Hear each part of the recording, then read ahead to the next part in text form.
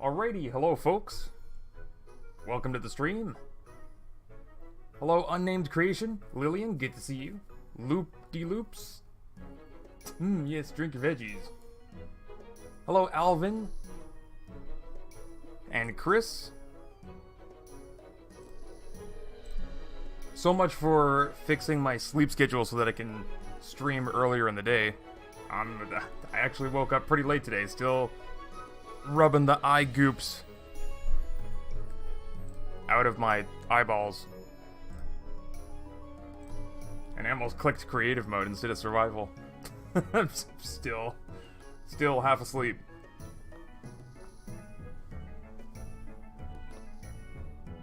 Liquidated vegetation. You know, I think that might actually be a thing.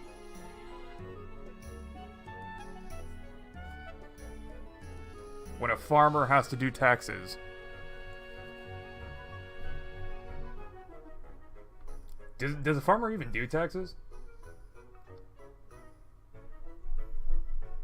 I'm pretty sure farmers have like a separate gig entirely. Because they're, you know, providing stuff for citizens. Like, you can't call the police on a farmer if they're, like, driving a big old tractor in the middle of a road or something like that. Like, farmers get a free pass to do their job. But if some random citizen is blocking traffic, you could totally call the cops on them.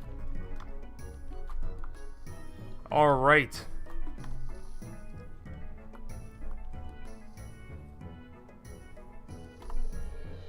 What am I doing with my life? Right. What we're doing is lagging a lot, but, we're working on getting... Where do I have my broccoli seeds? There we go. Planting nothing but broccoli today. Get my fertilizer. I could make even more veggie burgers. Why would I do that, though? Why would I make more veggie burgers? I could also try to get a mounted spud gun. Why would I do that, though? I don't know. I have so many component kits, too, that I'm not using. What could I upgrade? What could I do? What could I do with it? I think, maybe let's grab... I don't know how much... Well, I only have 5 broccoli anyway. Yeah, might as well just, go plant the 5 broccoli. Broccoli only, living dangerously? Well, it's only 5. Only 5 broccoli. Broccoli. Get 4 mounted spuddy guns and make a minigun. True. Or I could just do a little logic bippity boopity bop. Either way, my speaking ability's gone. Either way, you like, even if you spin your spud minigun super fast, it's still gonna take you. Yeah, now that I'm thinking about it, I could probably get away with free, like, a raid-free farm. Because if this farm's on the border between tiles,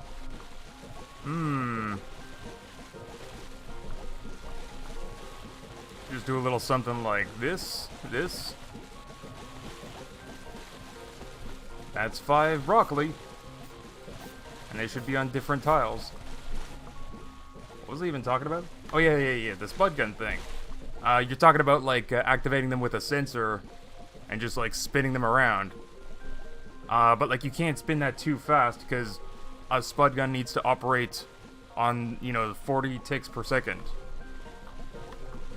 So, like, if you just do a logic bippity boopity, like, if you actually get it flicking 40 ticks per second, that's the fastest speed anyway.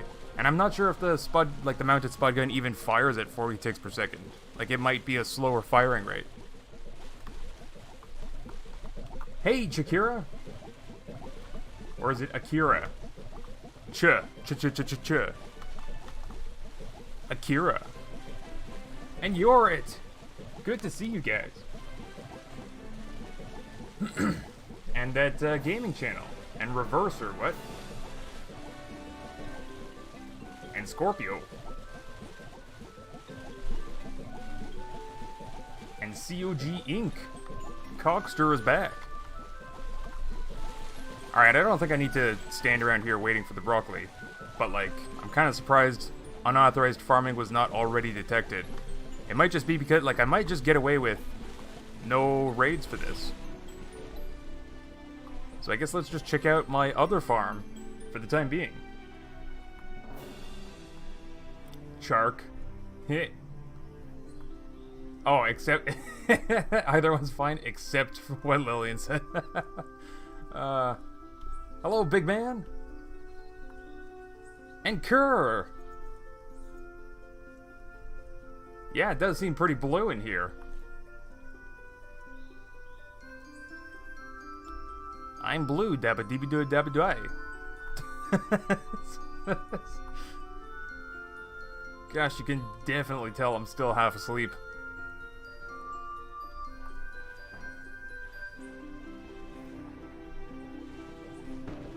Alright, alright.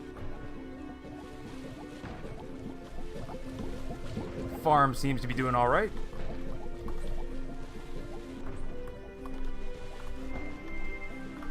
Yeah, I already emptied it out since last time. I mean, I'm not really doing much of anything. Just sort of, the plan for today is just to get the, we're getting the Spud shotgun.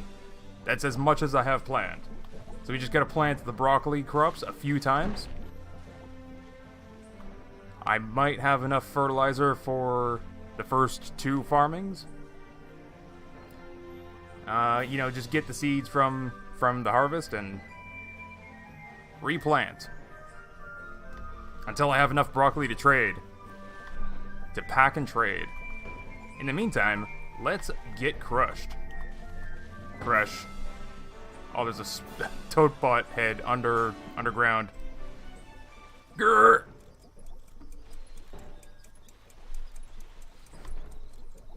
Those chatbots are gonna die in a tenth of a second. Yeah.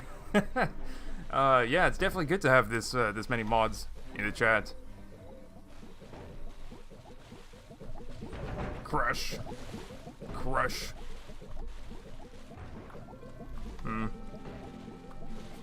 And the new farm, the new reinforced auto farm is standing the test of time. No damage at all, from what I've seen. How is this not unauthorized farming? You should be complaining. It's also getting pretty close to nighttime. How is this not unauthorized farming? Did it break? Is there actually like a raid coming up for this, but like I just don't see it? Huh.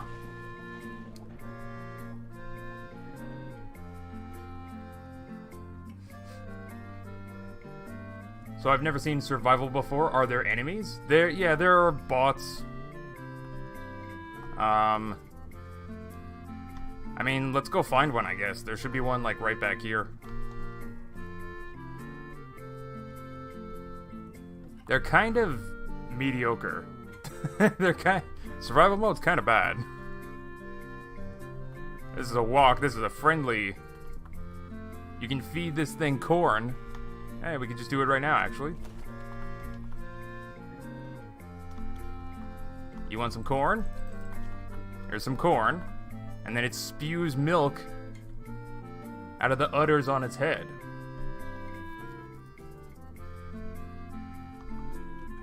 That came out of the head. Anyway, we got milk. Which I did serve, like the first couple of days of survival, I survived purely off of walk milk. But now I have so many veggie burgers that I never need to drink milk ever again. There should be bots around here somewhere.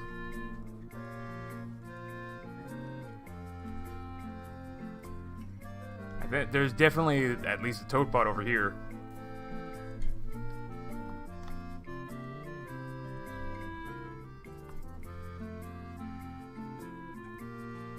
Is that at my farm?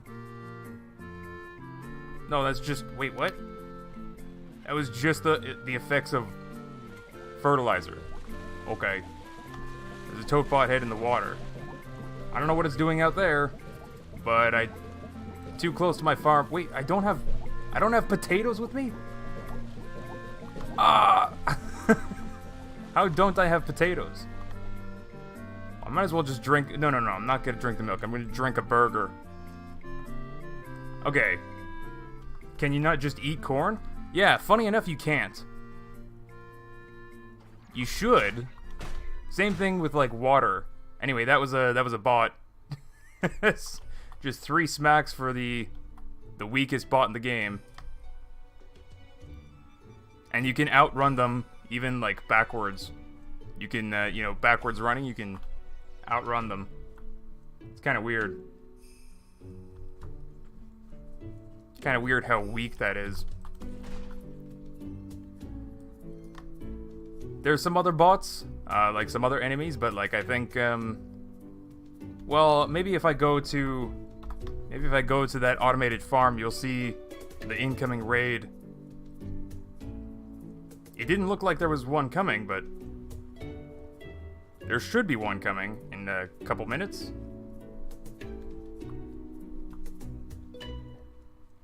Hello, Angus. What did you miss? Not much of anything, really. I just planted the 5 broccoli seeds that I have over there.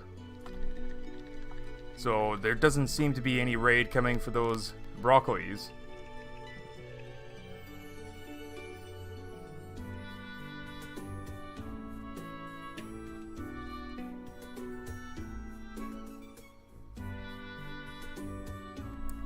Yeah, first things first, let's add to my food supply. Why do I have water? Why do I have water? What? Why do I have water? Seriously, why do I have water? Maybe the game's trying to help me show you that you can't drink. Anyway, let's hold on to some potatoes in my backpack so I can actually use the spud gun. Okay, and yeah, in like 10 seconds there should be a raid. Why isn't there a timer? The raid's already here. What the heck? This game's broken. I can't even show you these bots. So you saw the little green guy, and then this guy's a hay bot. Ouch. So, like, I guess they spawn in, different areas? Like a hayfield? But, like, depending on the size of your farm and, like, the value of the crops, they'll spawn different kinds of bots, different kinds of enemies. This guy's also pretty easy to deal with. Like, oh my god. I can also outrun him walking backwards. So it's kind of silly how, like, a lot of the bots... There's not that many. There's just the 2 that you saw already, the green and the orange. There's a big red farm bot, which you can't hit with your hammer. He's a little bit stronger to deal with. But, like, 50 to 60 shots of a spud gun, and he's dead. Or you can, like, ram him with your vehicle. And then there's the warehouse. Yesterday's live stream where I got destroyed by the tape bots. They only show up in a warehouse, though. You know what? I don't need to refine this myself. I can just toss it here.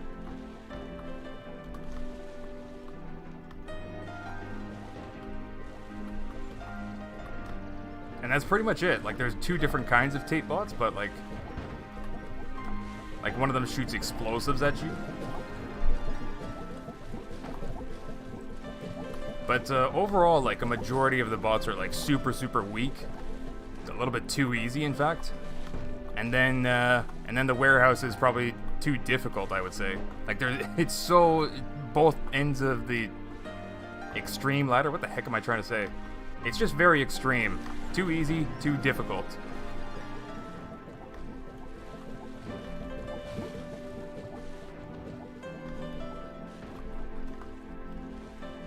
Alright.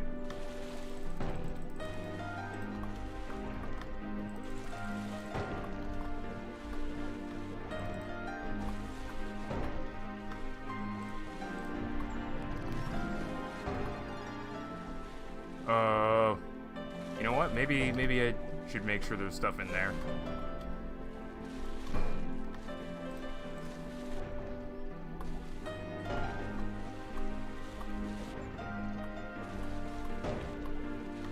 Beets. Carrot. Alright.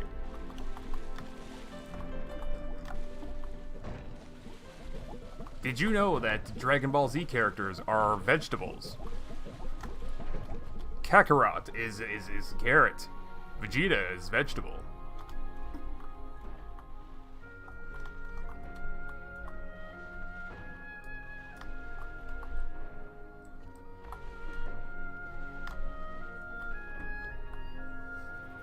Broly is broccoli. Raditz is a radish. I don't know what Nappa is.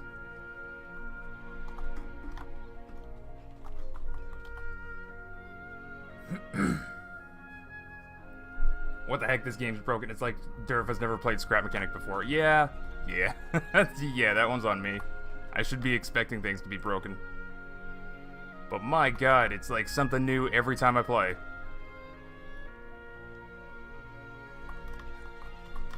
Blocks go in here.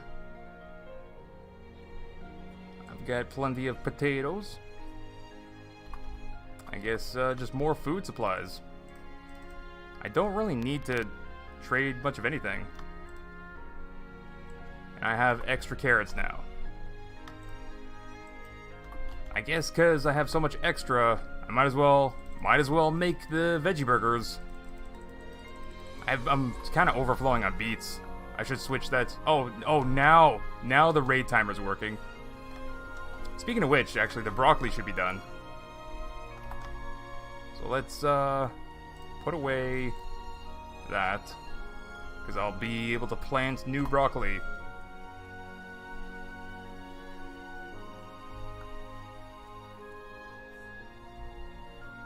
Cabbage? You think Nappa's cabbage? Because that doesn't really make sense, because in the new series Dragon Ball Super, there's a Saiyan from another universe that's called Kaba.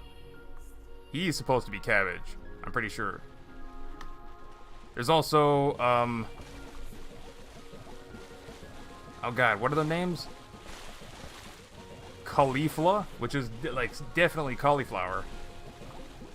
How are these not done? Come on. Should be done any minute now. You're even fertilized and everything, constantly watered.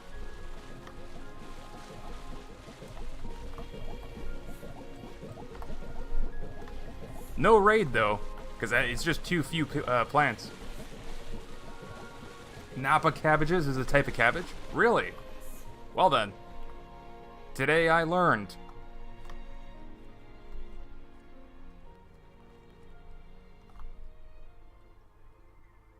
That Saiyans are only vegetables. And nothing else.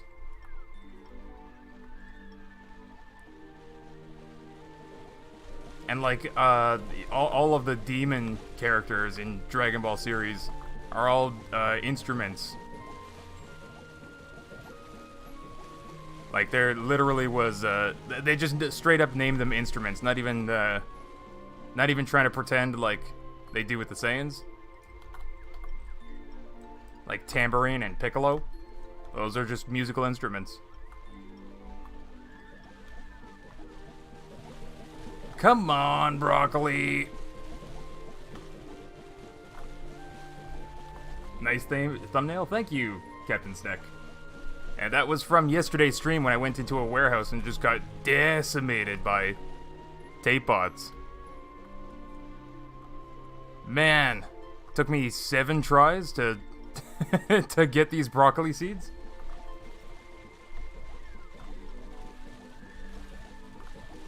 Nappa is a reference that plants sleep at night. Is it? Take a nappa? I don't think that's how the Japanese language works, to be honest. I'm pretty sure, I don't know. I mean, the names aren't supposed to be, like, literal like that anyway. Like, Broly is not broccoli. They would have just named him Broccoli, I think, if they were trying to be literal. Take a Nappa? It's also... I think that's also just something that's in English. Maybe Japanese people say Nappa. I don't know. Come on, Broccoli. Just hurry up. Hurry up. Tape bots are also in some raids. That's true, yeah. You gotta get a big farm or, like, high-value crops. Even a big red farm bot can come attack you.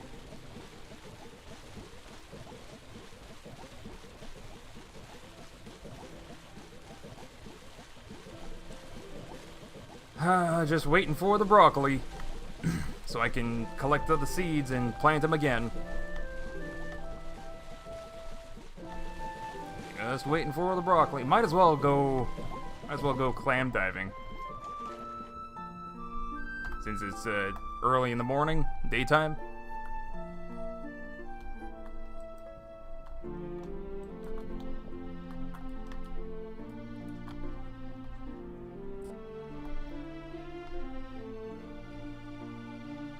Nappa is not Napa in Japanese, just looked it up. You never know, because a lot of the words in Japanese, or like a Japanese person that's trying to speak English, they speak in Japanese syllables. If you didn't know, the Japanese language is pretty cool. Not just because you know, attract anime waifus with it, but because, well, it's very different from English, where the components that make up words are letters, and then we have different types of letters like consonants and vowels. But like everything in Japanese is made up of syllables instead. So it's kind of a spoken-oriented language. But if you were to like write it out in like English letters for you to understand, yeah, I'll just leave that there. A syllable in Japanese has to end with a vowel, I think. Or like there has to be one vowel in every component that makes up any idea in the Japanese language. So some things that are spoken are just a single syllable, some are two, some are three. Just like English words have 1, 2, or 3 syllables, and and more. But I think that's why like a lot of, okay, for example, Nick is just an English name, but like it's a single syllable and it starts and ends with a consonant. But if you ask a Japanese person to say Nick, they would actually say Niku, because the components that they have to work with is the syllable ni and the syllable ku. There isn't a syllable that is just K, like the K sound, k. Like they can't just, that doesn't exist in language. So to say something like Nick, they actually have to say Niku. So that's just the basics of, like, if you want to sound Japanese and you want to fake an accent, that's basically what you got to know is the syllable sounds that they have to work with. Come on, broccoli, just...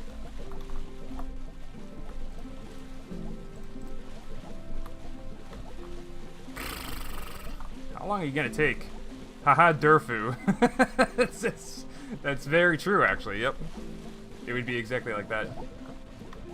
So, Nick is 2 and 9? Oh, you know how to count in Japanese?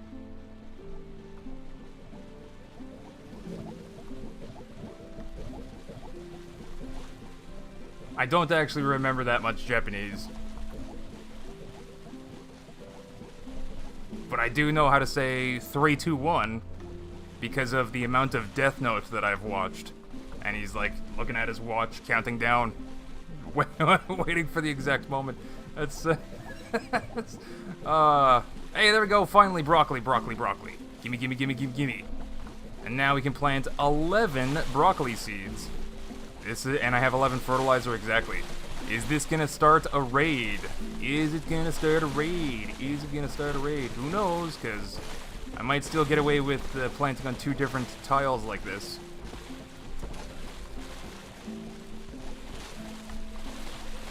If you don't know what I'm talking about,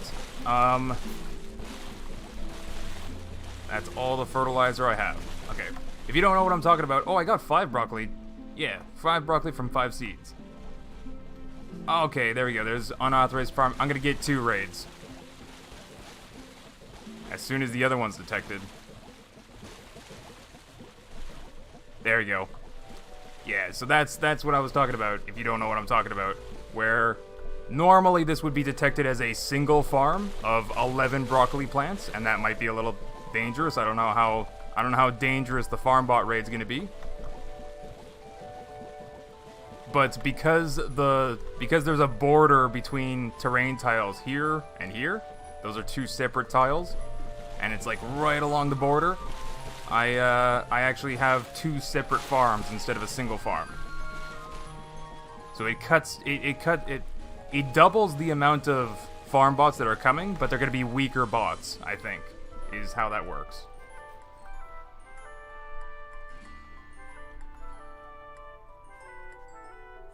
And yeah, Chinese is the same. They don't end in consonants. Yeah, it's a syllable-based language, which I find very interesting.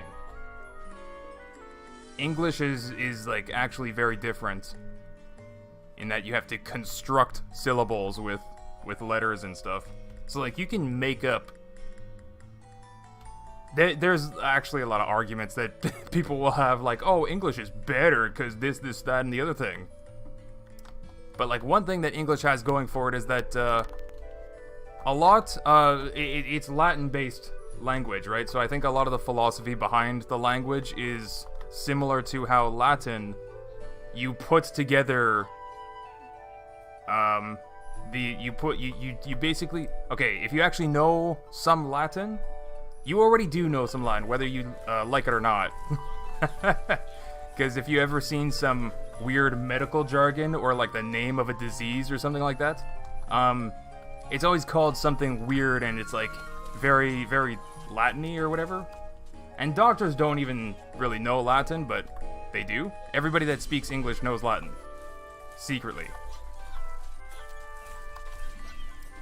But yeah, if you actually know Latin, it's very interesting because Latin is a language that everything that you say tells you exactly what it is.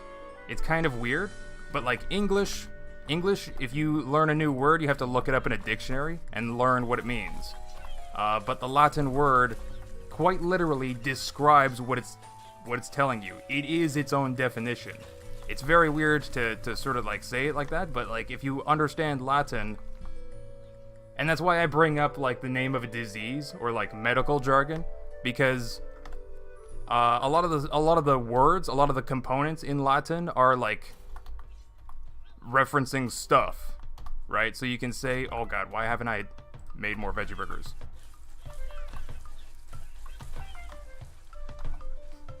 But like, you know, oh gosh, what's an example? I don't really have good examples.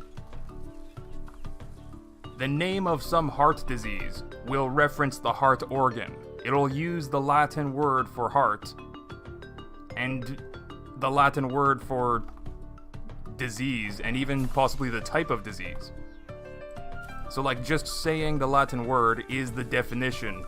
You don't have to ask, you don't have to see a dictionary when you're like you can literally speak Latin to somebody else that understands Latin and say something completely new, but they're going to understand exactly what you're talking about without having to look up in a dictionary. That's the interesting part about Latin. Anyway, I think English is like very based around the same sort of philosophy, where you have all of these components, the letters and vowels and stuff like that. They don't actually mean anything by themselves. right? Like you can't actually like do anything with just a letter. I mean, you can, but like you have to give that meaning. So like I think it's sort of the same philosophy where you have all these components and then you build the words that you want to use with it. Very, very different from a language that's based on syllables.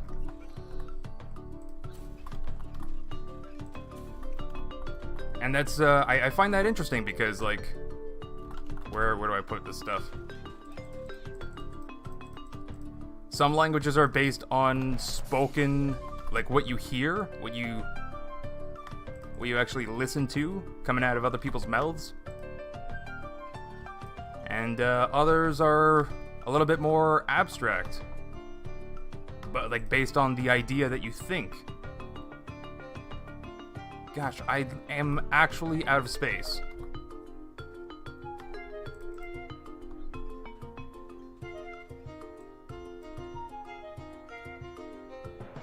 I'm like actually physically out of space.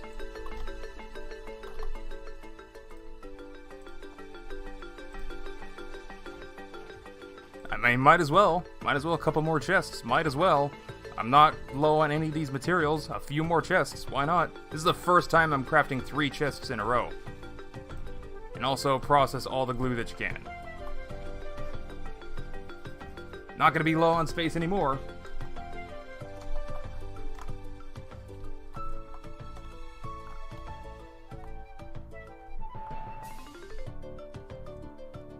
What a cheat with sprinkler? Like the sprinkler?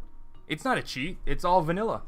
Actually, if you saw yesterday's live stream, you could definitely accuse me of doing like an X-ray cheat in the warehouse, seeing through all the walls, seeing where all the enemies are and stuff like that, where all the loot crates are. I might turn that into like a YouTube Shorts. Now that I'm thinking about it, there's definitely some useful stuff. Hold on a second, I got a cat that wants to use a door.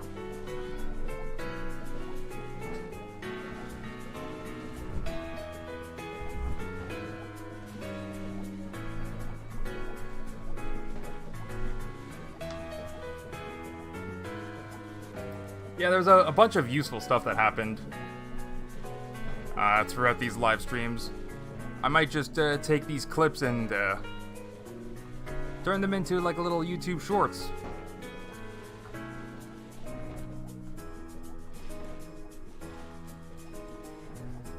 One cannot simply run out of space since I cleared up all the space your mom used. Wow. If only you could, huh? Hey, crops are done. Auto farming gonna happen sometime very soon.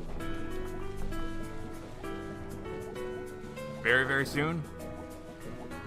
Come on, auto farm. Let's get that last carrot. There it is. It didn't get everything because it's not done yet.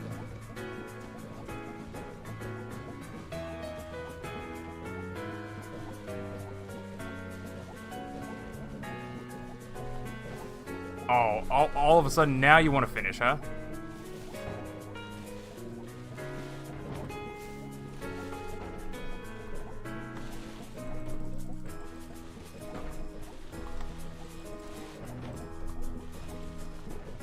I still got 3 minutes.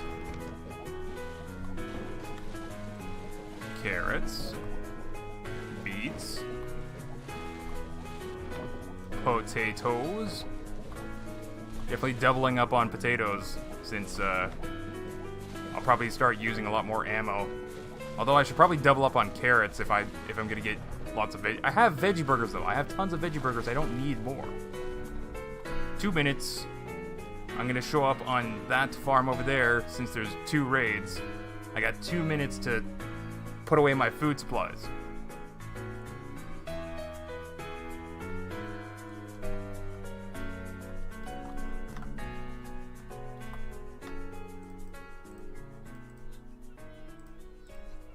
Alright, and I got tons of berg.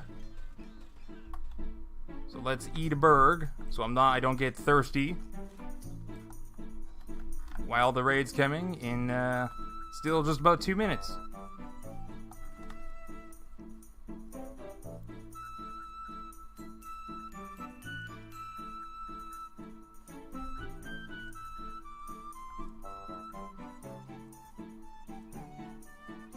Also, yeah, that was a good one, Yorit.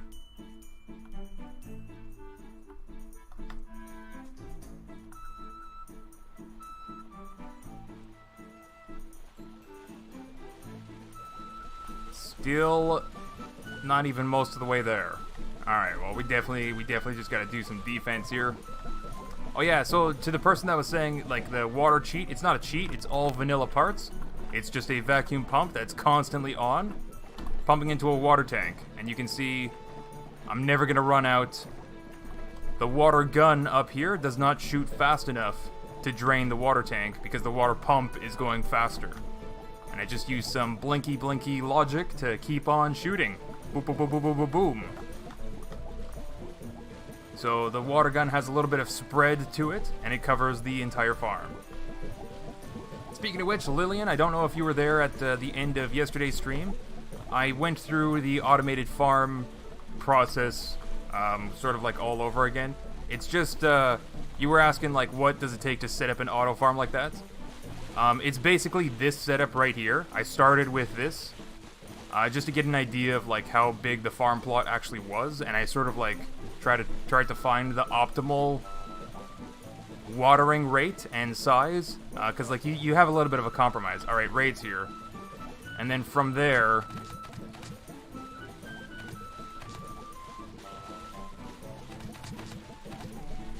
What, nothing but little green farm bots?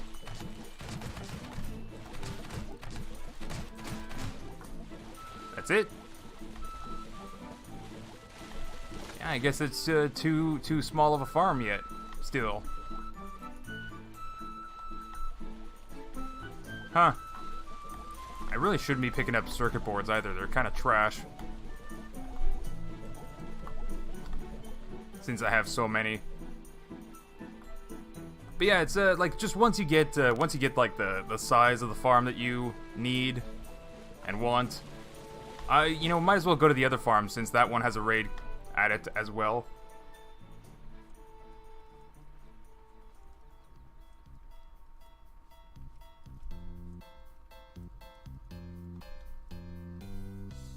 And then we'll you know, talk about the auto farm setup a little bit more for those that are interested.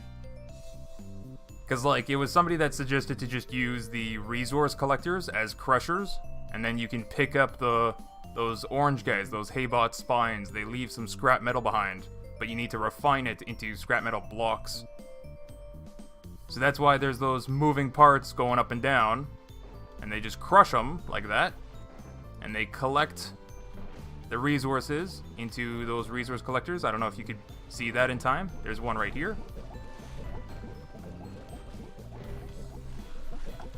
So the big deal with this farm was also working out like how to set this up around the farm size that it is. So the resource collector, these are resource collectors. This is a refine bot. You need to have one of these next to your refine bot to take the resources out of this and process it into blocks. And it doesn't hold very much, so that's why there's a chest attached to it. Then you can, you know, process a lot. So I took a little bit of testing to see that depending on which side of the refine bot you put these resource collectors, it has the range, like the reach, to pull it out.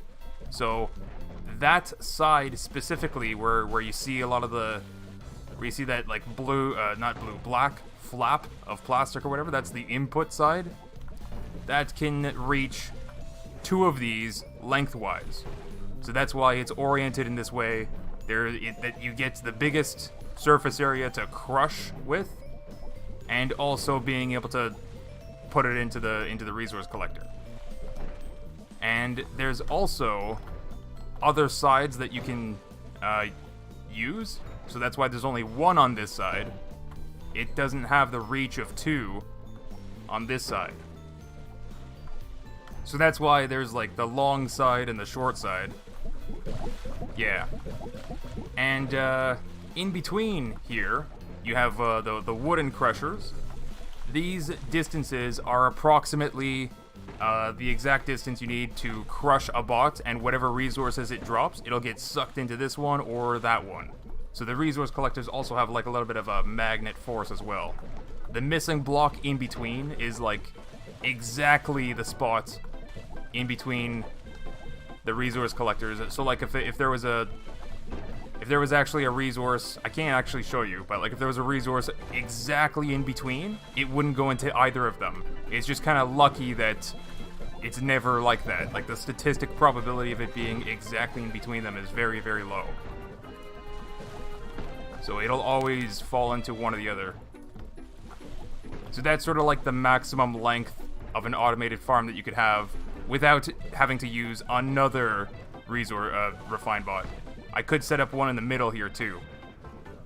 But that complicates things because I have tubing to connect the entire system together.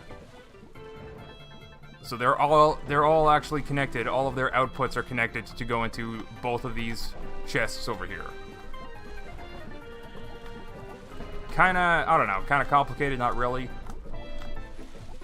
Putting it all together though, it's definitely worth it to spend the metal tier 2 to protect the farm, because like, what the heck is that? Is that just a toadbot head stuck in the wall of my farm? That poor toadbot head got crushed. Yeah, it's definitely worth it to protect it with tier 2 metal. I have not seen my farm get damaged, not even once, the entire time since I switched. So it sort of depends on...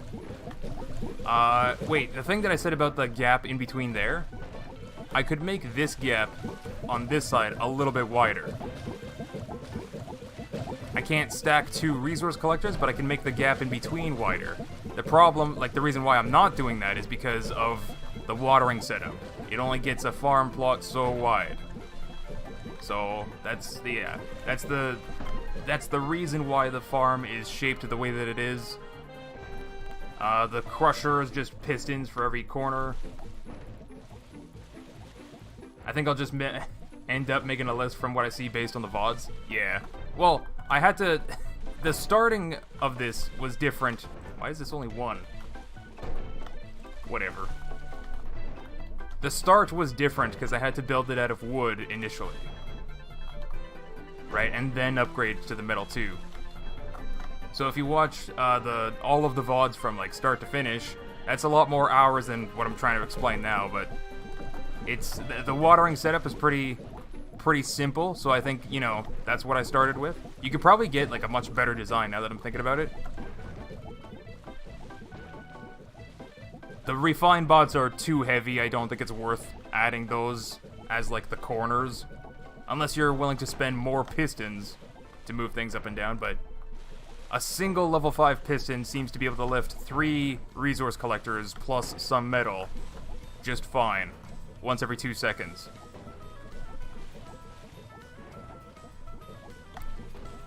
And then the automated farm stuff, that was some interesting logic. I forget which number that was. Maybe stream 5 or 6? I'm not sure.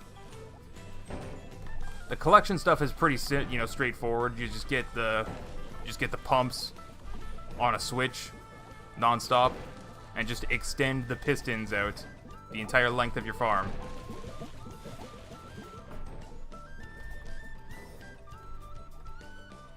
I've got the same watering setup done already. Going to use multiple cannons. Nice. Unauthorized farming detected. I don't have more broccoli with me. I don't know what I was thinking going there. So many circuit boards, they're all trash.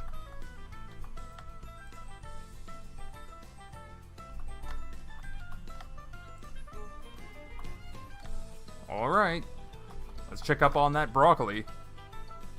I don't think it's going to be done, just yet, but if it is done, why not?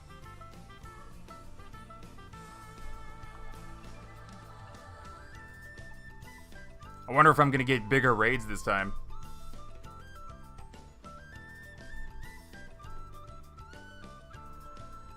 And yeah, I was definitely thinking about, like, that farm over there. It seems to be like a small auto farm unit. I was thinking about maybe building a second one. I don't actually need to, though. I don't need that big of a production. And there's no point on me, like, widening it or building it bigger. I think the first time that I played survival mode, where I had that mega farm, the farm was too big, but that was just for the sake of breaking the game, I guess. I just wanted to get things as big as possible. And I think we checked that out on, like, stream 3 or 4 or something like that. I forget exactly which one, but you guys should definitely check it out. The mega farm is mega. It's also a video, actually. You can just see the video on my channel to see just how big that farm is. And I think the video is just called Mega Farm is Mega.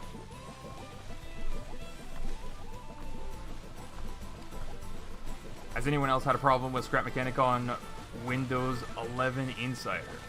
I'm still on Windows 10. Ah, more rant time. I haven't ranted, not even once. Like, I'm starting to get the idea that you guys want me to actually rant about Scrap Mechanic and all of its flaws. Like, I'm actually coming to the conclusion that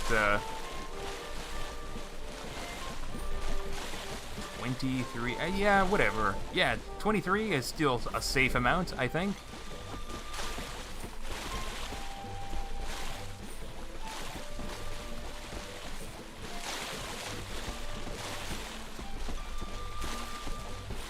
$9 each. 10. Oh, because it's 2 different farms. I forget that. It should be totally safe to plant them all. I tend to forget that. Also, I should have planted back there instead of on the sides. Whatever. Whatever. I have my broccoli. I have 13 minutes.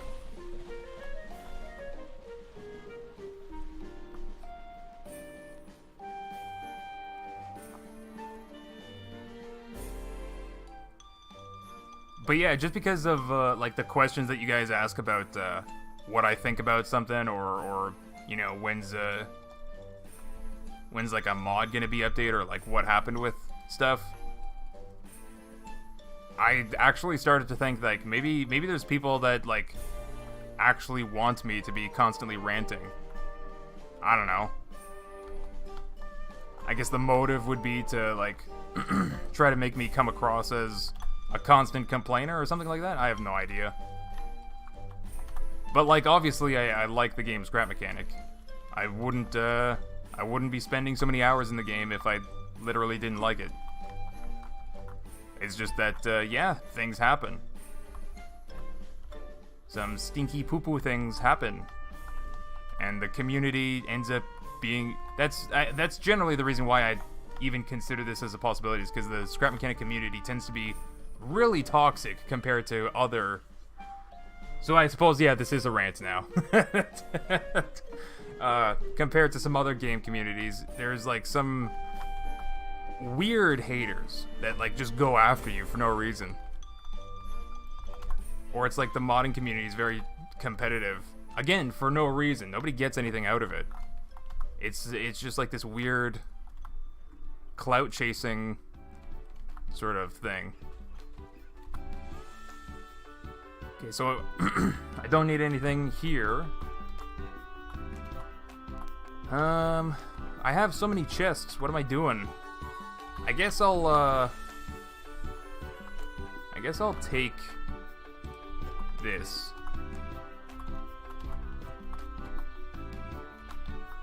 I'm gonna empty this out completely.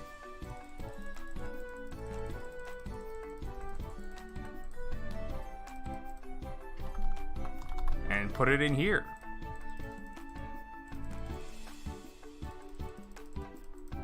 But yeah, with the amount of like questions that sort of like prompt me to talk about stuff that I guess people would say is ranty, I'm just thinking it's, you know, part of that same sort of toxicity. Not that I think that you're being toxic, Blue Flame. I mean, maybe you are, I don't know.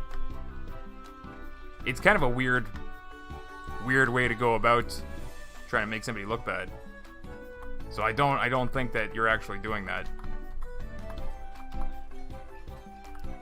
Maybe I'll take the potatoes out here and put them in here.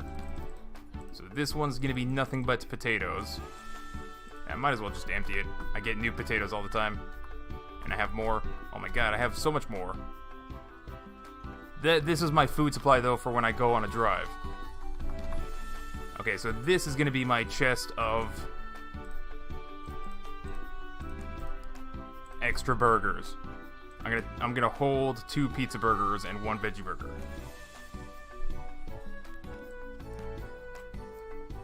So now we're on overflow chest time.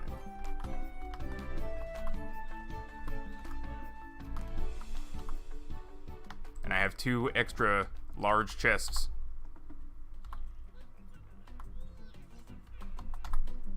Metal. Processed metal. Go. What do I do with the chests now? I have extra chests that I don't need now.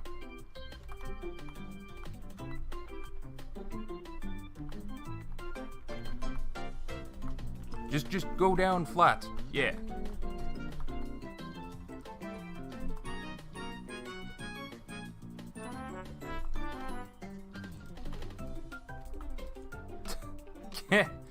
I can't place the chests.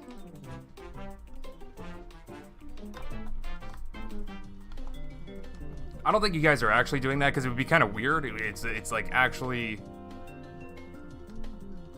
how do I say? How do I like explain it in a way that makes sense? Because like there's definitely some haters in the scrap mechanic modding community in particular.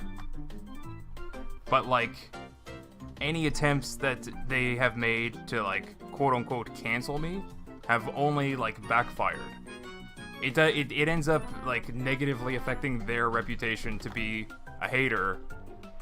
Because like I've never actually done anything that warrants being canceled. So like if somebody tries to cancel you literally for no reason or because, you know, because they have some like personal vendetta, it only ends up affecting their reputation negatively. They end up becoming known as that hater. So that's why I generally have like no problem going on a rant, talking about what I think or feel about whatever.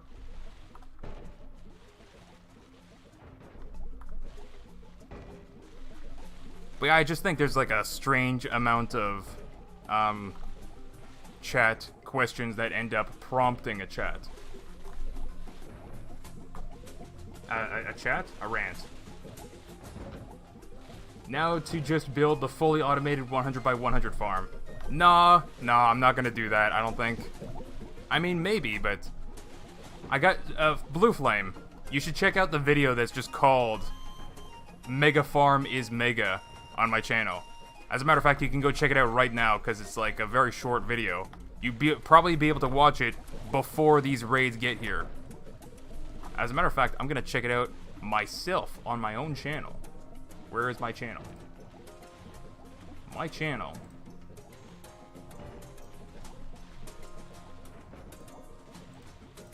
Search Mega Farm.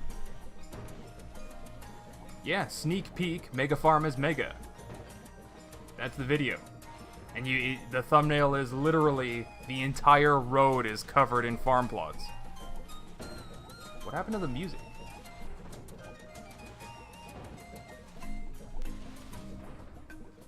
Oh, it's just my audio cable being really bad.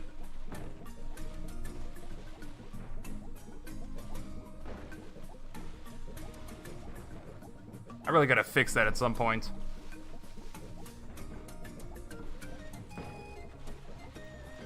As a matter of fact, I'll give you guys a link in the chat. It's like less than a 2-minute video.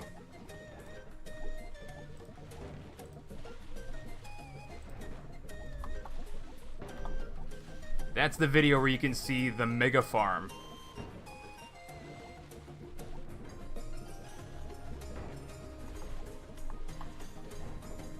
And if you just see the sheer size of that thing, my gosh. My plan, like, I was having so much fun back when I first started playing survival mode. I think that's, like, sometime in 2020. But then Axolot decided to update their game and sort of, like, take away the entire reason why I was playing survival mode. Boah! Mini rant, I was so ready to just keep on playing for thousands more hours. I was ready to take that mega farm and automate it. Like 100% automated. A huge mega farm like that. But the significant part of that mega farm is that it was just, there was water on 2 sides of it. And the front and back was also farmland, so no raids were actually going to spawn, even though they would trigger a raid timer. No raids would actually spawn, except on the 2 ends. So I only had to defend the absolute front and back. And then, yeah, it's just a very easy way to defend it.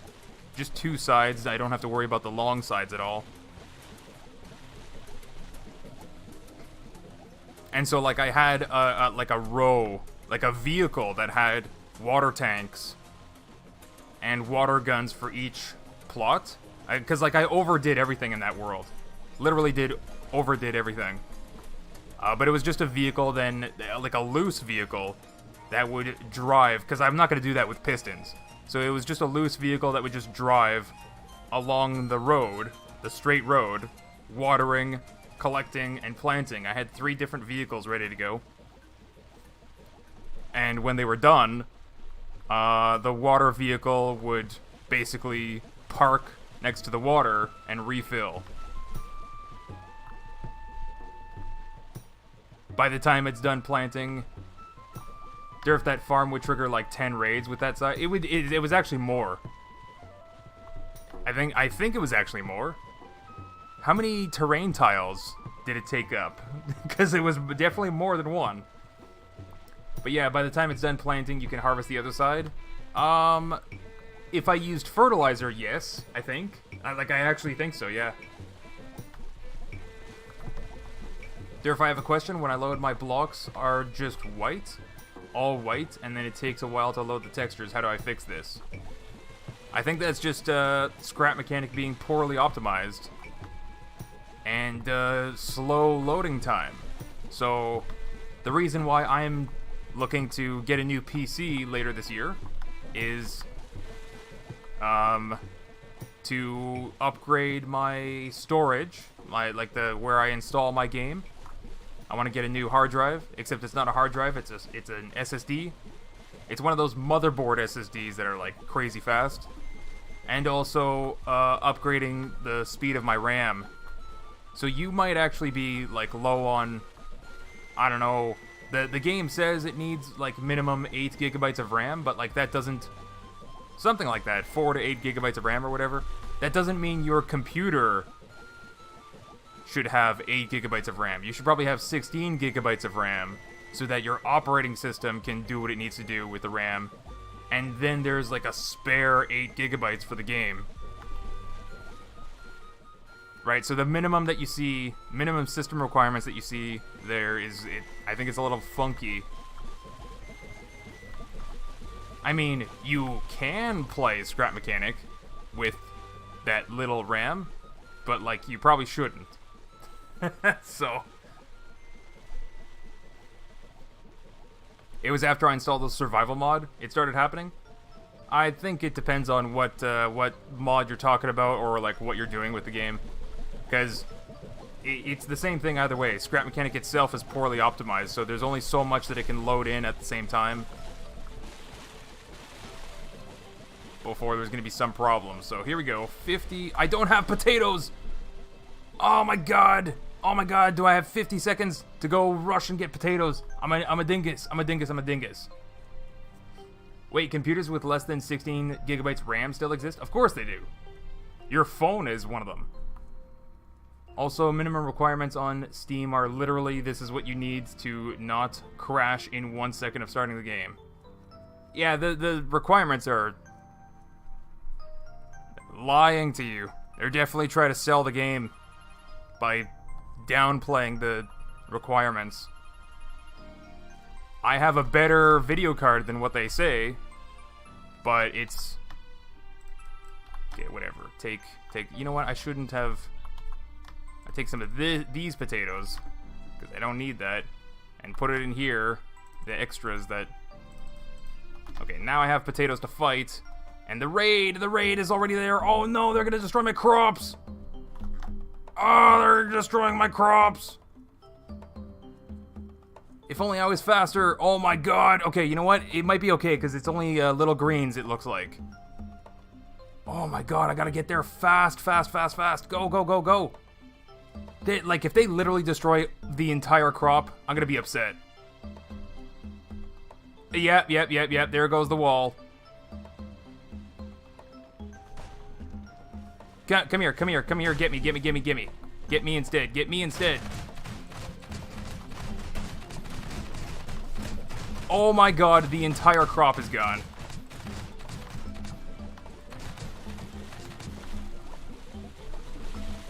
Oh! That's such a huge setback. No, just because I didn't have potatoes. Maybe I should have just not gone for potatoes. I didn't know it was going to be just the little greens.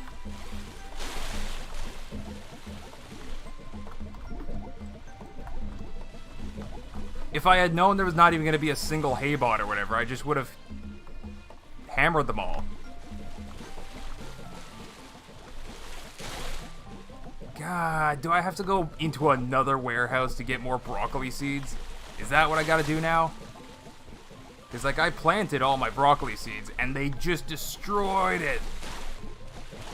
So, like, a big setback. Now I'm only down to whatever seeds I get out of this thing. This single plant. I mean, I have, what is it, like 16 broccolis? Maybe it's not that big of a setback, I mean. Or I could just, like, put some metal 2 on this, but, like, is there a point in doing so?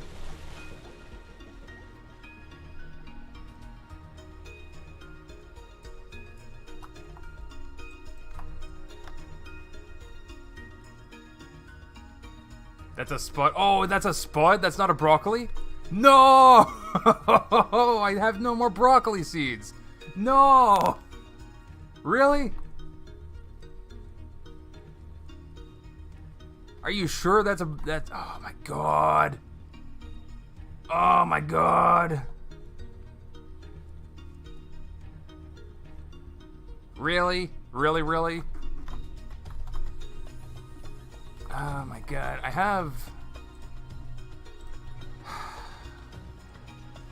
Might as well process everything that I can. I'm gonna get 50 or so metal 2 blocks.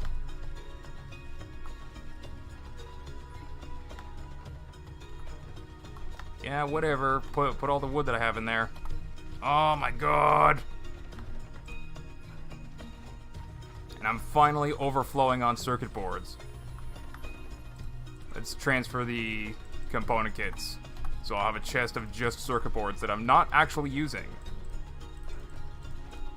Maybe the extra chests that I have should go to the craft bot. Somehow.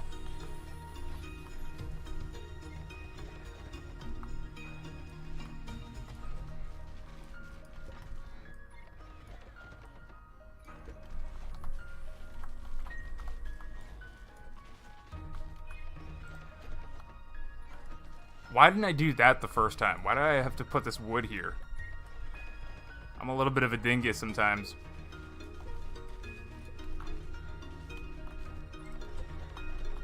But anyway, now that I have that, I could just stick a thing here.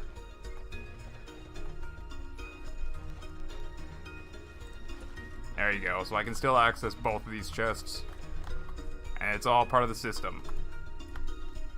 Craftbot, you just got an upgrade. And that means a chest of nothing but component kits.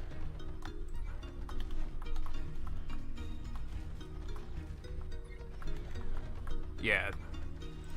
Right here.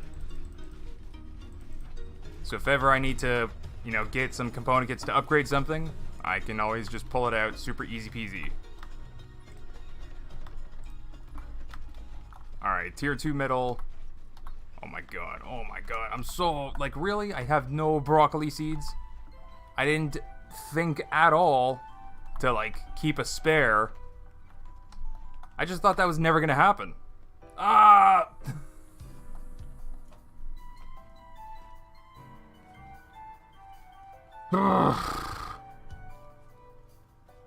Unauthorized farming detected my bot.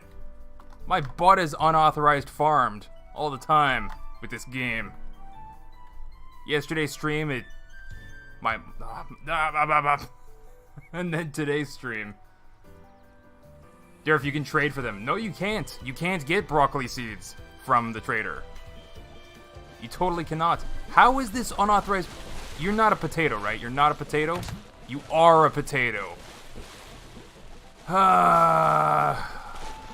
Also, I'm thirsty. I gotta drink a burger. Yeah, I just gotta stop farming a single spud. Just get out of here. So I literally don't have any broccoli.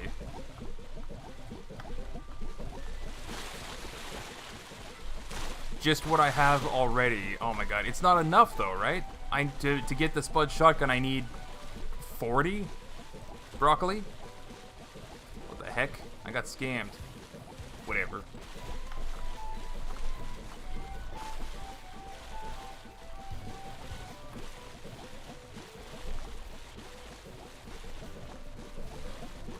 Yeah, they're not gonna come back from behind.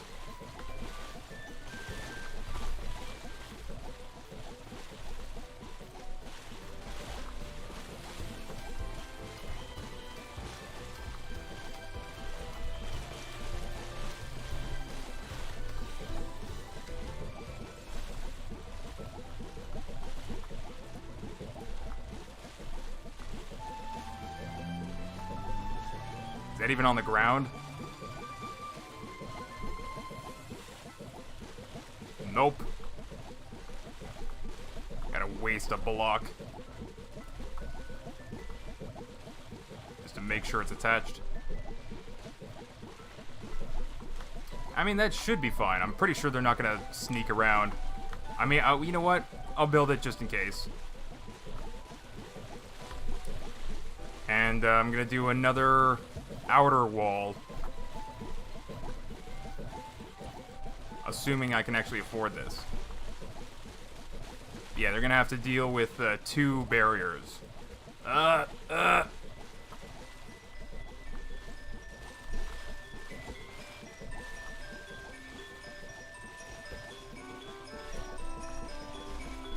my god, I need to waste more blocks just to make sure it's in the ground.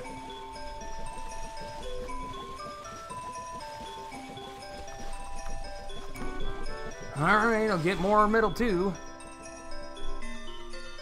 Just build micro farms in every chunk. Yeah, that's the thing. I mean, there's 2 chunks there.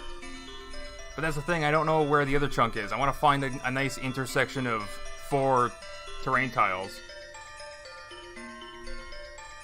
So anyways, Durf, you said your phone has less than 16 gigabytes, but is that even true? Of RAM? Yeah, for sure. Phones really don't need that much RAM. Plus, I'm using an old phone model. I actually have like 5, 6 phones on my desk right now. One of them is actually bricked, and I was thinking about repairing it. One of them is actually my phone. It's pretty old though. The other one I just have like as a spare, sort of like, I'm basically using that as a tablet. It's just connected to Wi-Fi, and is more or less a digital clock that's on my desk. And then I have 2 others that are potentially new phones. They're not that new, actually. They're still more than 5 years old, I think. What am I doing here? Besides being depressed that I only have so much broccoli. 16 broccoli is not enough. That's nowhere near enough.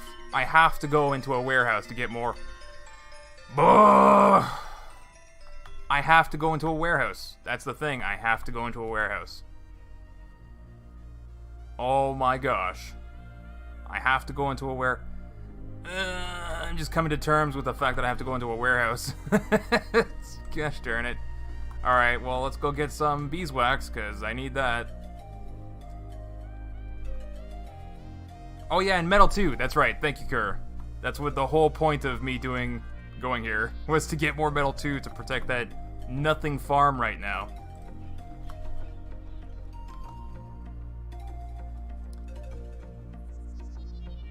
I'm gonna drive. You know what? I'm just faster to do this back and forth with driving, and then we're just gonna have to drive towards a... Oh, I have a wheel. I don't really need to use suspension. I have a spare engine anyway. Yeah, I have a spare engine.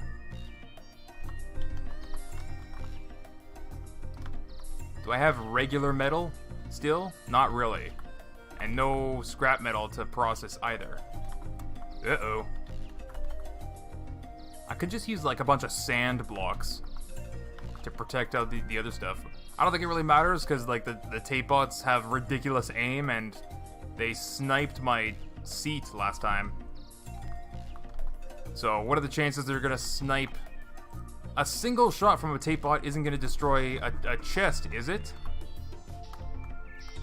Gosh, it's gonna be so stupid if I lose all my broccoli to a tape bot shot.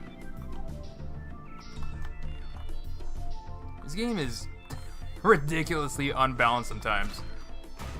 Although that farm thing was my own fault, but... yeah, I definitely want another wheel, at least. I just can't get it right now, because I need, beeswax. So let's finish building this extra wall.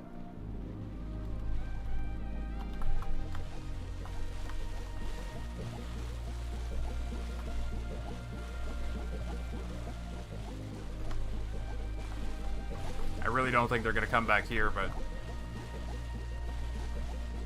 might as well. Whoops.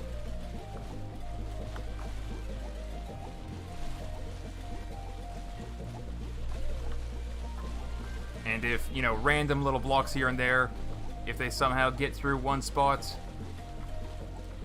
the system will be held together, even if they destroy these random corners.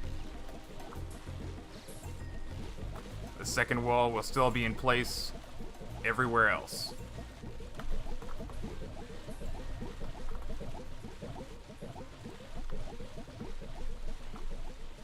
Okay, so you know, at least, besides, they don't even break this, really. They better not just, like, walk on top of it. Now that I'm thinking about it, it's kind of low.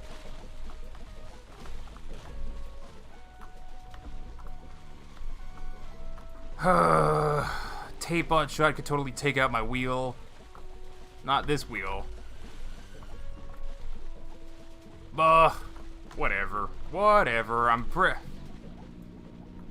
What do I do about my vehicle?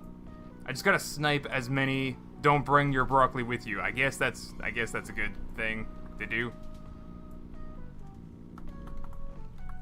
Why did I even come here? Let's just go get some beeswax.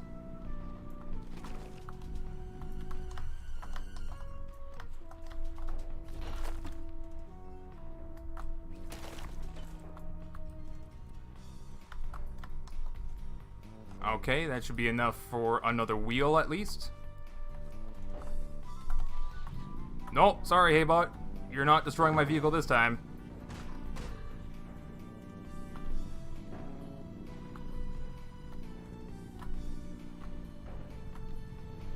I'm just gonna... There you go. Just gonna crush you. Oh. Also, don't charge the warehouse with my vehicle. Yeah, I should probably snipe as many as I can before my vehicle gets anywhere close. So I think, since I'm not carrying this with me, I might as well take this off my vehicle. Right? It's just a tiny little thing that, I just wish I didn't have to take it all apart. But it doesn't matter. Especially if I have a weld tool. I'm glad I didn't accidentally waste broccoli by removing the switch first like that. Alright. Yeah, broccoli, we'll put you in here. Oh my gosh, my precious broccoli. And this is the pump stuff that I should probably build on a little module to weld to my vehicle at some point. Alright, circuit board chest, beeswax. Make me a wheel. Oh my gosh. How did I already mess up so bad?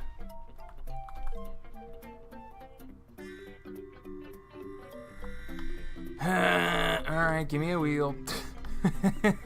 Give me a wheel.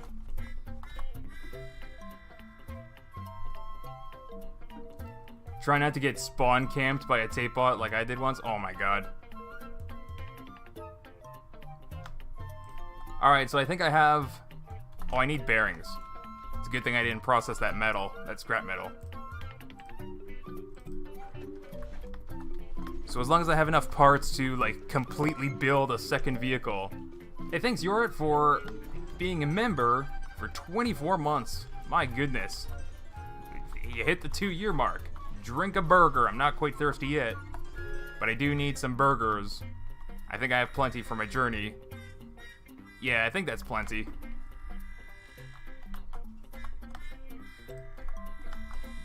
And then I also have these, like a full chest of veggie burgers, and we're starting on another one. Might as well just take another one. Why not? Take it to the stack. 5 burgers? I could eat that in one sitting. Alright, so... what's my fuel situation? Okay, like half a tank of fuel. Let's just take from this tank.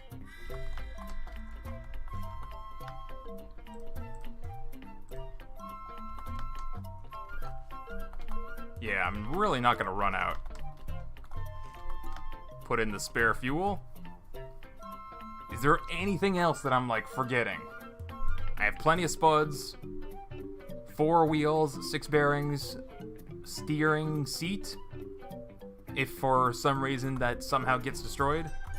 Got a spare engine in case that gets destroyed. I have... You know what? Let's go ahead and use the component kits. I have plenty. Let's go ahead and use them for the engine. They better not destroy it. I swear to God, they better not. Level 5 engine. I don't need it on max anyway.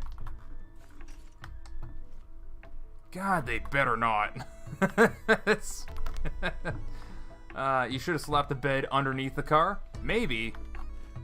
I mean, I think what I'm gonna do is... I have a lot of wood.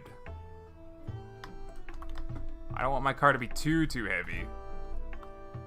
But I think especially because I don't have the pump stuff,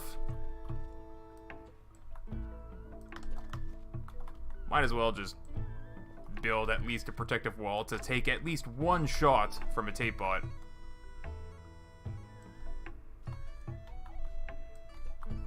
What the heck? Oh, the chest is in the way. I forgot how big a chest is.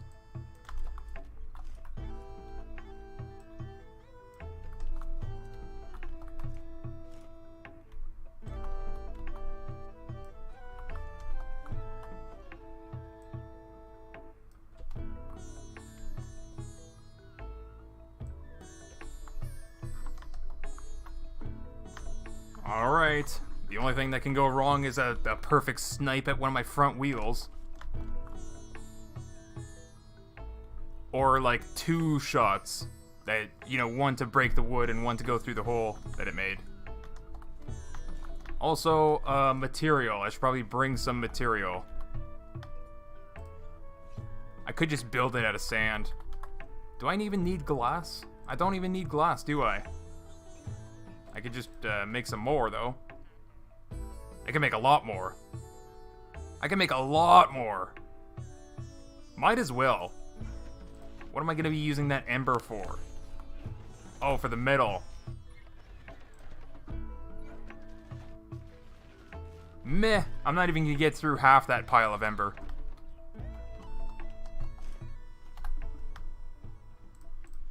Alright, there's my material.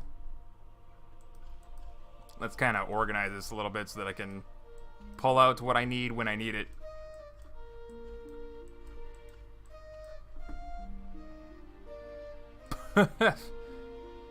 Oh, I have this as material too. Whatever, wheels.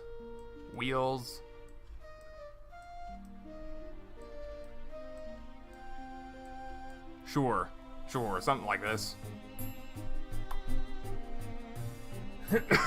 Okay.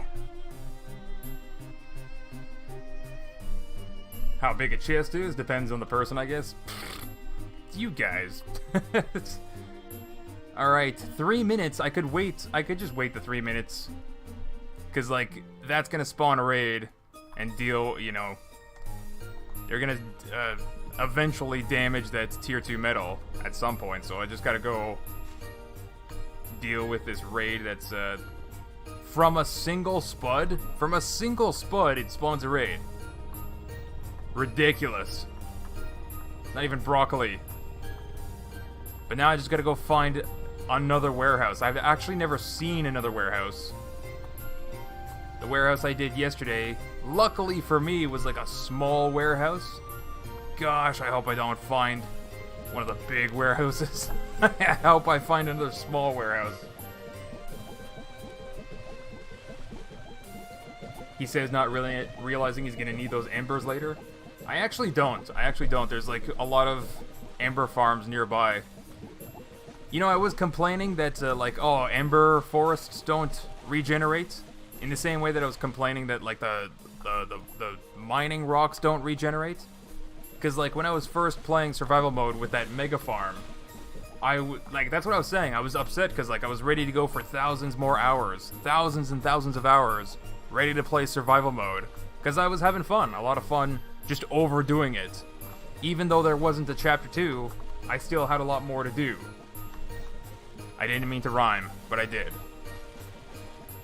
But now that I'm playing survival mode again, I don't need to mine at all. I don't need to...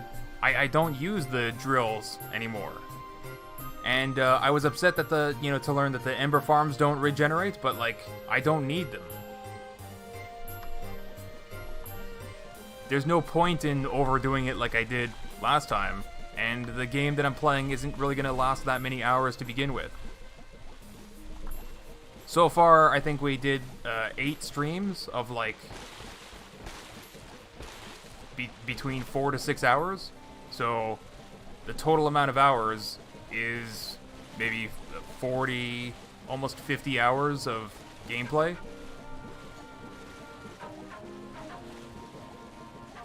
Yeah, that's kind of upsetting. Now that I'm comparing that, it's kind of upsetting to compare thousands and like multiple thousands of hours to just 50. What did Axolot do to their game? Because like I feel like I'm coming up to the end of what I can even do with this world. Once I get the Spud shotgun, then what? You know what I mean? There's not much.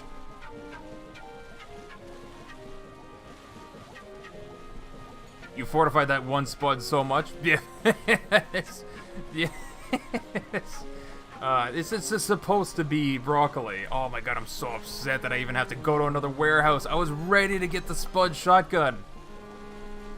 God, we were gonna get it in like under an hour of this stream, but like, gosh, I messed up and now I gotta go to another warehouse. What is a haybot doing here?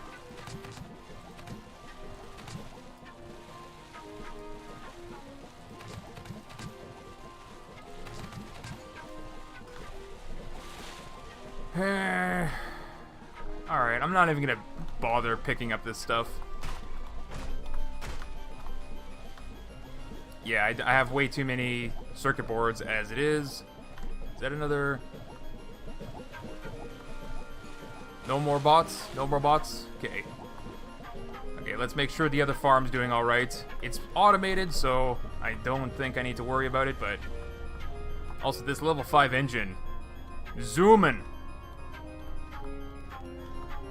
It might be worthwhile to maybe put suspensions on the back wheels or something. Oh, boop, boop, boop, boop.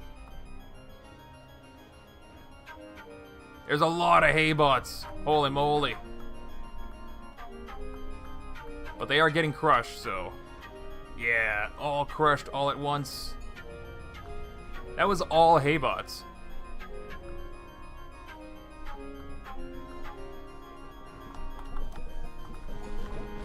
Alright, leave the circuit boards this time.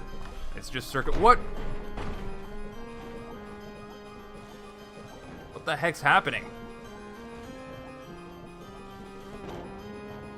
What the heck is happening?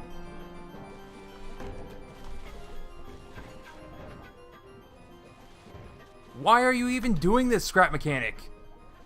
I am on advanced physics. Why are you acting like this is physics 1 pistons? Why are you glitching out? Stop it! Oh my god, my farm is breaking. You know what? My farm did take damage. Oh! Yeah, see, they got this. Anyway, let's get component kits if there are any. What the heck, Scrap Mechanic? What the heck was that? But yeah, there's a little bit of damage here. Maybe that's what's glitching out. I don't know. Gosh darn it. Oh my goodness. What was that? Like, what? What are you doing, Scrap Mechanic? That doesn't even make sense.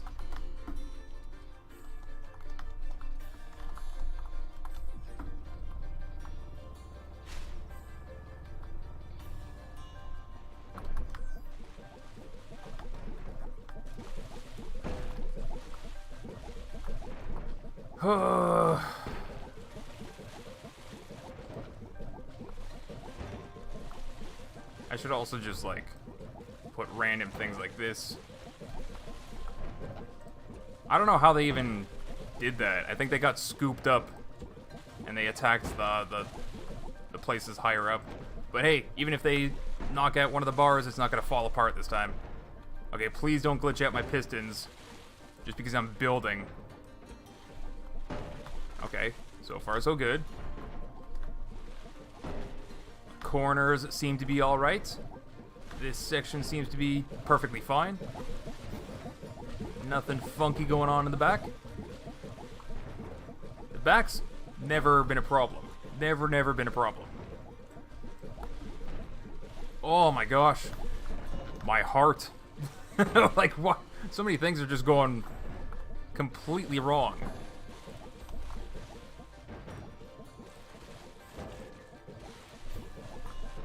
Can't wait to see what happens at the warehouse. Oh boy. Alright, might as well get the stuff that's here. You know what? I probably just shouldn't worry so much. I should just let this stuff pile up.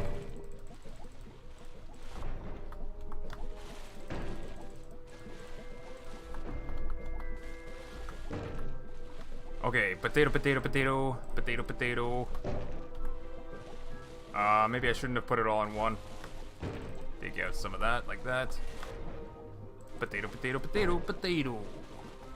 So many potatoes, I'm never gonna be short on potatoes. Tomato, tomato, tomato. Beets. I'm pretty rich in beets right now. Carrots. And, yeah, that's it. No more seeds for me to deal with. Okay, off we go. I have so many extra potatoes, too.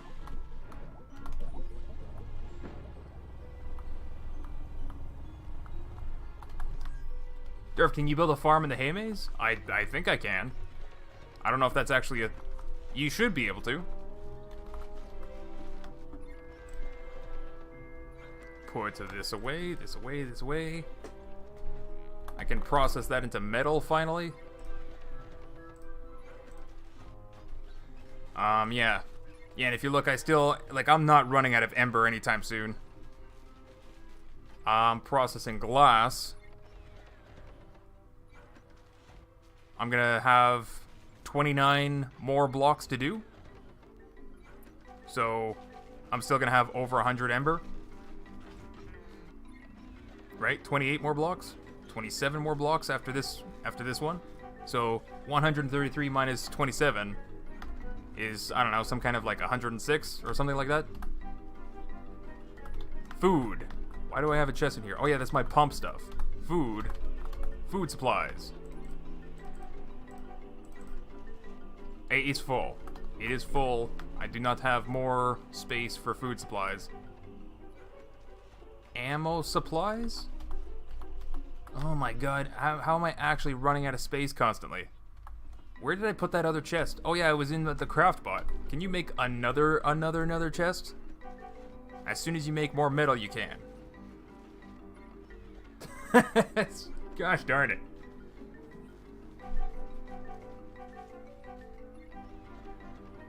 There you go. Make another chest. Because I'm gonna need it eventually.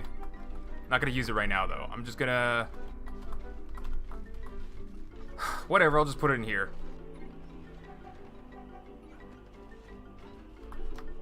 And because I'm paranoid of the warehouse, I'm gonna carry so much ammo.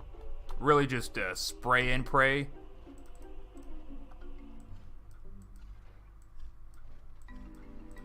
I have enough burgers to sustain me. I got a bed to sleep in. Alright, off we go. To the warehouse. Pop, shove it, and we go. Whew. Oh wait, a crate. Loot crate. What do we get? Yeah, I'll take it. Get out of here, get out of here. Ouch. You know what? Fine. I'll take this too. You actually don't, like, I learned yesterday, you actually don't get that much from a warehouse. So I shouldn't worry too much about having my backpack full. Hey, bot! Urgh!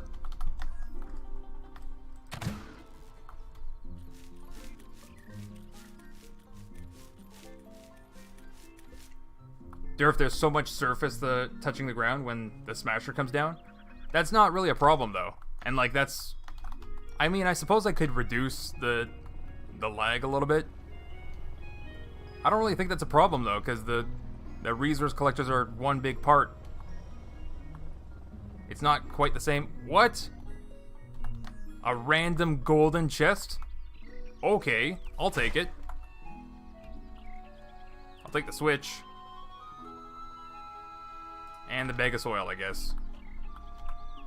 Now I just don't have space. You know what? I'll just carry more potatoes.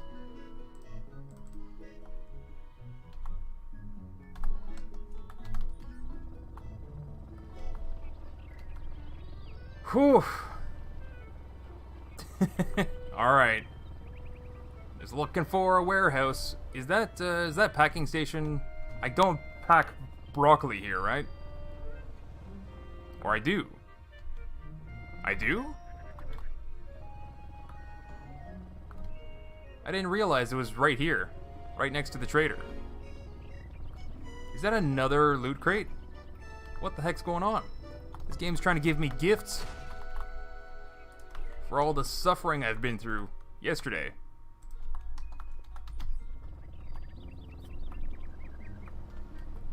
Instead of Crusher, why not do Spinner? I don't know what you mean by Spinner, to be honest. You know what? I might as well clean this up.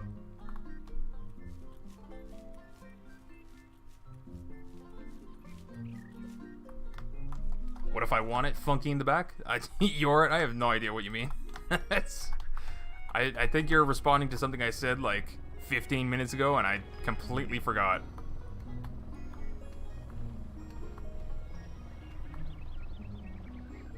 Alright, so we just gotta follow this road. I can't go in the same warehouse, right? Warehouses also don't regenerate? Part of the terrible update in Scrap Mechanic? Oh my god. Just can't even drive down the road anymore. No, you turn around.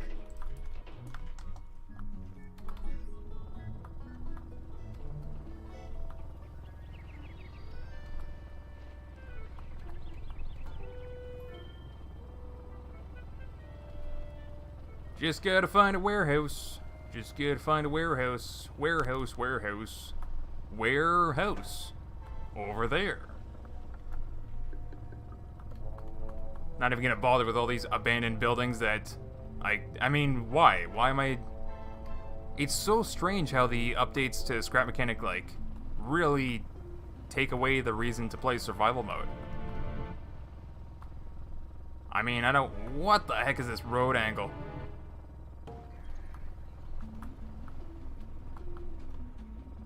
I guess, like, that was the first warehouse over there. Wait, no. Not there? But there should be more road going this way. Yeah, that was... Take that road, and then you go to the warehouse. So if I keep going this way, to a dead end...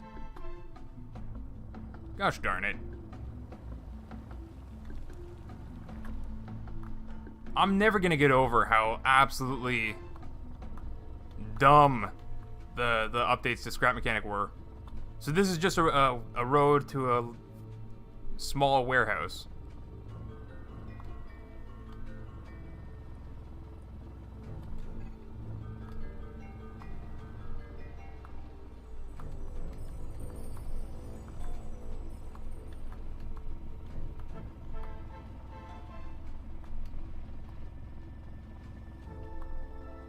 Alright, we're going down this way.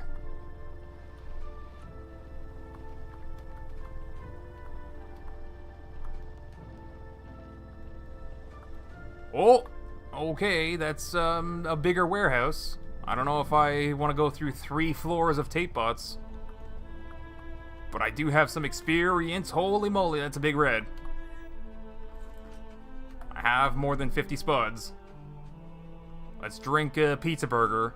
Make sure I'm hydrated. Alright, we're gonna fight this guy. Away from my vehicle. There's no other bots that are gonna surprise attack my vehicle. Okay. Okay, let's go. You. Whew. We need your warehouse key.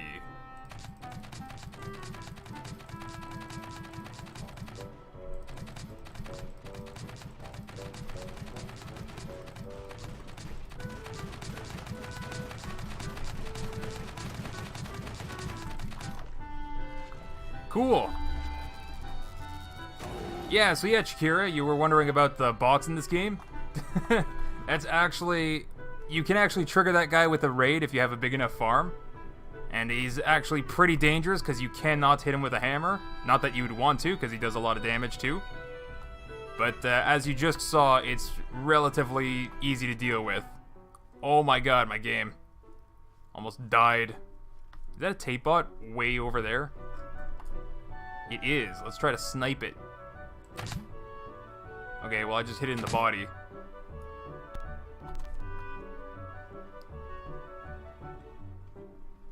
Yeah, no component kits from the Big Red. Usually they drop multiple, huh?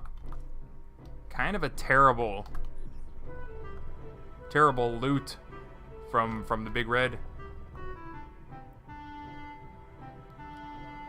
Alright, so I think I should be able to park here. There's no bots attacking these walks. This little hill. I think I should be able to leave my vehicle there, no problem.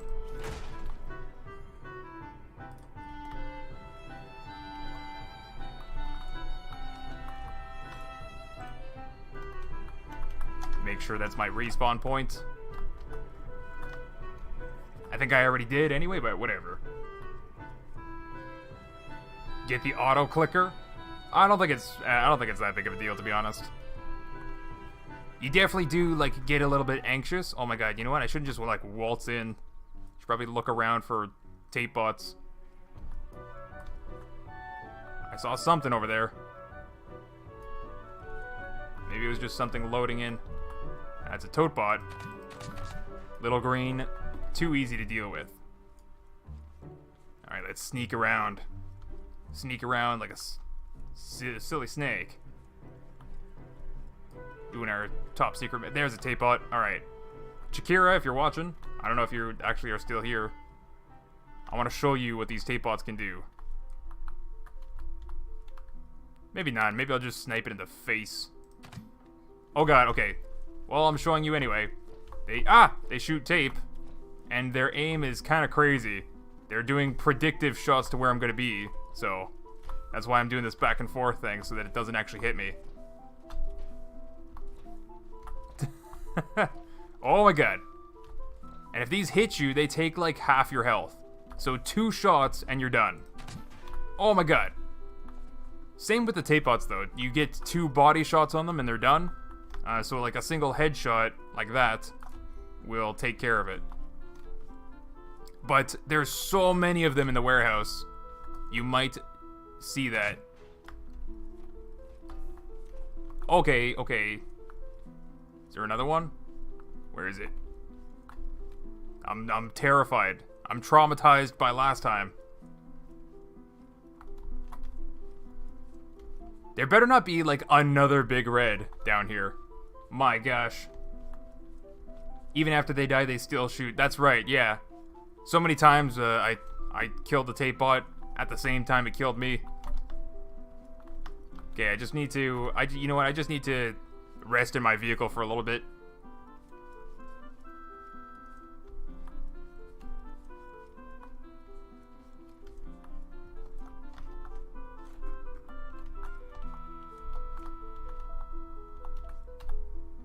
Okay. Yeah, I have just put away this stuff. I'm just gonna rest here for a little bit. I got a BRB. I'm gonna use the bathroom before I go into the warehouse, so then that way I can stay focused and hopefully not take 7 tries to go through a warehouse this time. So BRB real quick.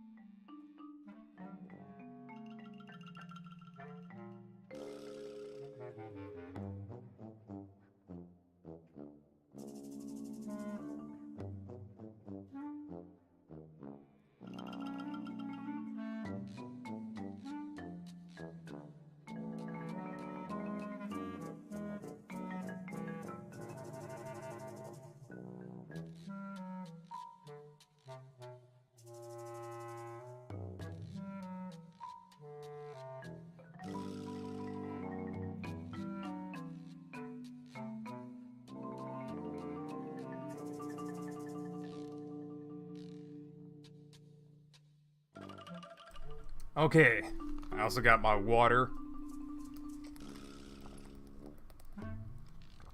Imagine Durf coming back to 5 haybots, clapping his car. No!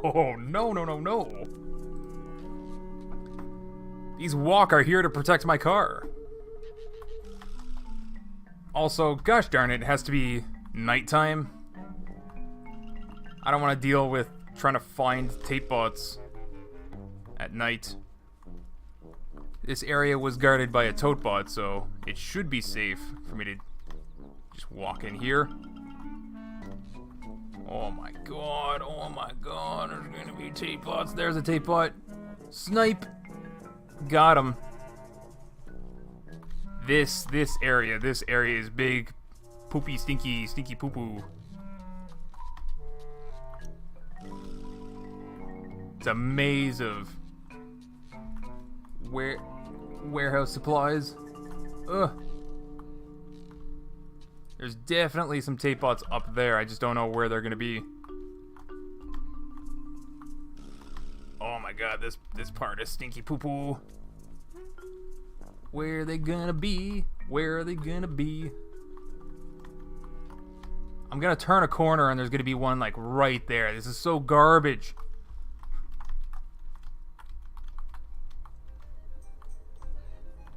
I even hear one. Where the heck is it though? I'm going crazy.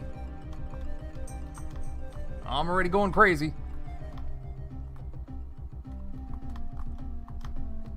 Just going first person to up the suspense. No, thank you.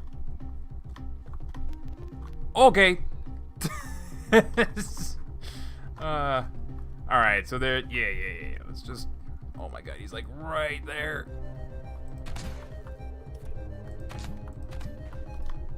Oh.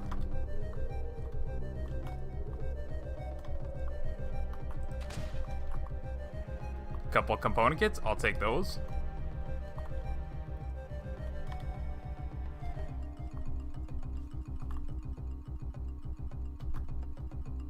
Potatoes, I'll take those.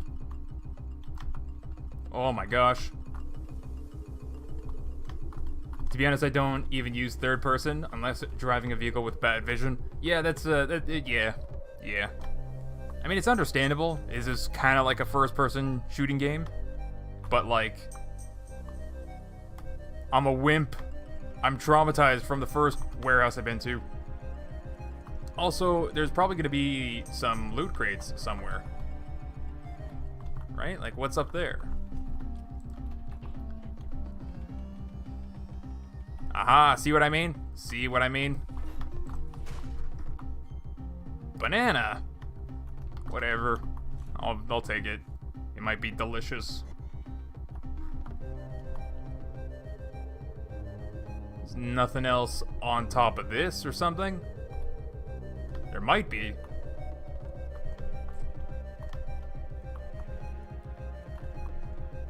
Not from what I can see, though. Okay. Okay, just gotta traverse the maze. See where the heck there's gonna be tape bots. I think I got them all on this corner. There's not gonna be any more open things for me to go into. There might be a tape bot in one of these if they're open, too. Open-ended storage stuff.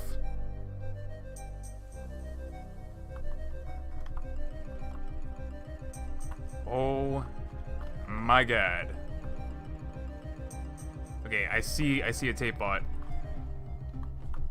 Can I even shoot it? Yep.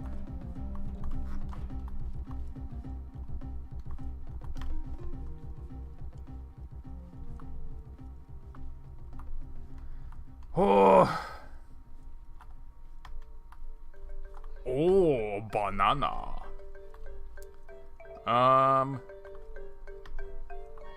Yeah, this is such a stinky see what I mean? See what I mean? See what I mean, Jelly Bean? I'm telling you, they're just gonna sneak up on you randomly. I'm doing relatively well next to, like, what I did yesterday.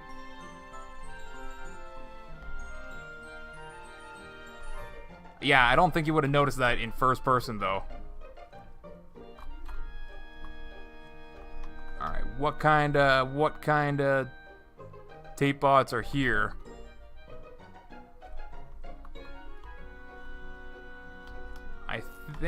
I think the coast is clear. component kits. I'll take the fuel. I've got plenty of inventory space. I don't think, like, you actually don't get that much from a warehouse. It's just the broccoli seeds that I'm after. So if I fill up my inventory, oh my god. Okay, it's a toad bot that I somehow triggered, and it's like running away to try to get me. No tape bots out here. There's another toad bot, not a tape bot.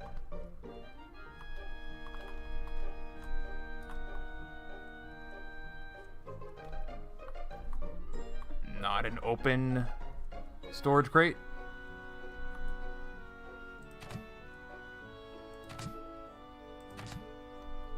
Did I even hit it?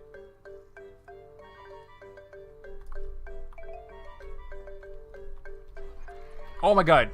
The Topot came to get me.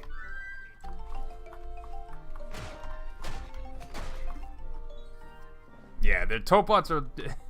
I think the health regenerate... what am I trying to say? Regenerate? I think that's a little bit too overpowered as well. But, like, there's so many things that are just, like, wacky with this game. Don't get me wrong, I like the health regeneration rate, but, like, then the tape bot damage is way too strong if the firing rate is that fast. Carrot seed, I don't even need to worry about.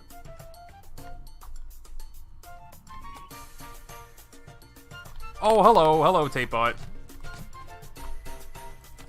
Ouch! Oh my god, 55 damage. It's more than half your health.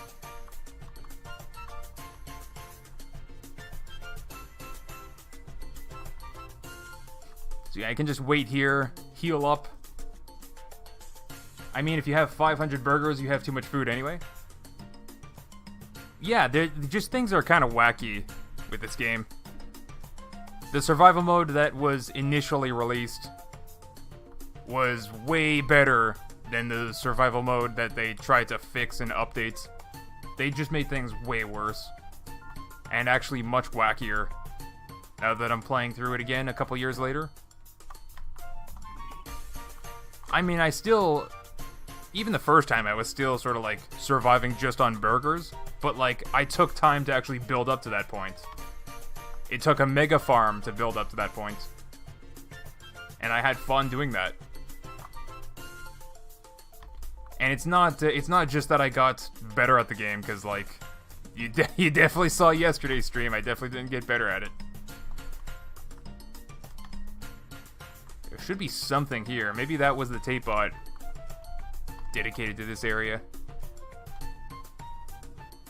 I'm just so, like, terrified of running into a tape bot now. It's ridiculous that they do so much. You know, if they had a lower firing rate, the damage would be okay. Or if they had lower damage, the firing rate would be okay. Snipe. And, like, in a big, wide open space like this, it's also...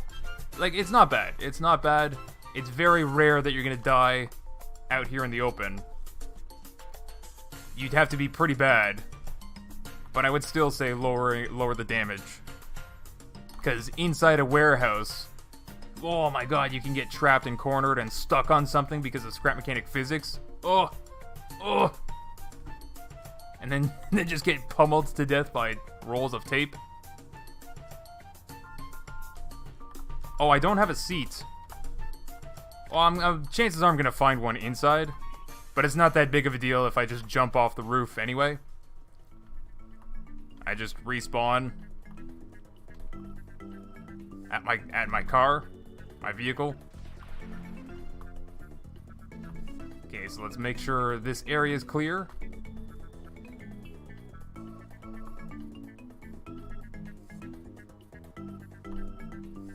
Yeah. These things aren't open. Okay. Okay. Okay, here's where I put the warehouse key. Finally. There's nothing that's gonna be back here. I just gotta make sure I'm not missing anything. Just take the toilet? Which toilet?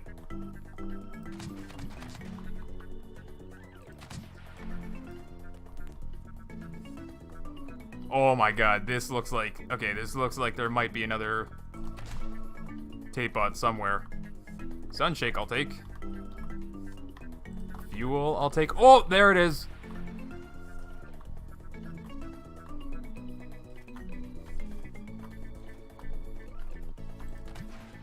Whew. Kinda lucky that I didn't get hit by that surprise shot.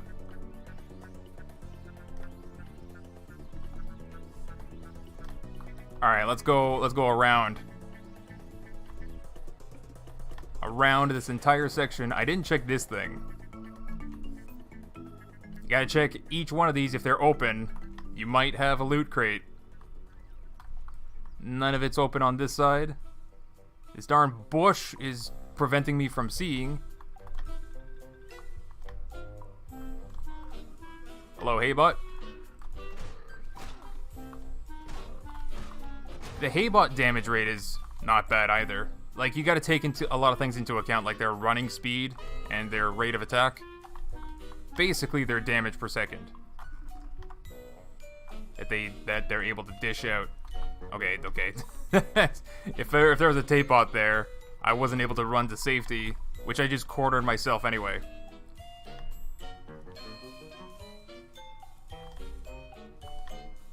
Oh my god, this section's like crazy. There's a tape bot around every corner or something. Oh wait, no, yeah, that's right. There was a tape bot here already. I might have already gotten it. Maybe I don't have to worry about it. But I'm just like constantly moving around just in case. I don't want to get caught off guard. Okay, anything in here? Nope. Just a way to corner myself. Alright. Alrighty. Oh.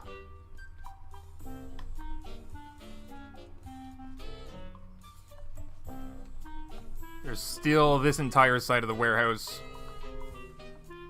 outside that I haven't checked.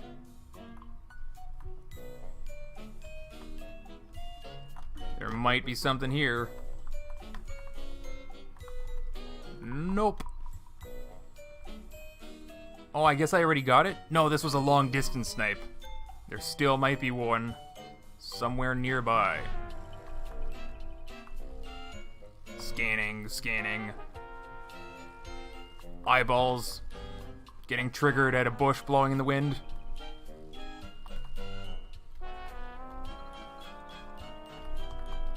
I think that's about it, though. I think that's it. Yeah, we did the whole perimeter. We were clear. Clear? We're clear. Alright. What's that? Circuit board. Alright, let's go in. Whoa. And that's just the outside. There's 3 warehouse floors. You know what? Let's do a little bit of a poll before I go in.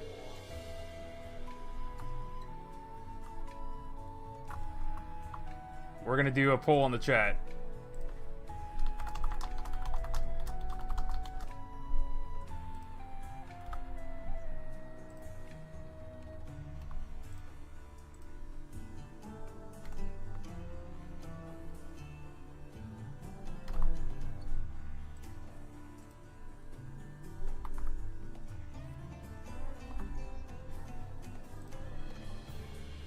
I guess we'll do this 3.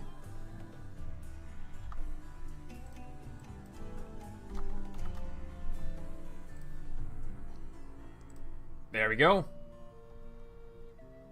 Poll should be in the chat.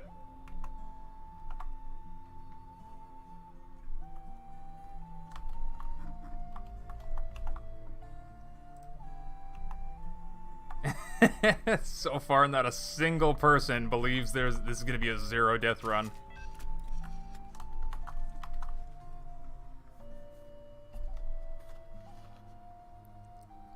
Yesterday, it was a 2-floor warehouse, and it took me 6 deaths. On the 7th try, I made it out, and that was just a 2-floor warehouse.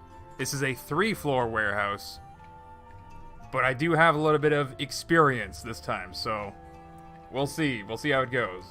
Most people are saying 1 to 3. Kerr, you went 7+. That's great. Durf, we've seen your previous performance. It's hard to make it a 0-death run. Well, maybe I'll just prove you guys wrong.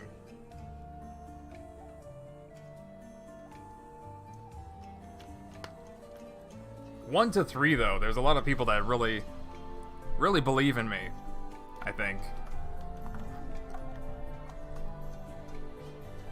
Dude, I saw your tactical skills yesterday.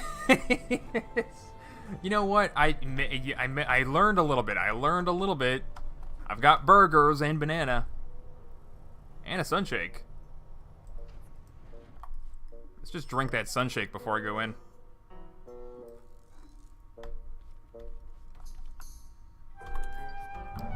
Alright, in we go.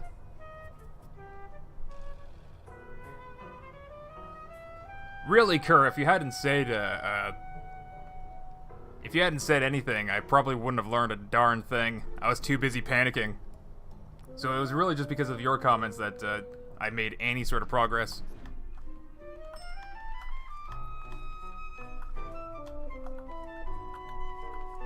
Alright, it seems like everything's taped up already, ready to go. Don't need to worry about nothing. Can't see anything yet. Oh, there's the tape bot right there.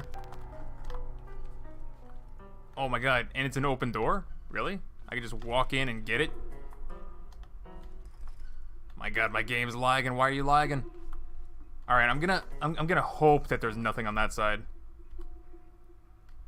Where the heck did tape bot go? Is he just behind? I saw something.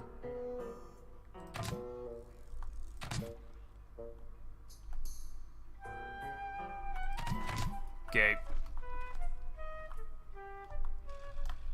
I'm just gonna check the hallway, make sure there's not any tape bot buddies. Gonna be like, what was that? What was that? Whew. Keep your breathing even and don't rush. You know. Oh my gosh. When I'm presented with this, though, I kind of have to. Just, like, rush on in. I don't know. There's nothing in there. There's bananas on the toilets. I don't know what I'm doing. This is just the first area of the first floor of the warehouse. So, bathroom was empty. There's no point in going in there. Yeah. Before anybody why don't you just go... Oh, you know what? I should have tried going from the top. The warehouse key opens the... Oh, wait, it doesn't do anything to the top elevator. But now that I put the warehouse key in there, can't I call the elevator from the top?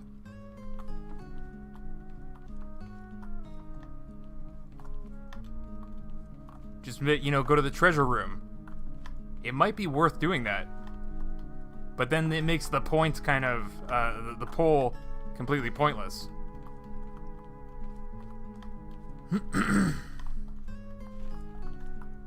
There's no tape bot. Not a single tape bot here. Huh. Okay.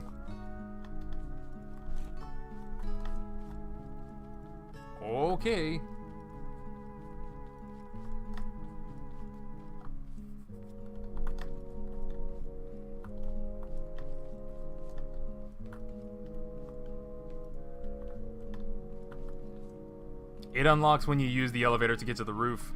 Oh, poopy. Poopy. They must have fixed that.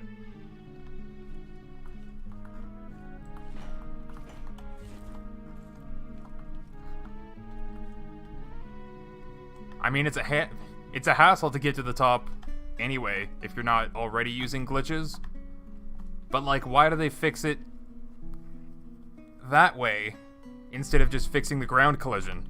Because then you can't use the glitch to get to the top. What? Oh, I did not even see that. What the heck? Banana. Bananas do not help me to heal. But I think my hunger drains a little bit faster if I'm healing. Oh.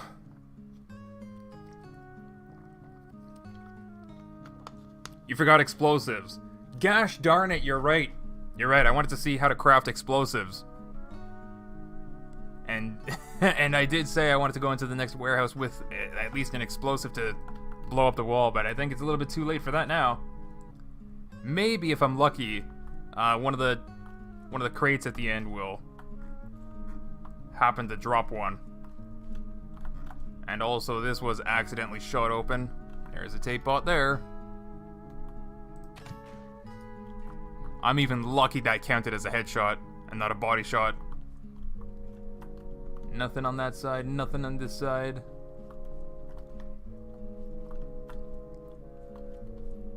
So I already got hit once by the surprise tape. It's so ridiculous. It's nothing like the outside of the warehouse, where it's just a big open space. You turn a corner and bam, there's a darn tape bot. If there was 2 tape bots, that might have been the first death. Because that's happened last time. I turn a corner and bam, there's 2 immediately. This huge space too, like they could be on a shelf. I think this corner is clear. It's kind of hard to tell. But I already hear a tape bot.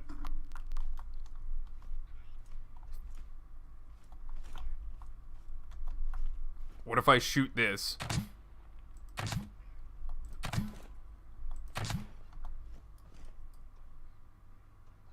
I see something.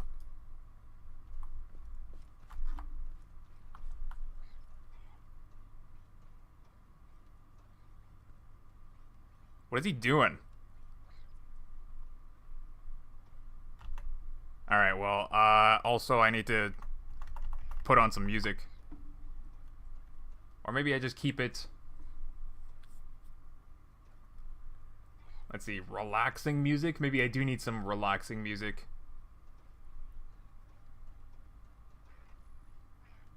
I don't know, I'll put on this.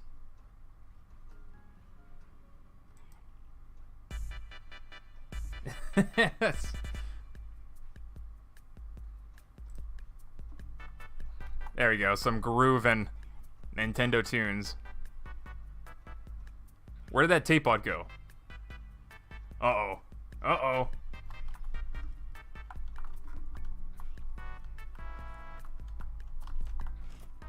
He's saying no balls to try to hammer kill me. I mean, maybe if the damage, just whatever. one day I'll do only hammer run. Oh my god, you gotta be kidding me! He's trying to shoot me.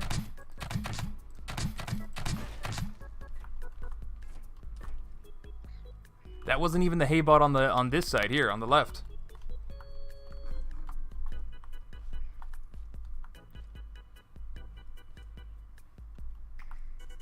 Also, tape bots can have like an explosive gun. Why can't the farm bot have an explosive gun? Huh?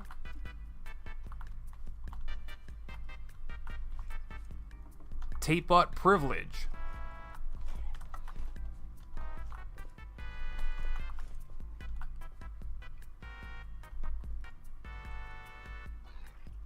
I hear it. I hear it somewhere.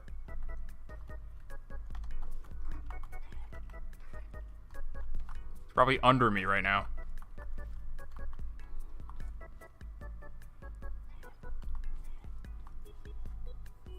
I can't exactly pinpoint it. And I don't see one under the other side.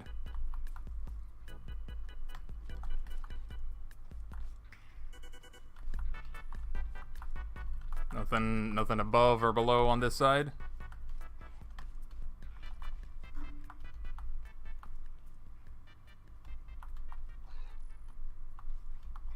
Yeah, there it is. There it is down there. Got it. Boop, boop, boop, boop, beep, beep, beep, beep, boop, boop, boop, beep.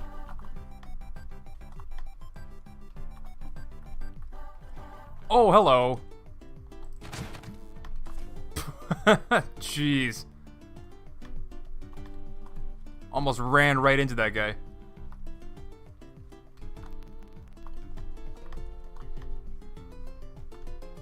Derp, derp, derp, derp, derp, derp, doo.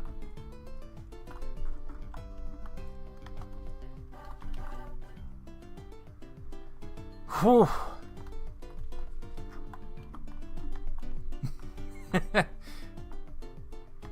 All right, well, I got I got every shelf so far. Every shelf so far. Except for the bottom shelves.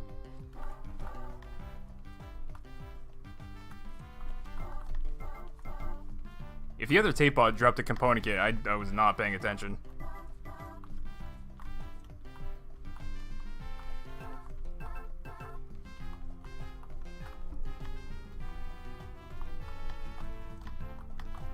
Alright, we're all clear. Big old room, all cleared. Boop, boop, boop, boop, beep, beep, beep, beep, boop, boop, boop, beep, beep, beep. Oh, God! Run away, run away. I'm running away.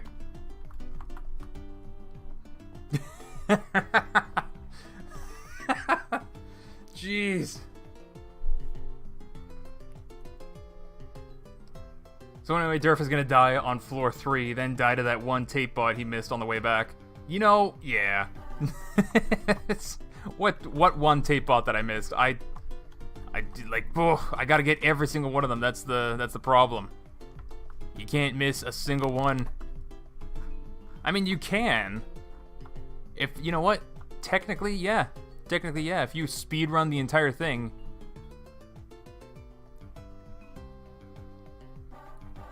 If you know exactly the way to the elevator, you can speedrun the entire thing. That's definitely a thing that you can do.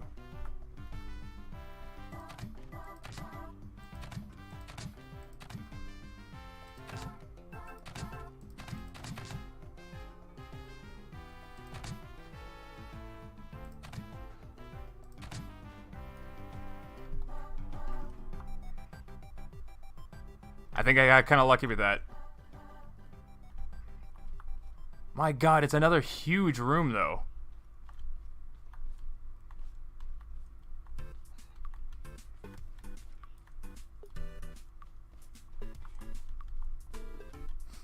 I feel like there's another one in the bathroom, so...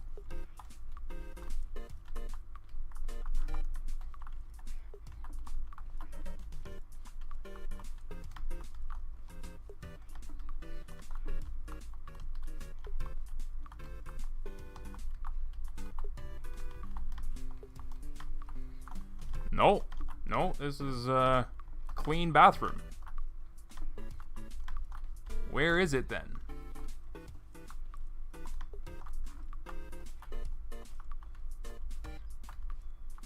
God, I gotta switch from third person to first person, like that. Oh, there it is. Oh my God. I kinda need to sleep. So $10 if you speedrun. Yeah, you're just trying to get me to not do 0 deaths. I know your game that you're playing, Yort. I know what you're trying to do.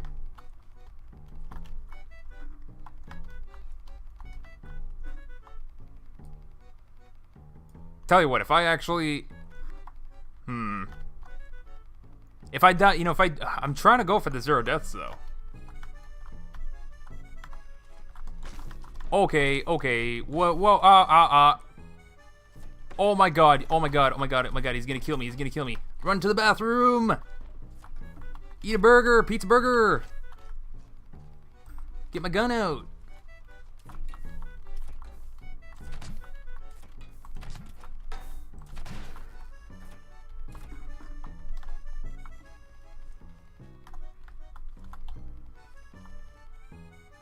Jeez, how many more of them can there be? The thing is, speed running. I'm going to like end up running into a room like this, and there's gonna be 4 of them or more targeted at me. So like, I don't have the evasive pattern movement to, you know, make them all miss me. Look at this. Weird. They're all attached to nothing.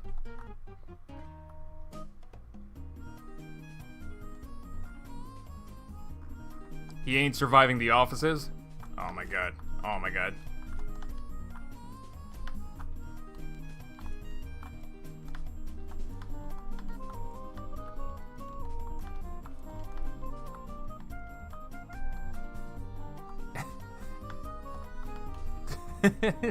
Thanks for the donations. You're right. Also, when you say they legally can't enter the bathrooms, technically there's a unisex bathroom, so even if you have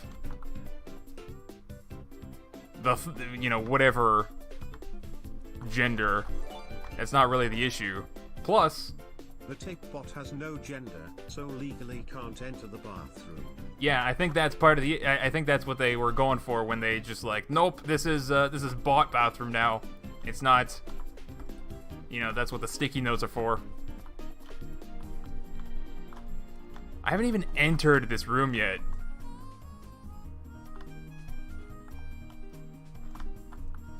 It is a little bit of a tactic to just like run in and run out. Oh, hello. Third time's the charm. No bots here. This is like a crazy room. Because like it's right at the... You know, there's a big hallway connected. And then there's also this like upper area too. So it has the potential to spawn a lot of tape bots. Like, very concentrated. This is just the first floor. Durf killed my joke. I'm so sorry, Urin. Get that component kit.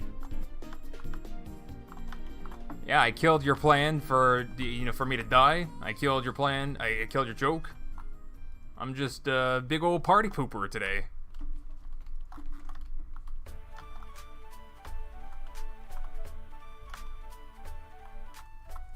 Component kit. Okay, so this should be like a small storage room. What? It's actually a big old hallway. Is that an explosive? I can't pick it up, can I? There's nothing back here.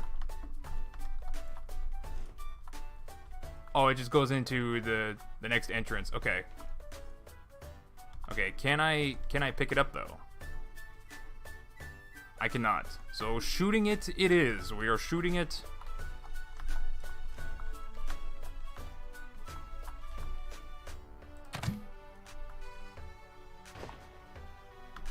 Blasting a hole in the wall.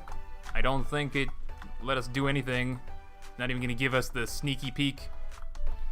The cheaty sneaky peek X-ray vision. Not gonna do that for us. I guess not.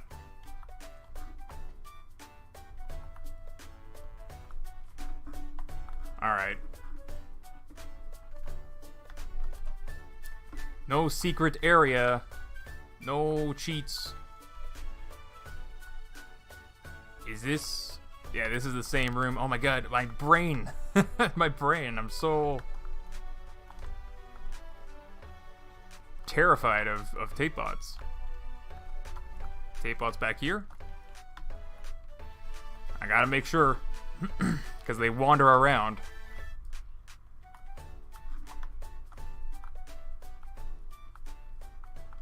Really just peeking. Nothing back there. Sneak a peek.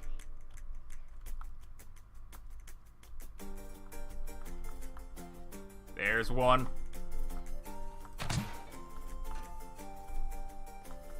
Okay, so this should be a safe hallway. Everything's also green.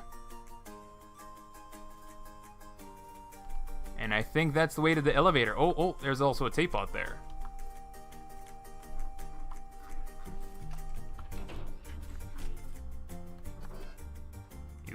right at me.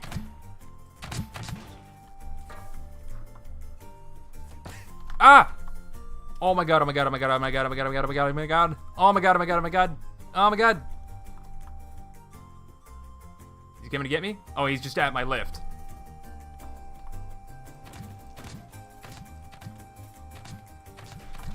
Oh my god, that was almost death number 1. We're gonna eat a veggie burger. Jesus, Murphy. Oh my god! You see what I'm saying? You see what I'm saying? You see what I'm saying? Oh my god, if you just give me the component kit.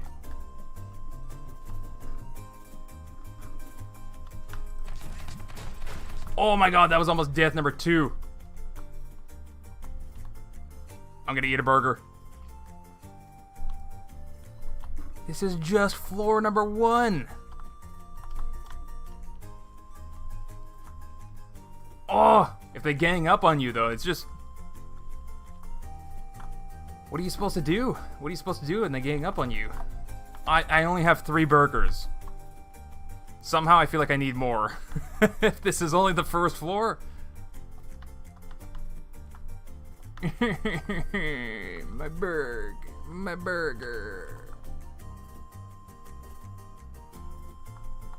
It also seems like a massive room. There's a tape out up there. Just went up the ramp.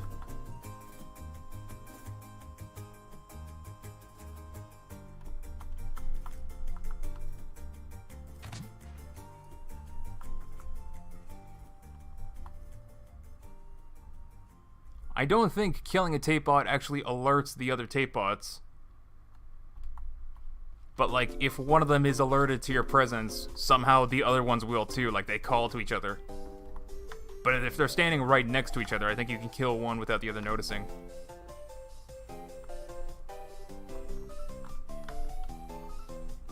Okay, we got vents to go through. Why is this floor much more complicated? Is it just because the... I also think the elevator's down there. And there's a loot crate. What the heck? What the heck? There's loot crates in here. This warehouse for the first floor seems pretty complicated. Oh, we're just gonna rush on in.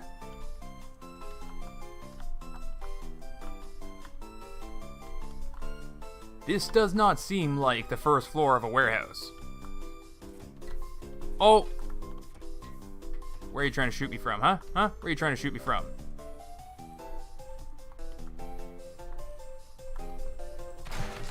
Got him. Is that a golden crate? This does not seem like the first floor of a warehouse.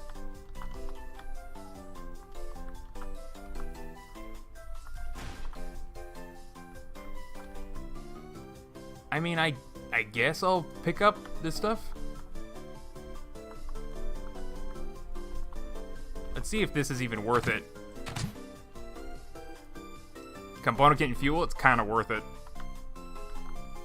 Yeah, I'm not gonna lie, that's kind of worth getting.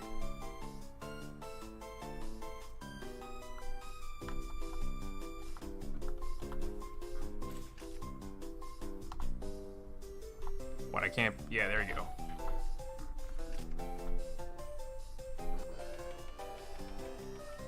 There's no other loot crates that I'm missing? Maybe? I don't know.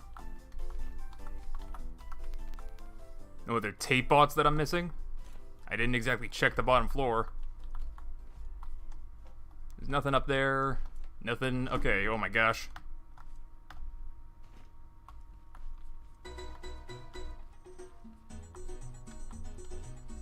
Oh, maybe that's the secret to doing a warehouse, is not to have just silence and stressing out, but you have groove and Nintendo music to really help pump you up. Keep you moving.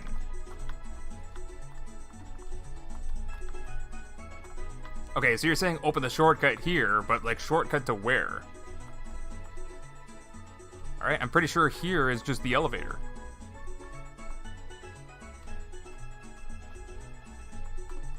or like getting to it. There better not be a tape bot hiding under here. Like what a sneaky. I thought I saw one. But man, I'm just going crazy.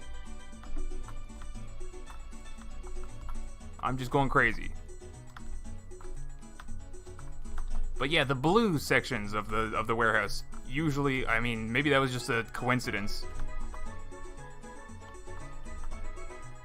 Yeah, I was gonna say turn down the music. Oh, is it too loud? I could turn it down a little bit. I don't know how low to make it.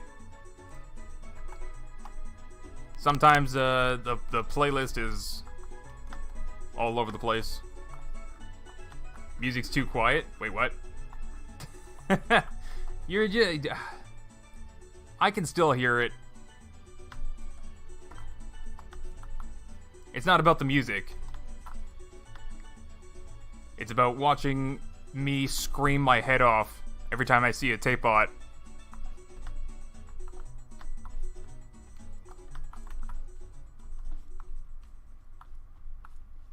Okay, nothing over there yet.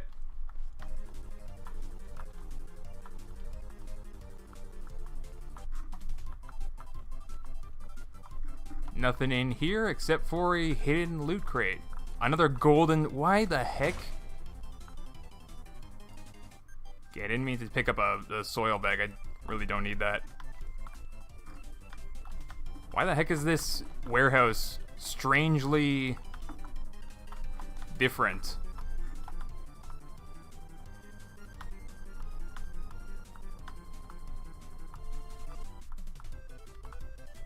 A huge utility room. Other utility stuff there. Might as well go this way, because I think it all connects anyway. Strangely, no tape bots here.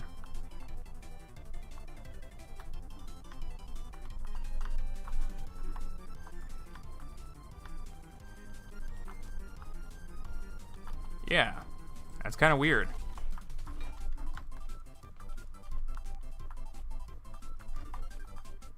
That's the elevator, though. You see? That's the elevator. So then do I go into the vents? Do I go those other pathways or what? Durf is reading soup apparently as well. Am I? My Discord is closed. I don't know if I am. Or it's not closed, it's just minimized. I might have just said something coincidentally.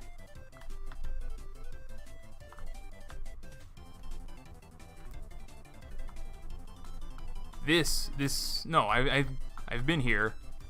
Okay, yeah, that's literally the elevator. So then where does this go? What's the point of this?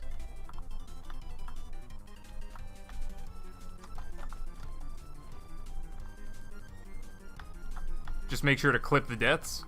Yeah, so far 0 deaths.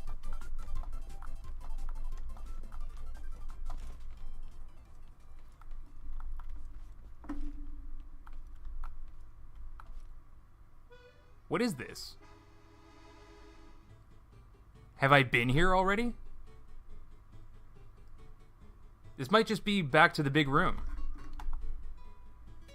I don't see any tape bots. Yeah, this looks like exactly back to the big room. That's good to know. Although there's no way for me to open it unless I brought explosives with me. Alright, we're done. We're done the first floor. First floor, 0 deaths. Let's get out of here. Get. Seriously, I don't want to die to a vent. Wonky physics. Of all the ways to die. Oh wait, that's the storage room. Alright, I knew the color blue led to the elevator. I knew it.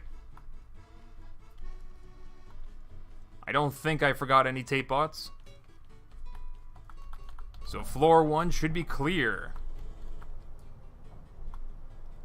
Is there ever a tape bot that's just like waiting in the elevator for you?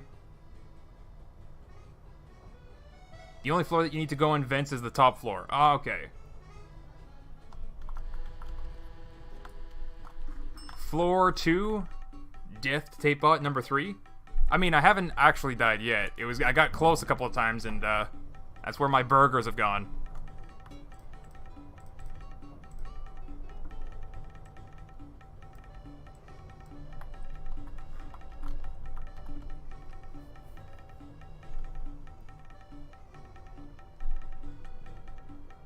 Brr. Brr. The poll also has more votes than there are people watching. I think some people came in just to vote. Oh my god! No, no, no, no, no, no, no, no!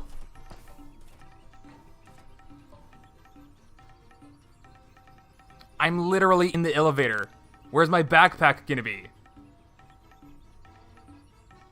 They're gonna be waiting for me right outside the door.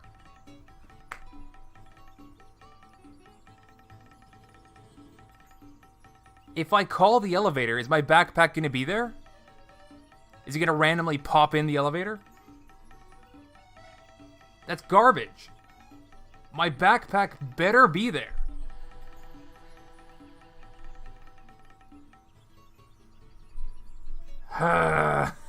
Well, anyway, I gotta close the poll now.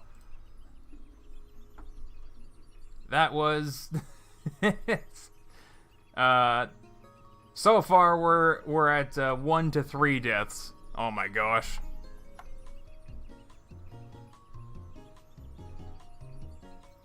Oh my gosh. Alright. Alright. Alright. Respawn. My backpack better be there. It better be there. I'm gonna take lots of burgers with me. Lots of potatoes with me. And some blocks with me. I'm taking some blocks.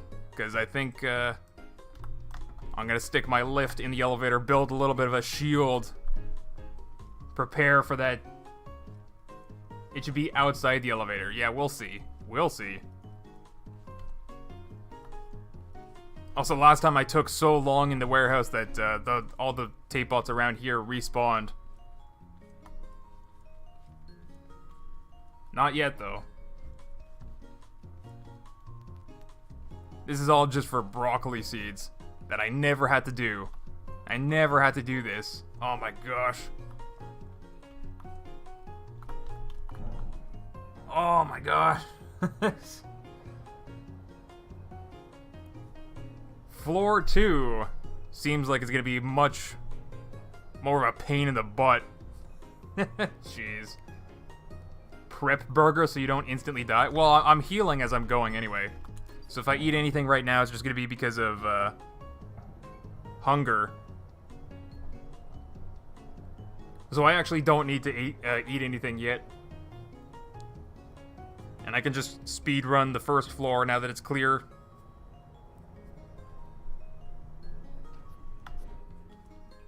I'm just bringing 10 burgers just because I ate more than I thought I would need to. I don't actually need to go here. I forget the way that I went.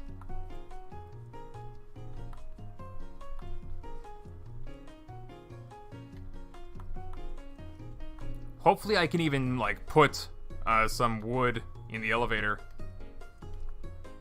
And it, like, doesn't randomly disappear.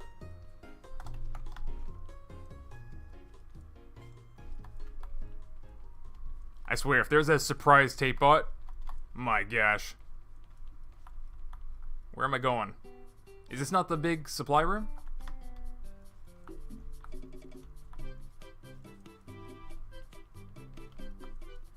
We got a shortcut.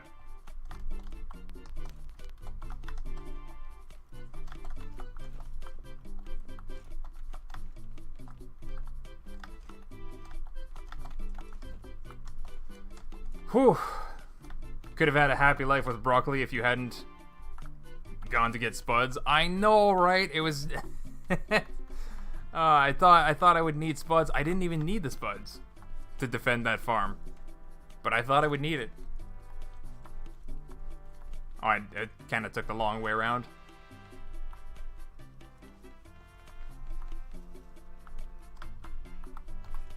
So yeah, backpack's not gonna be in here.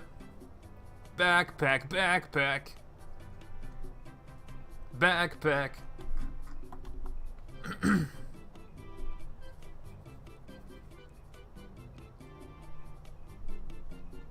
So yeah, I'm not exactly sure what's gonna go on with the elevator, so...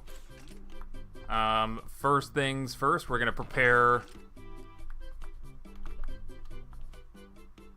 a little platform. So that if, for whatever reason, my lift disappears, there's still gonna be a thing like this to protect me. Backpack be stuck in the wall. It better not. Like, it literally better not.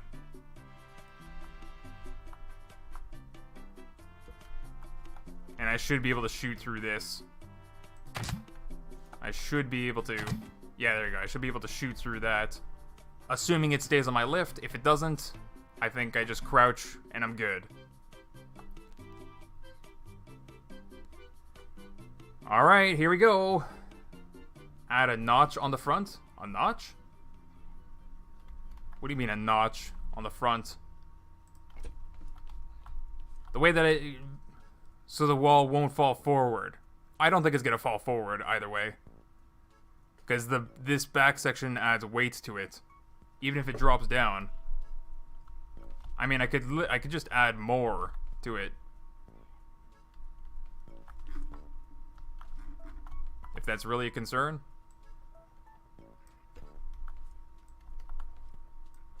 You just add a big old thing like this.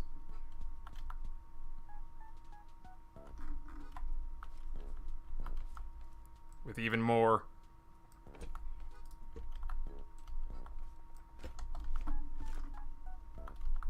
Yeah, even if you were to, like, drop this at a 45-degree angle, this side would fall first.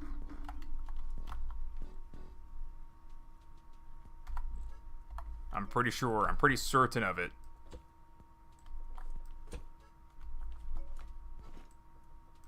There you go. All of it's used up.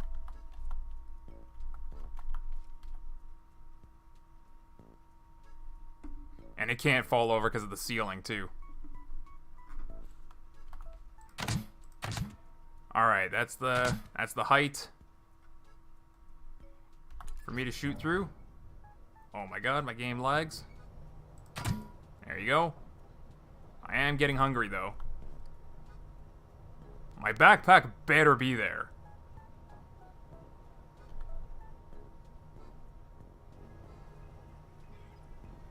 Oh, it's not here. Oh my god, oh my god. The entire wood thing just disappeared. My lift disappeared. All of my wood is gone. We're going back.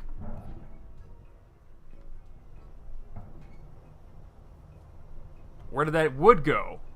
So, like, the backpack was at least in the elevator.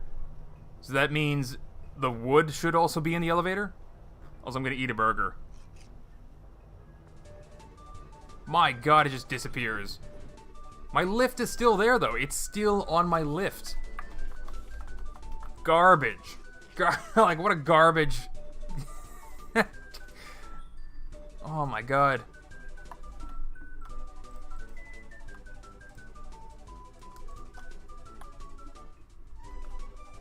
Remove the lift? I don't think that's going to help, to be honest. I think the game just sort of considers this, like a level 2. I'll just show you what I mean. We'll put a single block here to represent the issue. So if I put the wall, quote-unquote, loose on the ground, and then we go, we'll see that block disappear. You should be able to take the creations into the elevator. They changed that for the worse, in my opinion. It might have to be that they're off the lift. We'll see. Right now. But yeah, that was definitely something that I did. Okay, yeah, they just have to be loose, not on the lift. So it is possible for you to take creations through the warehouse, like build yourself a little tank. There is another tape bot. I just don't know where it went.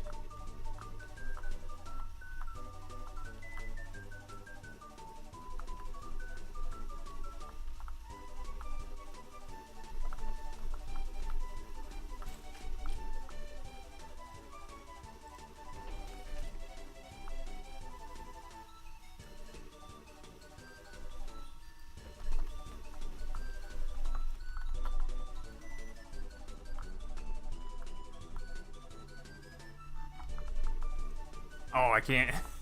I can't see through my own lift wall.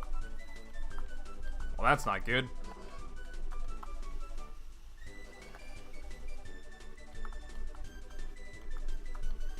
Where the heck? I could have sworn there was another tape on. Did I already... Ah!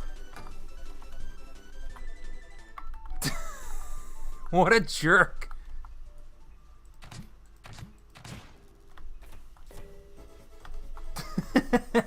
Gosh darn it.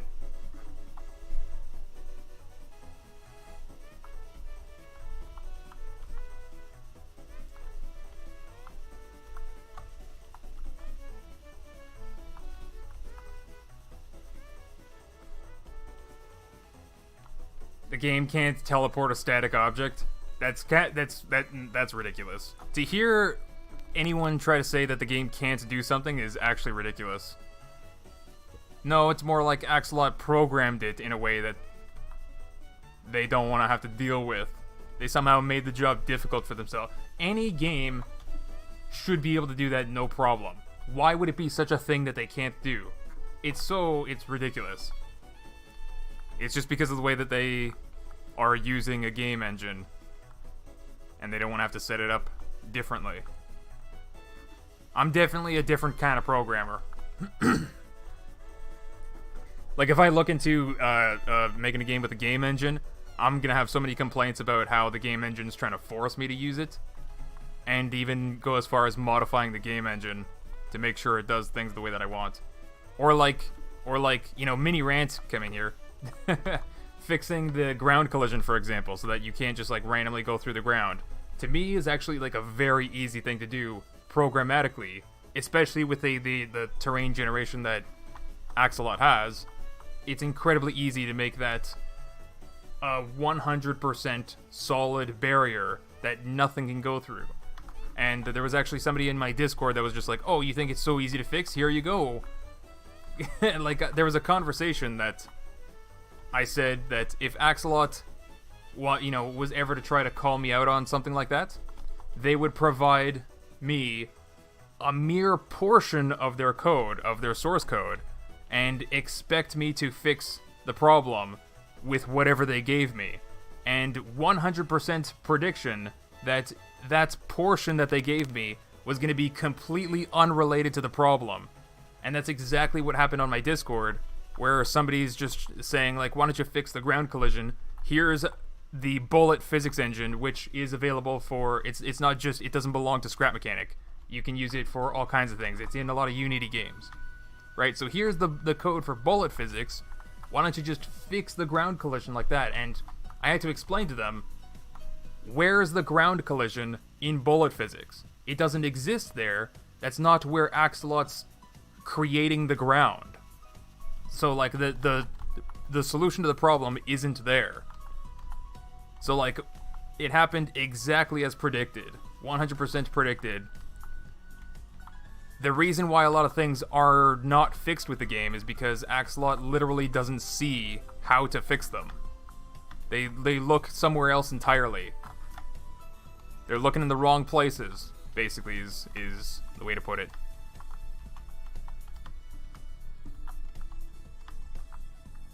Those are some pretty dirty toilets with lots of toilet paper and cinder blocks. They're hoarding the toilet paper. But it's not even 2020. Banana. Legs.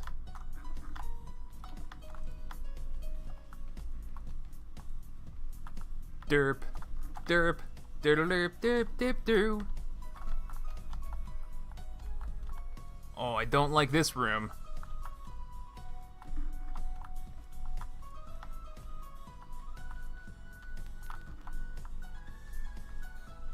Oh my god, the raid was that bad? No, it wasn't. Shush. Stop asking questions.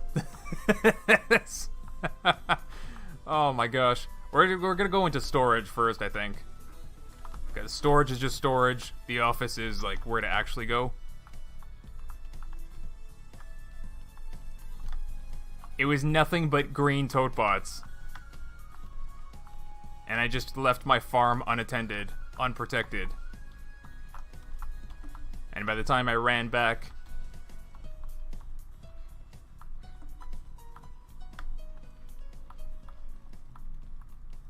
It was all gone. There's no loot crates, no loot crates. There's actually an empty storage room now. Oh wait, there's a loot crate up there. No tape bots up here though.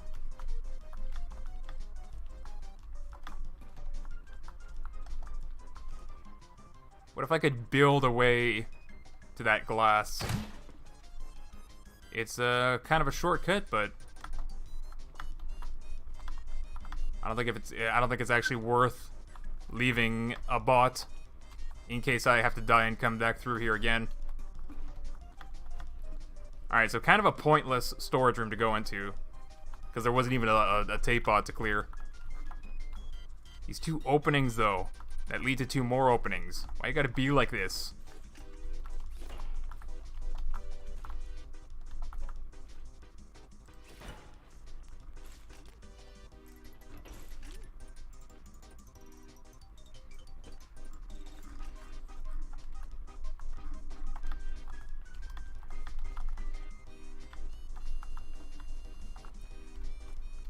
Okay, okay.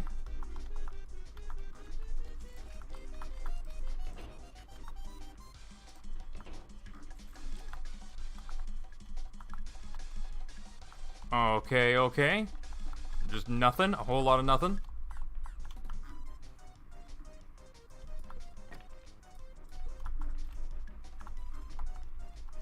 Alright, what are we looking at? What are we looking at? Just a blank corner. Lockers?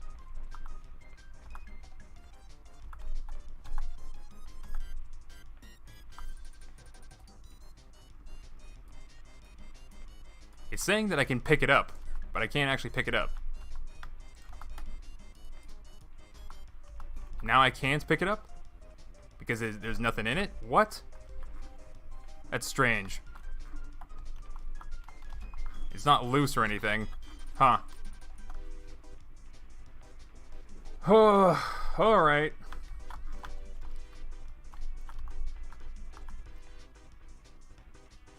No tape bots yet. There's an opening at the end of that hallway. No. Oh, there's a tape bot. Got him. Extinguish the fire in the ship.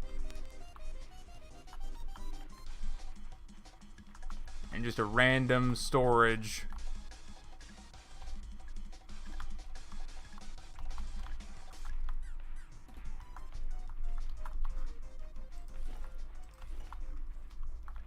Yeah, there's no tape bots in here, right? What is this? Oh, it's just a sign. Loot crate. We got it. Potato seeds. Come on. Come on. Useless.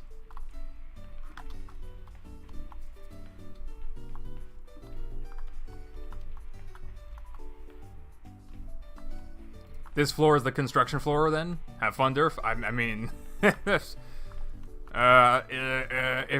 panicking is fun, I will have lots of it.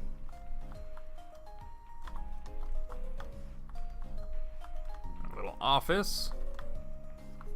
No tape bots from what I can see.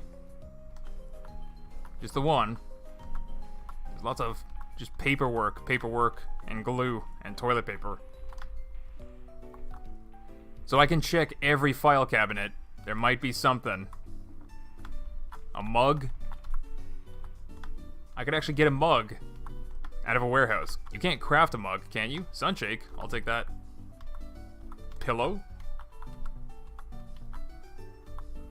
Mug? Whoever used to work in these offices, I'll take potatoes. They store their coffee in weird places. You know what? I might as well take the glue. Orange and green colored documents. The calendar.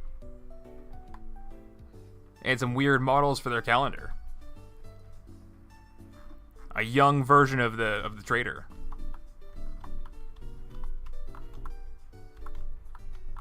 Really posing. Flexing those pecs. What happened to the music? I better not get... Maybe it's just quiet music. Skip ahead. Or maybe it's my audio cable again.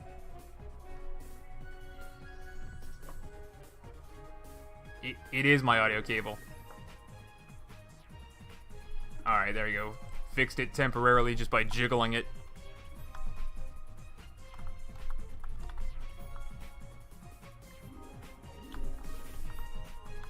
I kind of need that audio to listen to tape bots. Oh my god, that my own shadow scared me. Alright. That's 2 tape bots.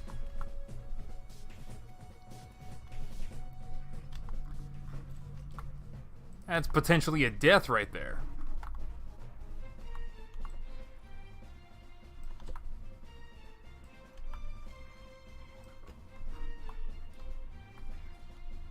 I don't want to give them an opportunity to shoot through either.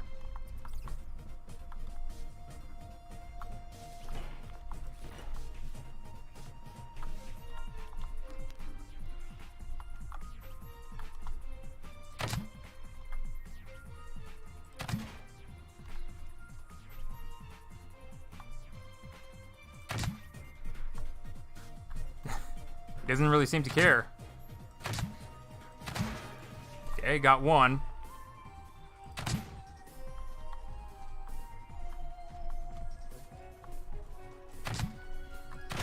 Got 2. Alrighty. Alrighty. That's the way to do it.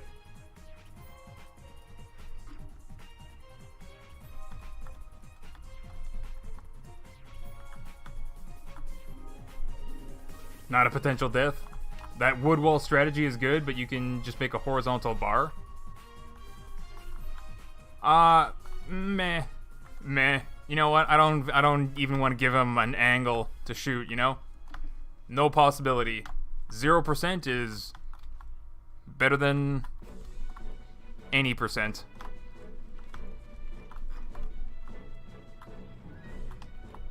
Is there even going to be tape bots in here?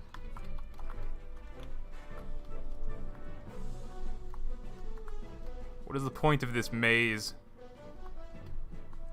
This just seems like an empty section of the warehouse.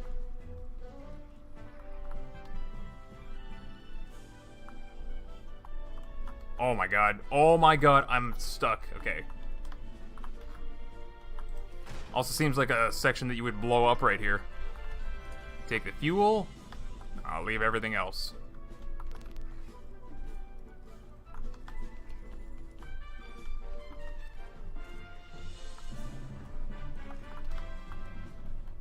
What, you're saying this section is just to scare me? If I had explosives, I could totally bust through here. Wait, what? Not through here. Bust through here? There's nothing there, though. I'm so... blah, blah, blah, blah, blah, blah. Let's go.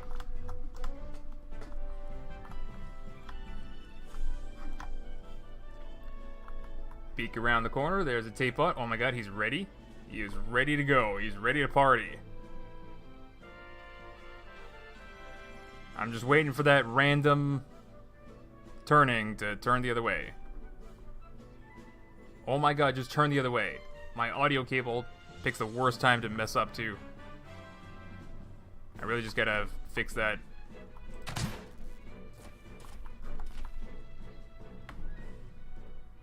Ho! Ho ho ho ho! Oh my god, I like my...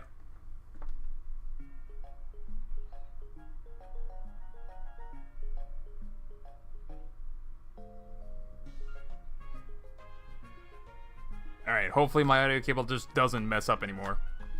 I have a really janky setup using an old... like I have an headphone extension cable coming out of my computer. And I'm using a... Oh my god, he's coming to get me. Oh, that was close. Yeah, the problem with the headphone extension cable is that it's, male to male. Like, it plugs it, it's just meant to connect to 2 different devices.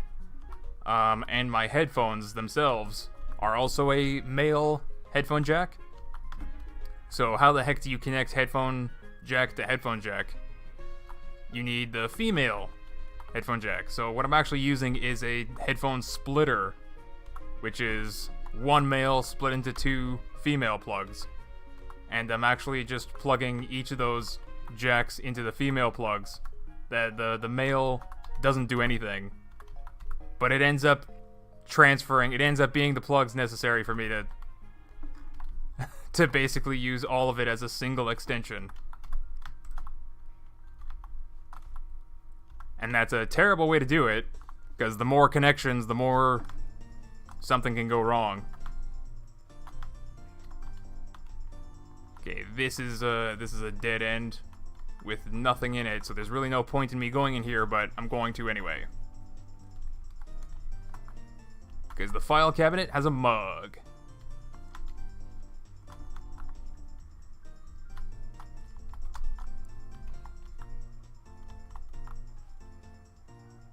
Whew, okay.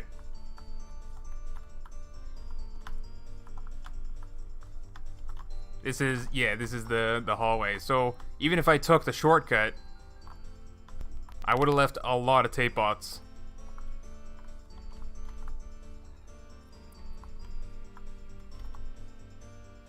I better not get wrecked by this guy.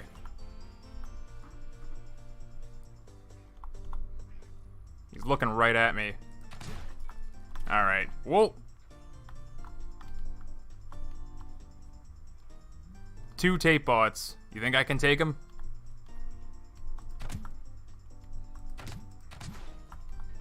He just watched his buddy get ended, and he just doesn't care.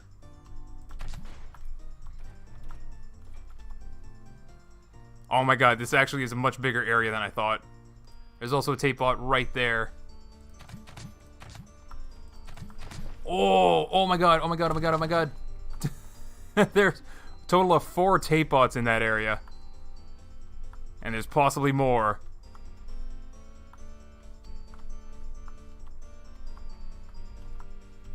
Oh, yeah, right around the corner. Oh my god, oh my god!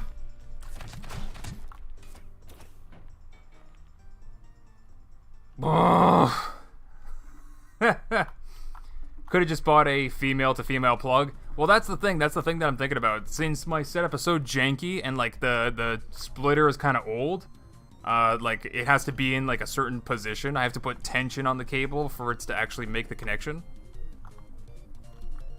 So it's like tied up in a weird knot right now, and that knot sometimes slips. So what I'm thinking of doing at some point is I could just cut the splitter and manually wire the connections myself and make it a female to female plug. And that that has a chance of just not working, because like I said, the wires are pretty old.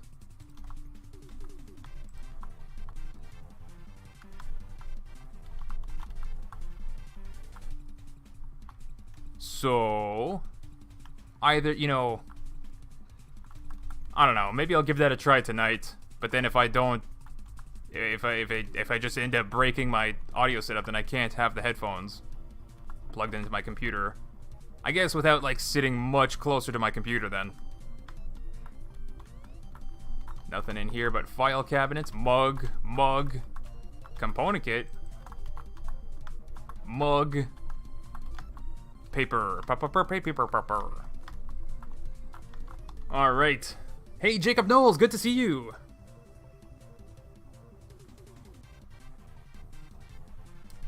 Also love the Legend of Zelda Majora's Mask Milk Bar theme. Oh yeah, we got just Nintendo music playing in the background. It's random, kind of random stuff. Kind of get me motivated to die to tape bots.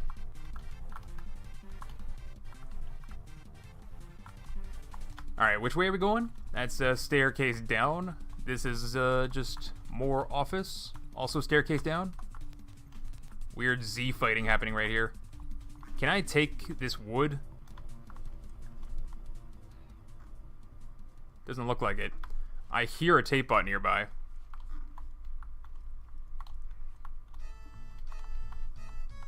Oh my god, slider music. I don't need slider music in my life right now. There's just nothing down here, nothing being sneaky. Alright. Alright, let's go in here. There's nothing in here.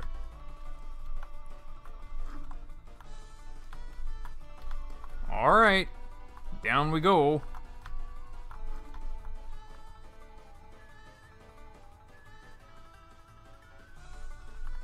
Might have been better for me to go the other way. Gosh, I don't know.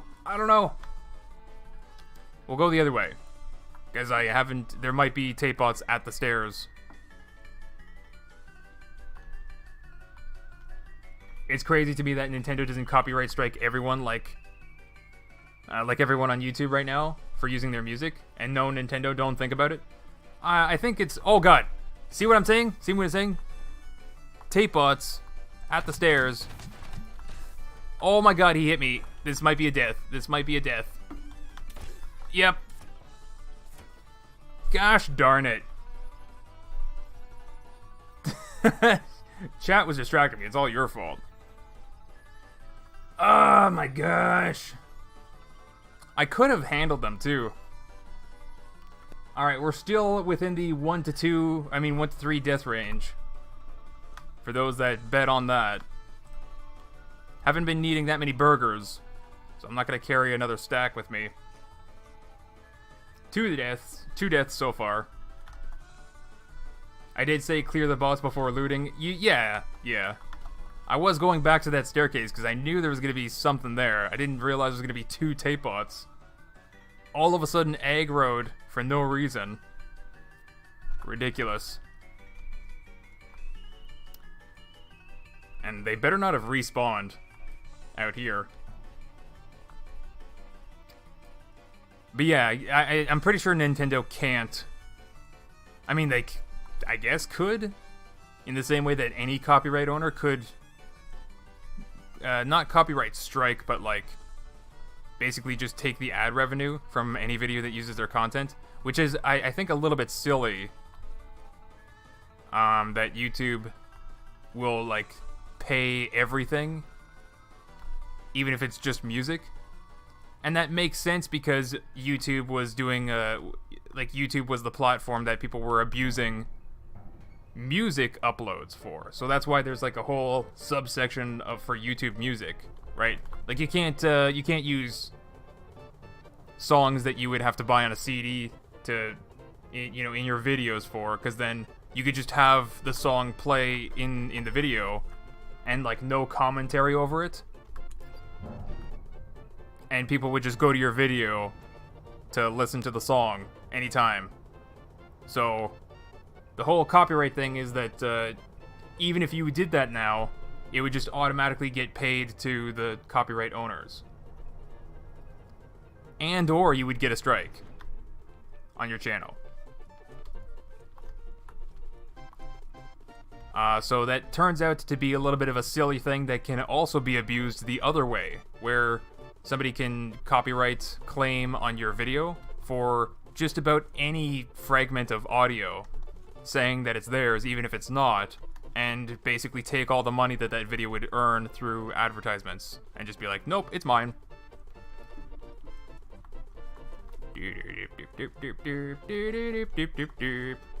So anyway, Nintendo doesn't seem to do that because that would basically mean a lot of genuine content made for Nintendo games, like Nintendo Switch games, old Nintendo games, lots of stuff would end up getting copyright claimed and end up striking a lot of channels that are just making genuine gameplay content because Nintendo music plays in the background of their video games. So it would be pretty weird for Nintendo to start doing that since fewer and fewer people would be playing Nintendo games on YouTube. So for YouTube gaming, it's a bad move.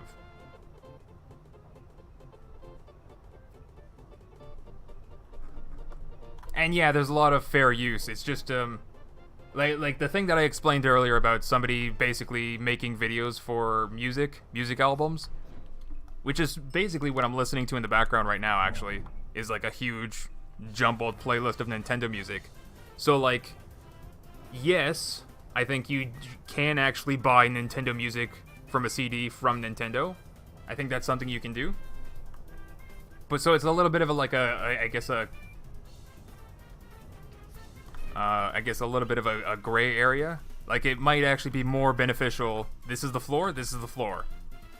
It's more beneficial to not do anything about it, because that ends up just being more content that's promoting Nintendo.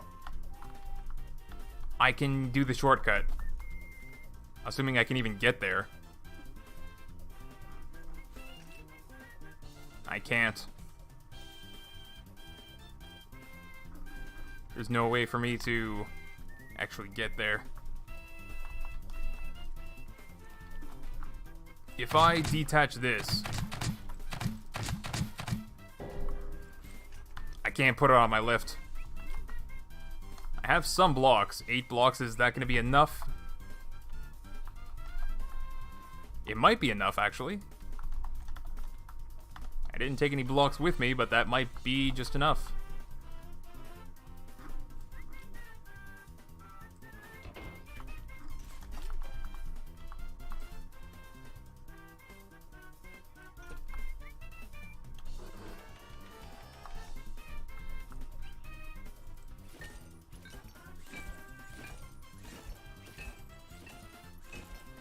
Definitely a much bigger hole than I need, but I gotta be able to jump through and not fall down.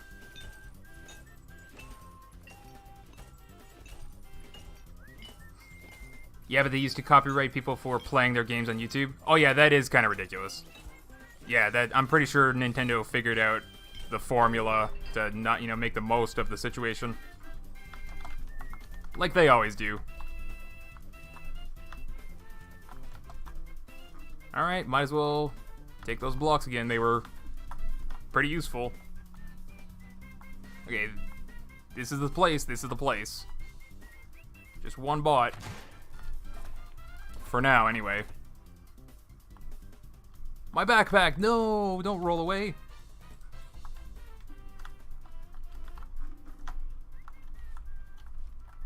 Alright. We're back in action. 2 deaths. Let's not make it a third. There's another weird opening. And then it continues down that way. Okay. Let's go into the weird opening, I guess. Wait, what? Here it is. No tape bots? No tape bots? I've never really seen tape bots in here. No tape bots? This is all for a loot crate? There's just no... Okay, that's just the way back.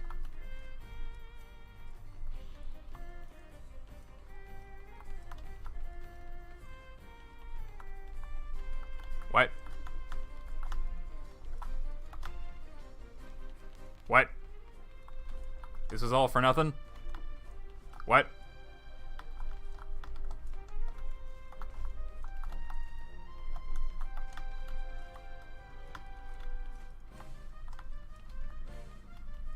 Alright, up we go.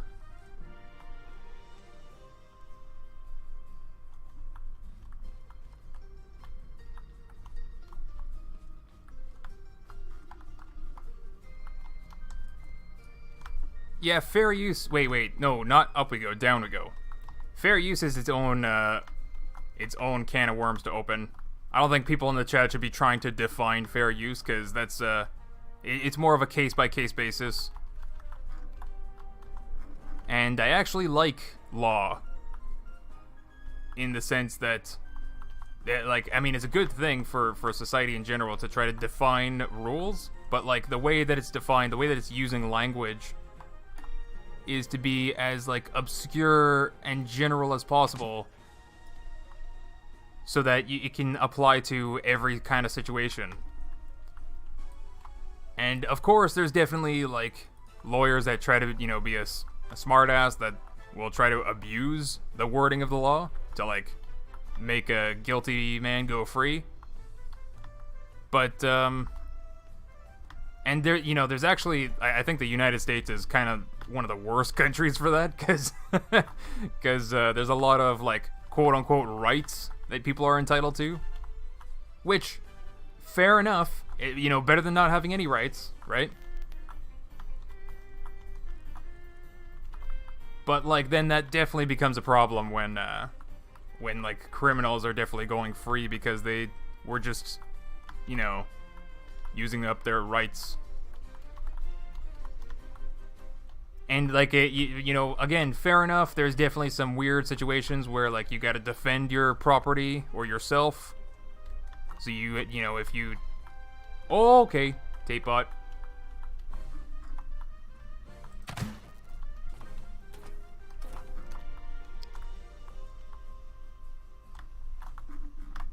But, like, at the same time, it ends up being, like, why the heck isn't there another solution to that very obvious problem?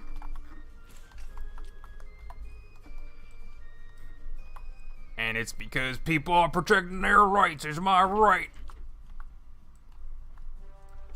I'm not saying communism is better, but, like, you're definitely not going to have those issues.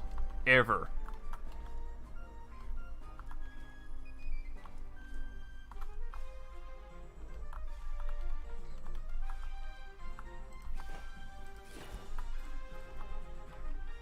But again, fair enough, you have, like, other issues to deal with. Are you gonna come get me? Oh my god, I thought I was gonna get through.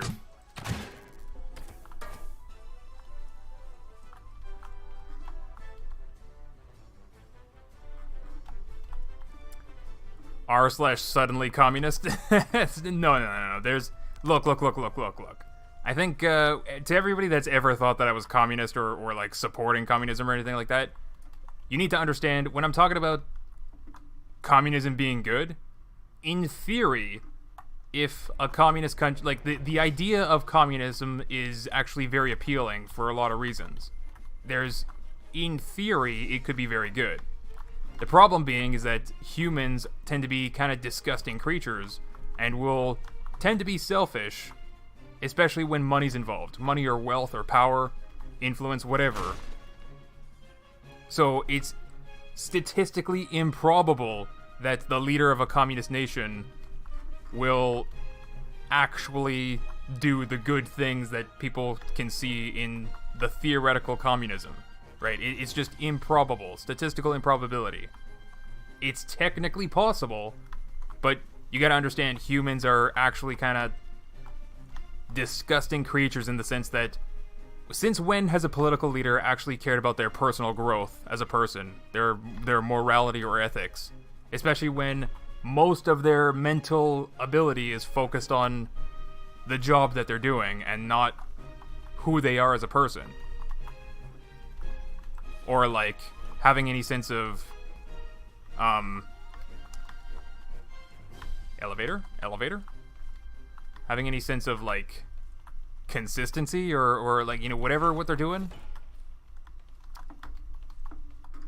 So that's why I'm saying, especially when we're getting into a world where AI is becoming more and more of a better thing, especially when you look at the new AI generated artwork, images and stuff like that. There's tasks that humans used to do that can be put onto AI at this point. Like, if you look at the amazing things that AI is able to generate, you can still tell the difference. You can still tell the difference and see, like, yeah, that was obviously AI generated or not, but, like, it's becoming more and more difficult to the point where you might be able to watch a TV show within the next decade and not even realize it was not made by people. Like, imagine that.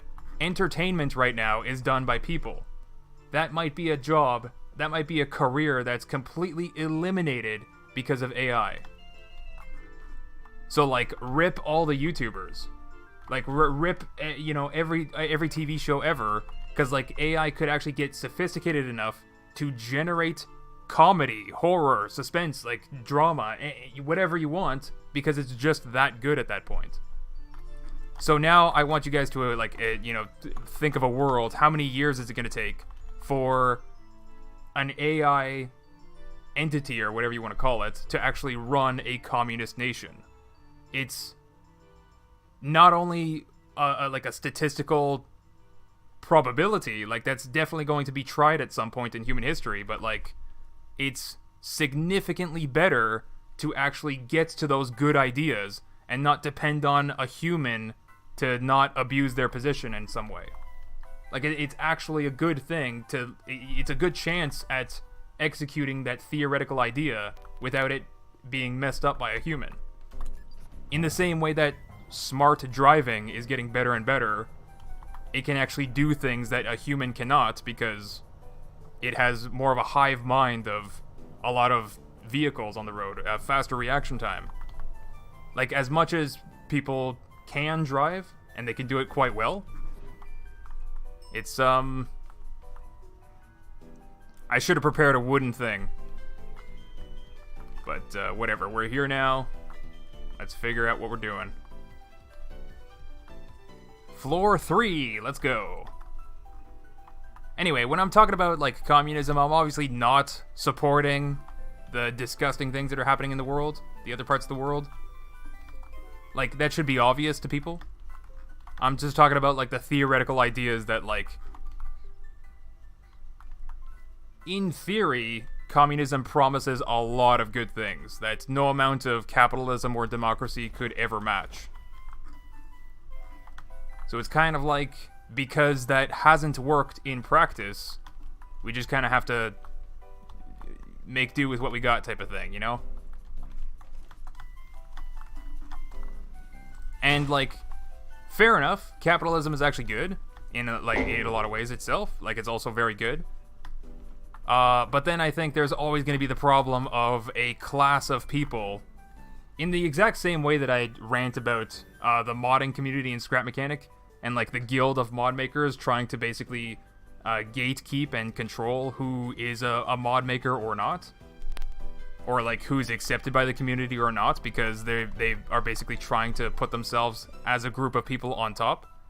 Which, understandably, like it's something that humans just do, because it's beneficial for them to do so. Like, if you stick together, work together, and form a group of people that can just sit at the top, you can control that you're always staying at the top. So you're going to get that in every kind of community. Online community, governments, all over the world. You're going to get that all the time. So it's generally that sort of like a guarantee, like people working together in their best interest, that like guaranteed every kind of government system is going to fail in some way. So capitalism tends to be that way. When you always hear about like a politician not signing a bill or whatever because they got paid by some lobbyist or something like that. Like like again, statistical probability, it makes sense for humans to serve their best interest in that way. So like the problem that I see that capitalism, like the arguments against capitalism is always going to be that there's going to be an upper class and a lower class of people. And even like if you consider what a capitalist country was like 100 years ago, there was an upper group like that basically tried to guarantee that their family for generations to come would never have to worry about a lot of things. So their children, their children's children are all essentially born into a family that is this upper class. Oh my god, I hear something.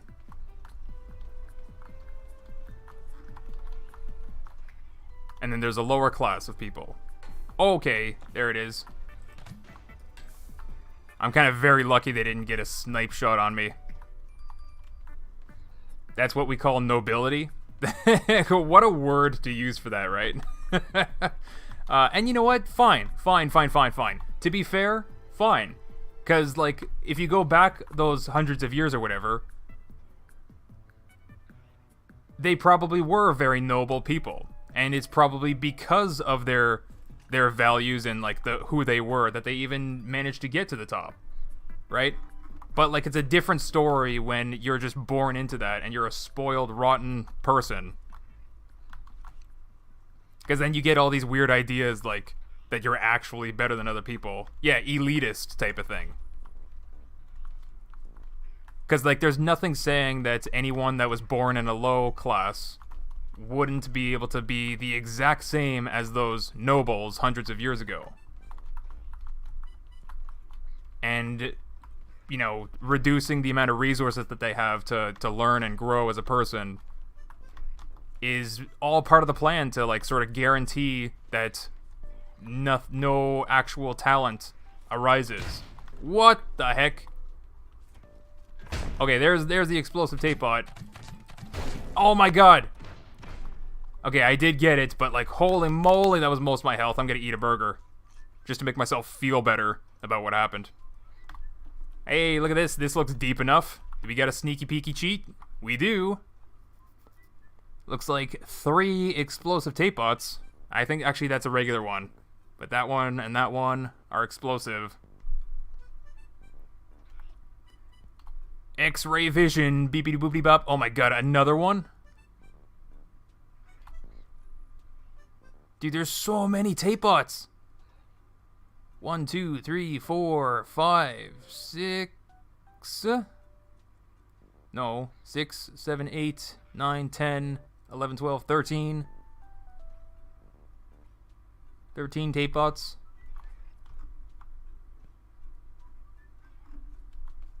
Just on the other side of that door. I mean, wall. Just on the other side of that wall. Just above me. That looks like it would be, like, right up there, but it's on the other side of the wall. If I got up these stairs and blew open the wall, I would be able to go there.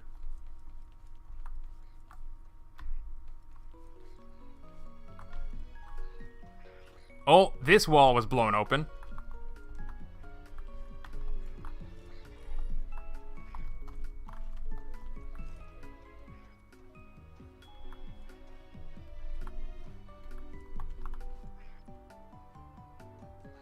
Okay, there's a tape bot, like, right there. Looks like a regular tape bot.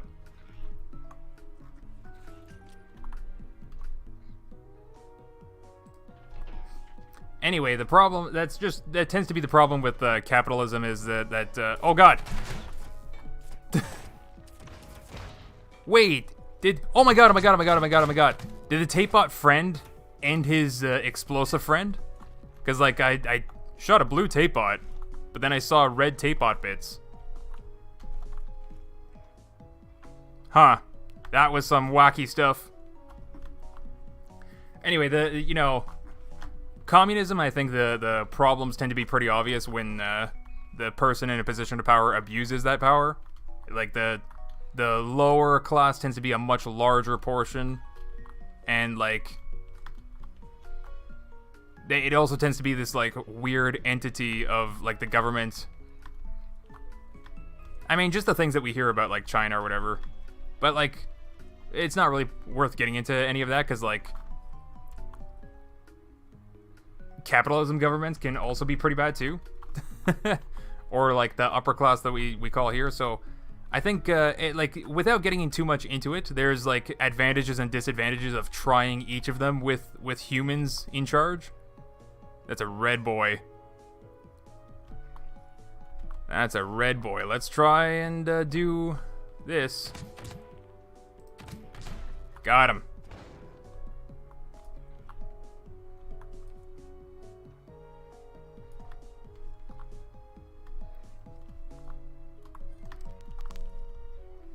Yeah, and, like, there was something that I said in my Discord a while ago, like, the larger the separation between the classes of people, the more you're gonna get crime, pretty much. Or, like, people stealing. Just think about, for example, like, I mean, you even see that in a Disney movie, like Robin Hood. The entire point of steal from the rich, give to the poor comes from the mentality that there's too much of an offset between the classes of people. And, you know, too much being what they're even able to do with their lives. Which is what I tried to say earlier, because, like, if you basically starve the lower class, you sort of guarantee that the upper class is going to stay upper class.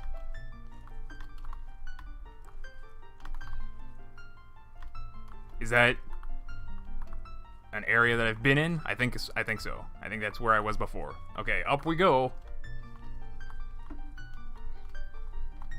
So, I mean, whether it's communism or capitalism, I think the future is AI doing the task that humans inevitably fail. And if you actually wanted to prove, like, run the best version of capitalism or the best version of communism, it's going to be an AI that's doing it.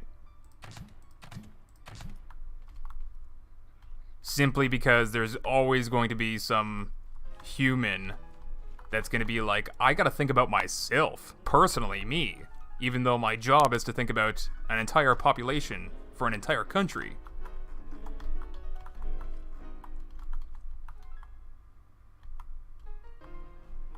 Eat the rich. Yeah, I saw that meme posted in my Discord. Why doesn't the lower class, why doesn't the working class simply eat the larger of the two classes simply eat the upper class, which is the smaller one? I mean, technically that would work, right? But it's the same problem all over again, where as soon as you give a human power, they end up getting corrupted or something like that.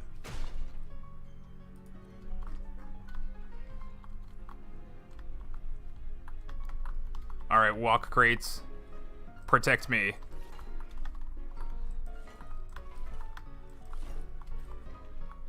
Or not.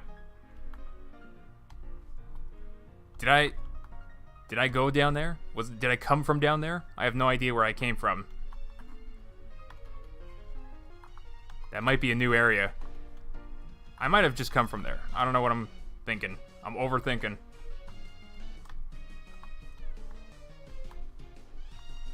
So anyway, when I'm talking about like governments and stuff like that, like I'm really not trying to say anything about anything that's actually happening, but like just talking about like theory. In theory, things could be a lot better. And yeah, that's why I was saying like AI communism seems like incredibly promising. And that's not even like I think to put it into context, like to actually wrap this whole thing up in a neat bow, if you can even do that. You need to understand that there's technically no need for there to even be an upper and lower class, and it's literally all about power and control at this point. Because the point that humans have actually progressed to has gotten to a point where literally everybody in the country could live a very comfortable life. We have more than enough resources and money for literally everybody in the country to just live comfortably. And by comfortably, I mean much wealthier than a majority of the population. You still talking about communism? Not really, actually. I mean, I suppose you might define what I just said as something communistic, but what is that? Fertilizer? I don't need to pick it up.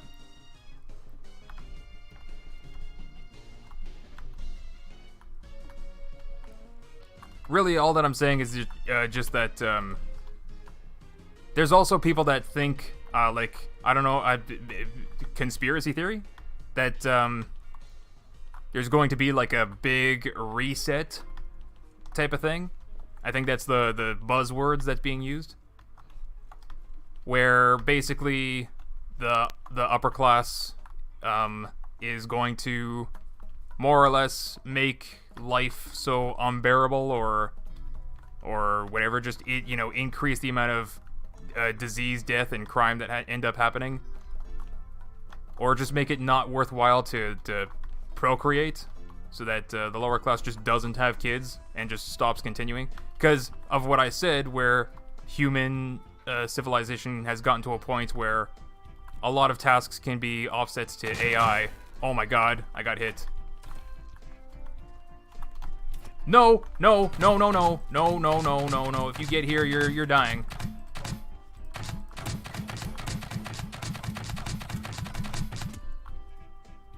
Oh, okay, the bot got stuck.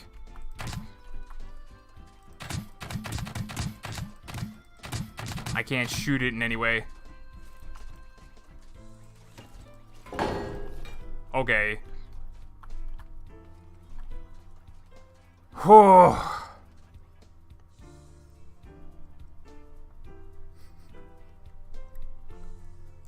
I'm all healed up already, though.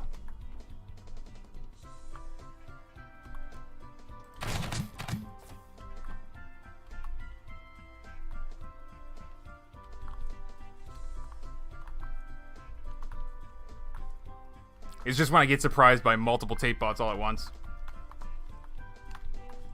But yeah, the conspiracy theory is just like that human society, by the working class, mind you, has progressed so far, not only to the point where, like, everybody can live comfortably, but, like, to the point where I think it's, you know, time for there to not be so much of a population type of thing. So, like, if there's a big ol' reset, like, you technically, you could just get rid of the lower class. Is this the treasure room? Is this the treasure room already? And then utility elevator? Did I do it? So there's no tape bots in here, right? None? None. They should be empty. I did it. How do I get across again? I can just fall onto the red pipe. Oh my god. Didn't know where I was falling there.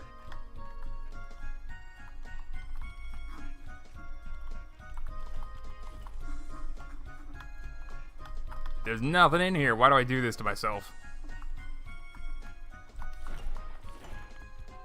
Hey, 2 deaths is not bad. Broccoli! Thank you for the broccoli. That was the entire point of why I was here.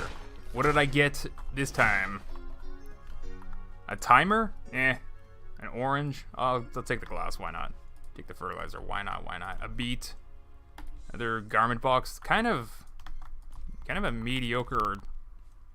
That was all from red crates. I'm not sure I even like that. I feel like I saw much more tape bots when I was doing the sneaky peeky cheaty x-ray stuff. I feel like I saw much more, and I even hear another tape bot.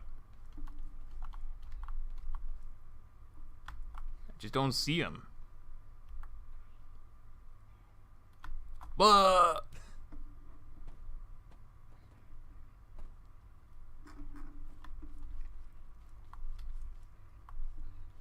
yeah, those are up ahead. Wait, really? There's in between the elevator and here?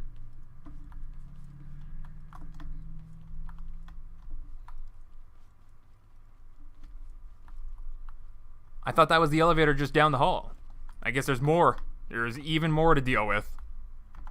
And also, I think the music stopped too.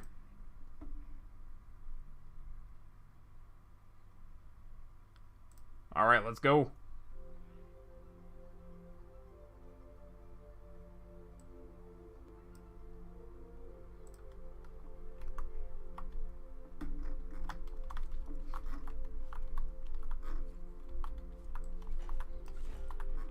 I think with the intelligence that humans actually have, like if you actually, you know, there's a lot of conspiracy theories about what the government is doing, controlling and spying on you and stuff like that.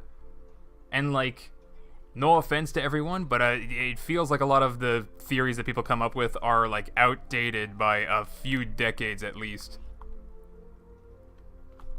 I'm pretty sure the government, and you're not aware of it, is controlling a heck of a lot more than anybody actually theorizes. Not that it's not that it really matters, because like one way to put it is that you're stupid, and oh god, And, like, if you are unaware, you don't care.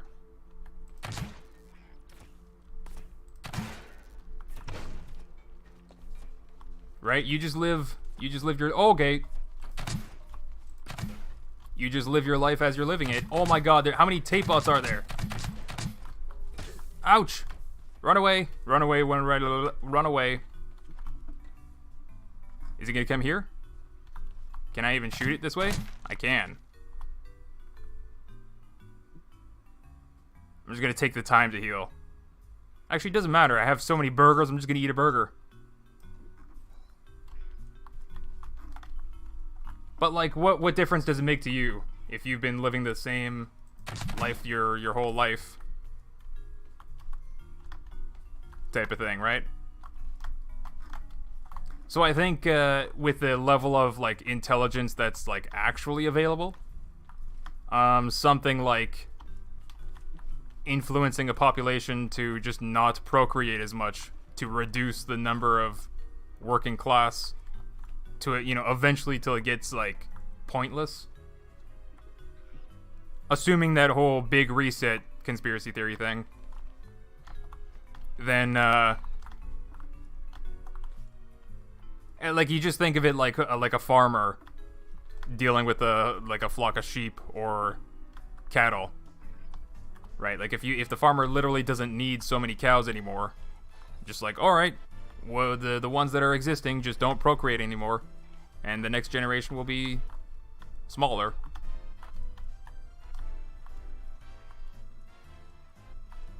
You know, until they have the numbers that they need, type of thing.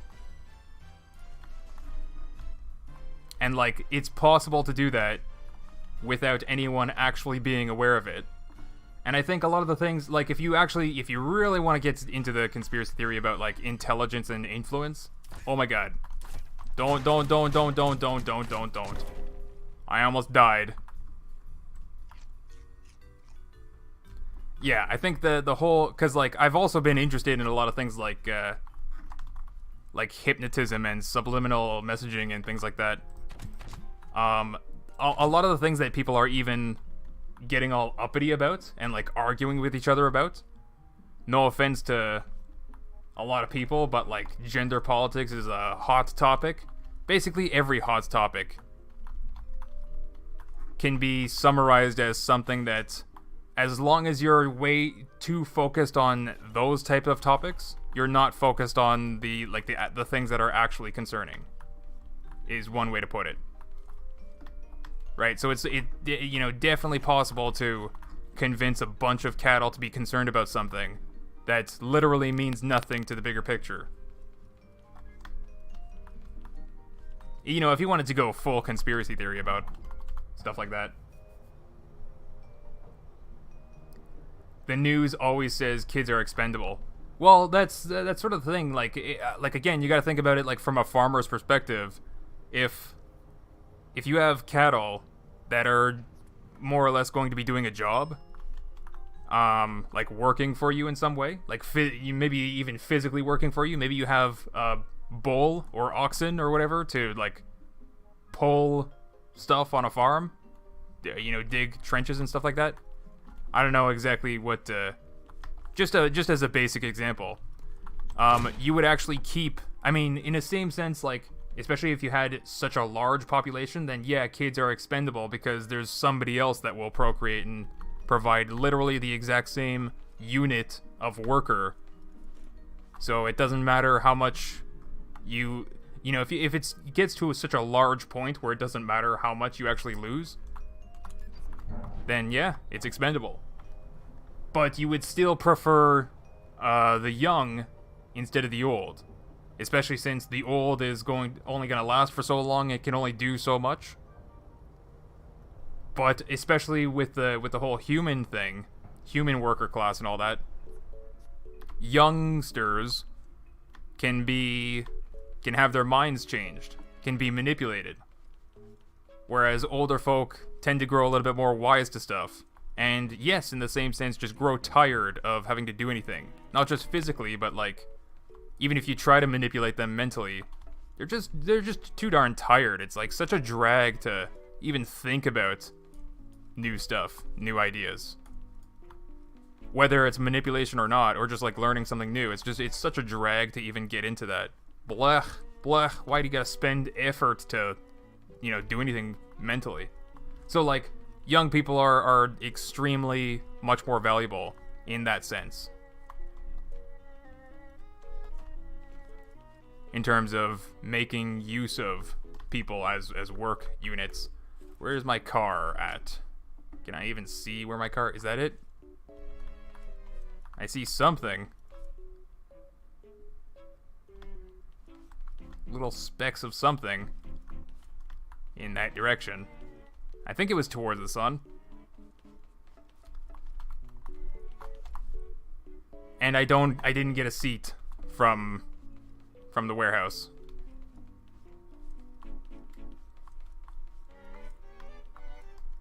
Yeah, that's definitely my car over there. The bots better not have respawned, too.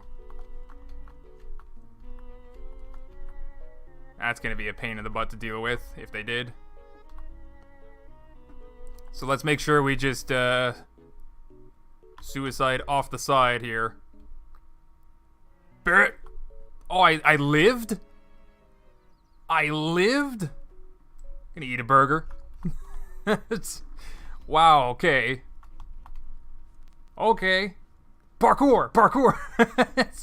Oh, that's great. Yeah, they did respawn, jerks.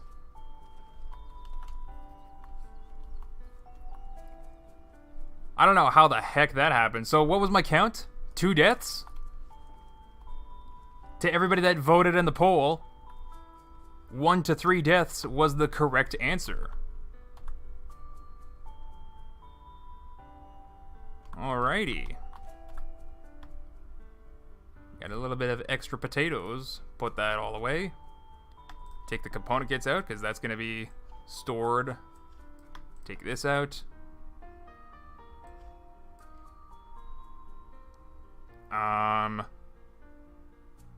Fuel? I could probably... Yeah, I'm barely using fuel now that I have level 5 engine.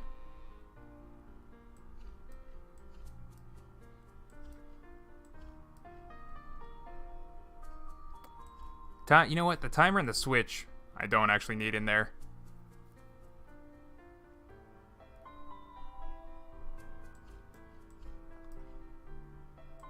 Got quite a few component kits, actually. Alright, let's get back to base.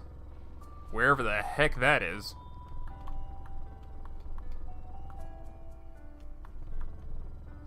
I understand Durfo, but he did take his sweet time, so it's understandable. I'm sorry. I mean, I don't think I took my time that much, especially on the last floor.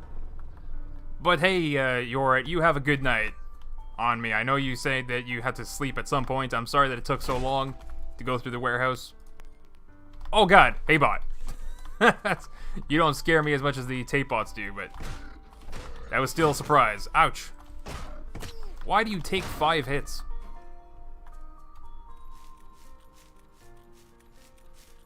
That's why you should use a beacon? I technically don't need a beacon. If I just go extinguish the fire on the ship, then the mechanic station's the next point, right? Don't need a beacon. But I'm pretty sure I remember the way back. I think. Whoa there, vehicle. You calm yourself. Yeah, I went up that hill. This is the way to the other warehouse. I could visit these abandoned buildings, get some of these crates, but like, there's no point. There's no point in playing a lot of this game anymore. Cue another rant of how Axolot kind of broke their gameplay with silly updates. I don't need to visit that at all. First battery, then, you need to take the info about the scrap mechanic station, which is a log in the ship the battery's in. Wait, what? I mean, I took the ship's battery, the battery that was intended for the ship, and I put it at the mechanic station. Yeah, I actually got to sleep right now, so bye everyone. See you later, Yort. Thank you so much for your donations. Much appreciated. You're such a generous person.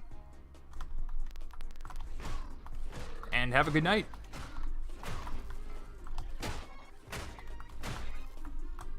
Yeah, I think we're just pretty much going to be, I might give it another try to plant that broccoli, but I don't have very much, so I'm gonna have to do it at least a couple of times. But I think finally we're gonna be getting that Spud shotgun by the end of today's stream, which shouldn't be much longer anyway. Just a couple of broccoli farms. Then put the mechanic station battery in the ship. But why? Why do I have to do any of that? I don't have to worry about the ship at all. I never have to put out the fire. Never got to do anything. Didn't I see a crate out here somewhere? I guess I didn't. I could have sworn I saw one.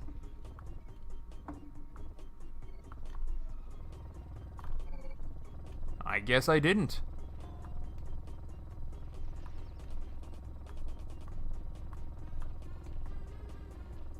Alright.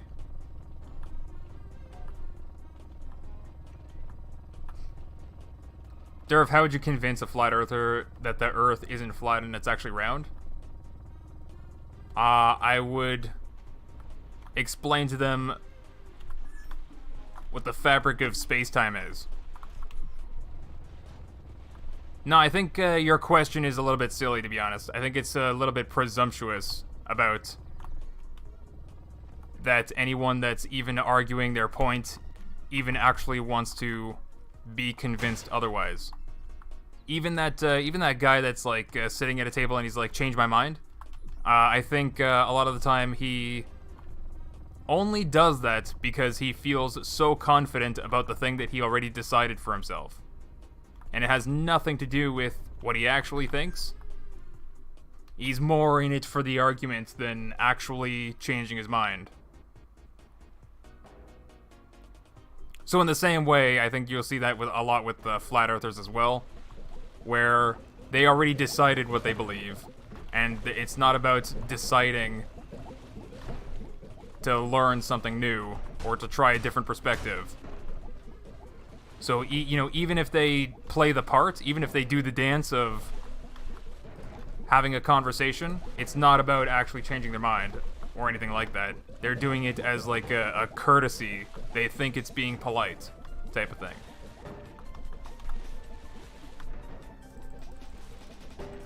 I don't have space in my inventory because I'm a dingus. Potato, potato.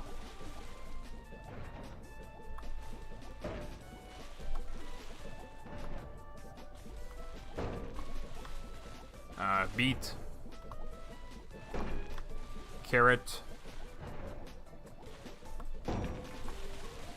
So yeah, I guess to answer your question, I probably wouldn't.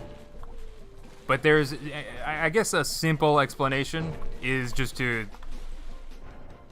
No, you couldn't. You actually couldn't, because the size of the Earth is large enough to the point where there's little context in, like, actually...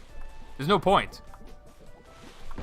So the thing that I said about, like, explaining to them the fabric of space-time or whatever, instead I would probably do something that's along the lines of explaining to them how both the perception of a flat Earth and a curved Earth is possible when you consider the curvature of space-time around a large mass.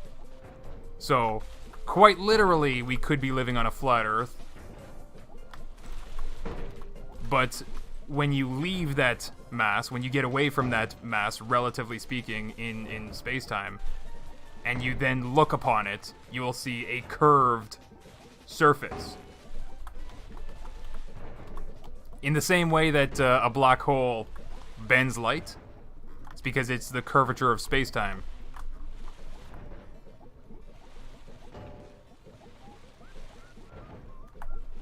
Because I think that's a lot more of a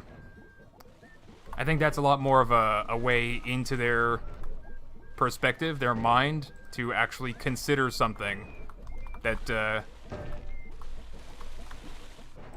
that they wouldn't normally consider. I guess that's one way to put it.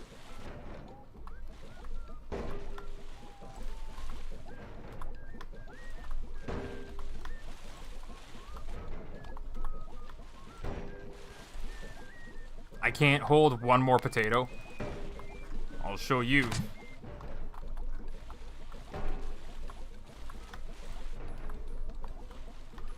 And then can I carry this scrap metal? So yeah, I think, you know, because of relativity or whatever. Oh my god, is there a bot in the chat? No moderators seeing that?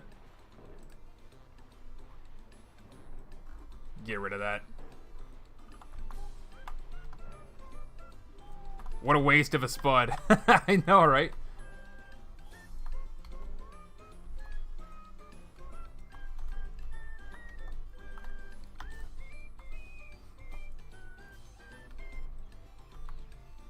You can actually use theoretical physics to prove both cases to be true.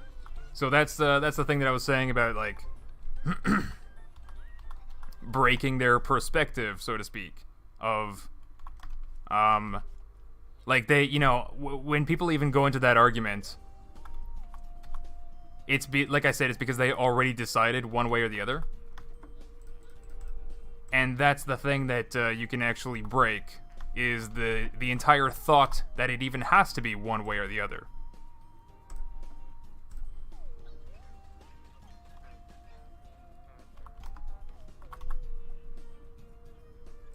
Alright. Alright, where do I put my potatoes? This was all potatoes.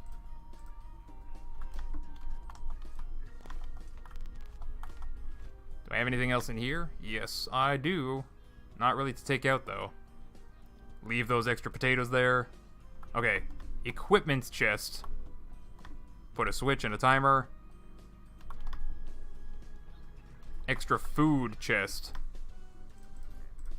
Put all this stuff in here. Farming chest. Soil bag, not sunshake. Fertilizer is what I meant to put in here. And I guess the orange with the banana. I'm not really using oranges or bananas for anything. Potatoes, I'm just going to keep that with me. Glue goes in here. Anywhere, really.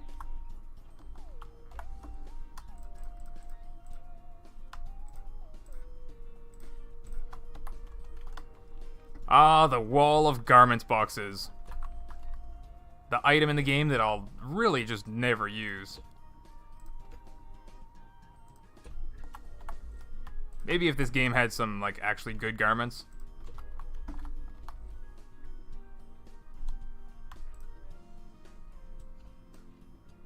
Too many veggie burgers.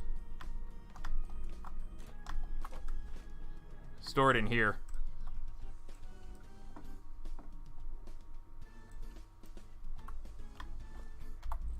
Alright. Let's get started, see if we can catch up. And how many broccoli do I need? Like 40? So I need to plant at least a few times. Right? The first time's gonna give me 5, second time's gonna give me 10. Third time should give me 20. Assuming I don't mess it up this time. So 3 times of planting.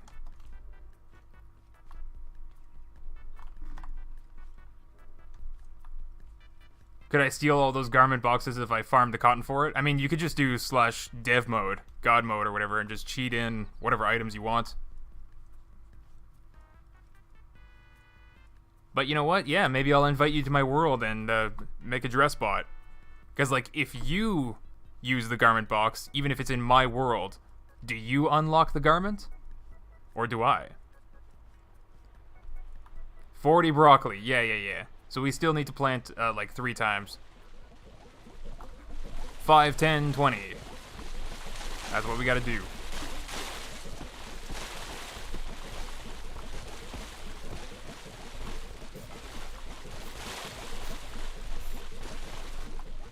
Alright. And this time it's all metal too. With a double barrier, just in case they somehow manage to break through one wall. My gosh.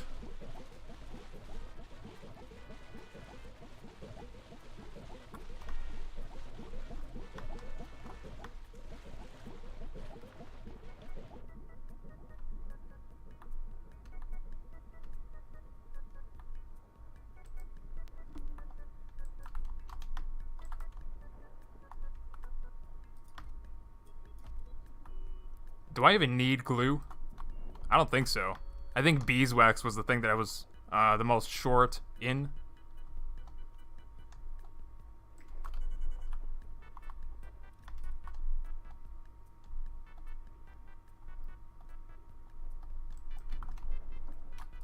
So is there anything to even do after I like get the spud shotgun? There's not really much to do, is there? Kill a big red in 20 shots?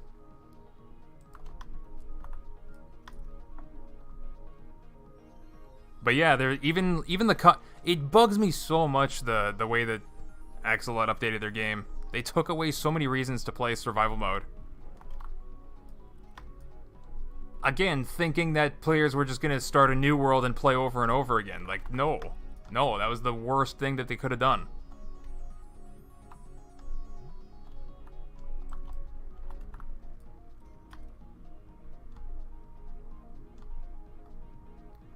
Build a base with everything on the map. Yeah, see, that's what I was doing the first time. 2 years ago, that's what I was doing. That's the reason why I had the mega farm. And I was ready to invest, but like, there's no points to even do that anymore. So we might actually be coming up to the last part of these survival streams. Yeah, it's not even... What is it, like a total of 52 hours or so?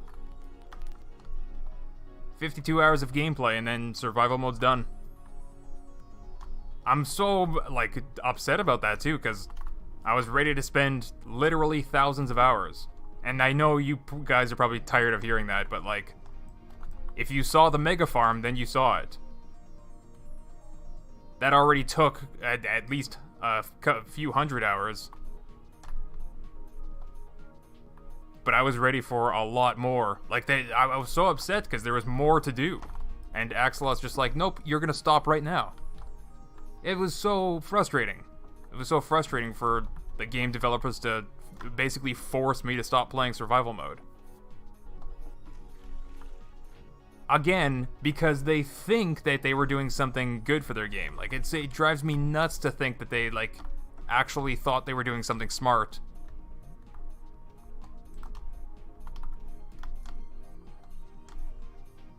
When in fact it was quite the opposite. Bots can jump your barrier? I mean, I suppose I can make it one block higher. Durf, do you like Minecraft? I haven't played it very much. To the point where I would say I'm completely new to it. I did play it for a little bit, but like I never actually got into it very much. From what I can tell about Minecraft is they designed things much better than Scrap Mechanic ever did. Like, as far as progression and like the survival and raids and stuff.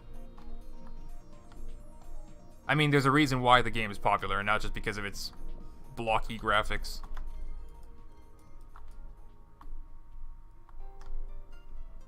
Oh, there's probably a crate down here. You were going to learn redstone. I know, right? I was gonna do stuff.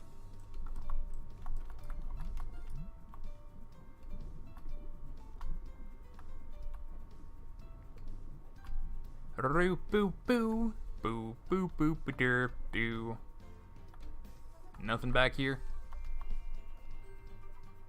Just a little glow bug.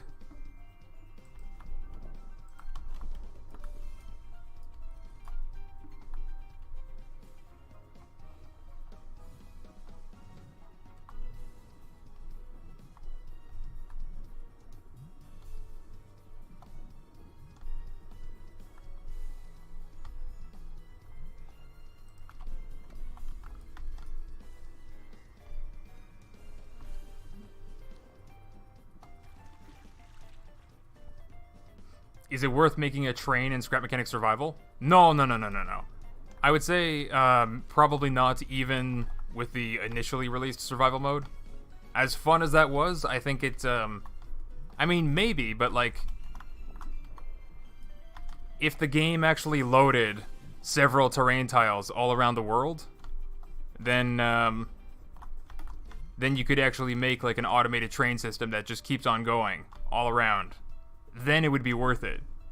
But I think that the way that I think that the way that they try to optimize the game is that if I'm too far from my thing, like you see, if I show up late to my farm raid, the farm raid just spawns the second that I show up. So if the tile is not loaded, your train's not it's not gonna exist. So you can't actually build like train tracks that, like an automated train system that runs.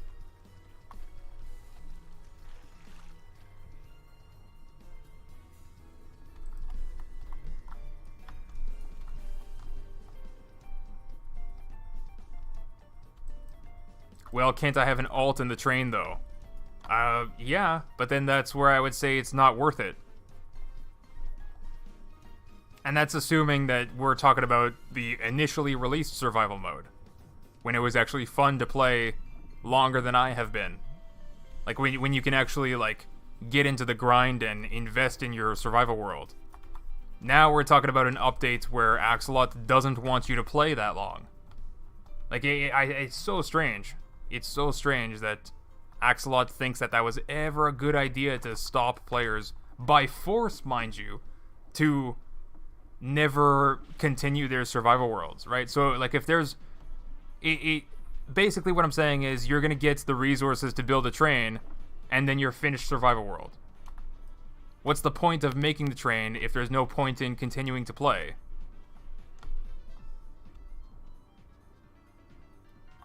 Like, you might as well just play creative mode then. And I think that's part of the big reason why, like, Axolot made a huge mistake with their survival mode.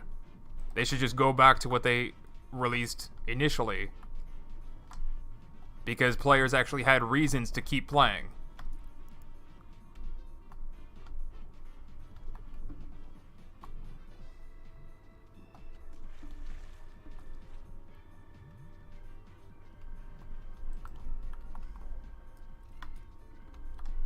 And what Lillian's saying, only reason I'm making a train is to transport crates from the packing station to the trader. You don't even need to do that. I mean, not that far anyway.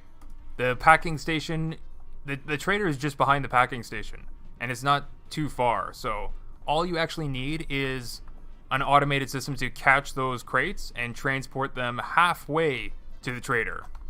Because if you are halfway to the trader's already loaded in. And if there's a piece of wood on the trader, you could take the packed crates and stick them on that piece of wood if it extends far outside the trader area. As long as the trader's area is loaded in, you can stick the packed crates on that piece of wood, and it will still get sucked up by the trader.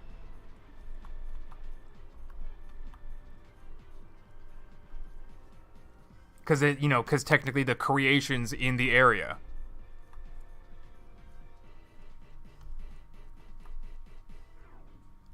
So you only need to transport the packed crates halfway to the trader from the packing station, because that should be about the area that the trader tile's actually loaded in.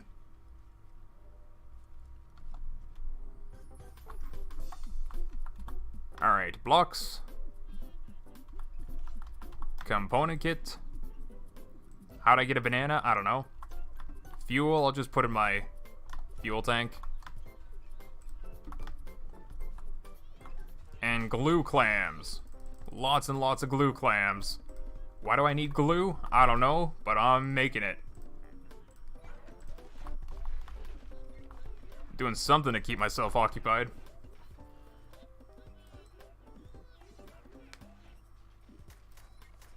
The only difference between late game survival mode and creative mode is you will eventually run out of resources. Yeah, that's the problem. That's the problem, because the survival mode they released initially was things used to regenerate, right? In the same way that loot crates respawn, in the same way that trees also respawn. But they stopped mining rocks to respawn, which I think is ridiculous, because now you're going to run out of rocks. Not that that's that big of a deal, but like there's a much lower limit on what players can do with one survival world, right? Like if you saw the video for the Mega Farm, if you actually saw that video, you're not capable of building that big of a farm anymore. I mean, I think you are, but like it's just not possible to have that big of a farm with that much tier 3 wood.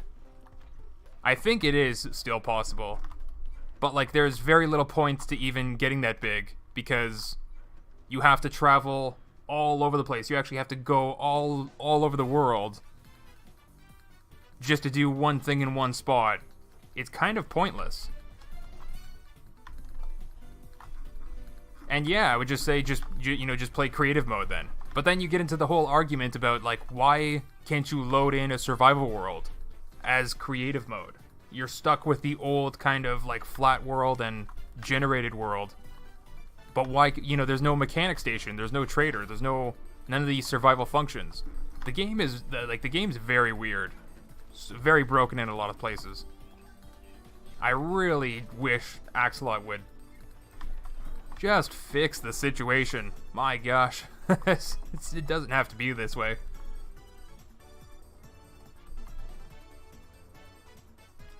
Axolot sees normal players not doing Durf levels of grinding, which is a shame. I think that's true.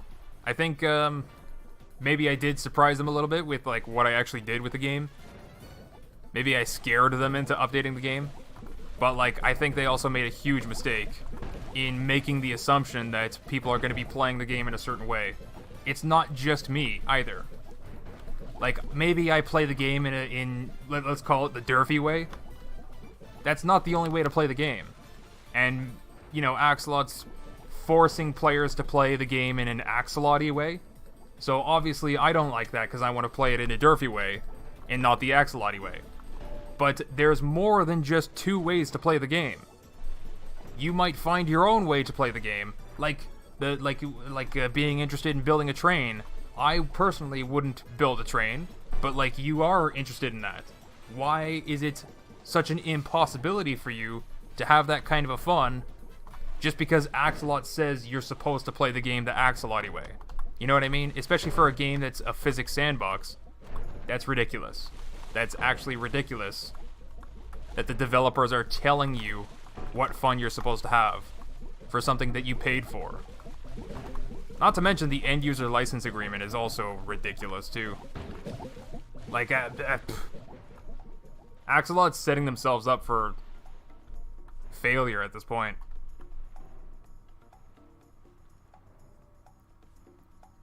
Like, the game scrap mechanic might come to bite them in the butt more than the game Raft is helping them out.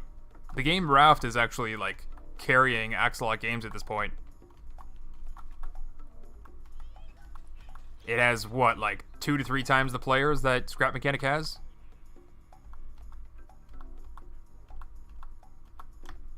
And it's not even a physics sandbox. That part I find ridiculous.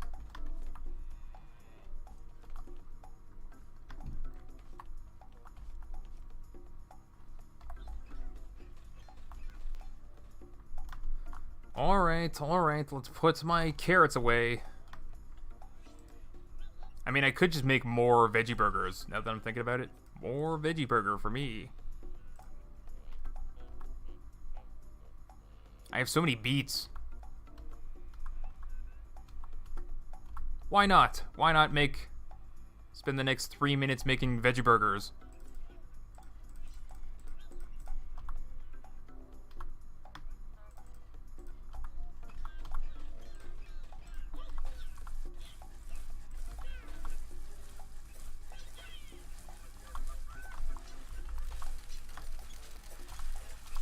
Just use up all the carrots that I have for that.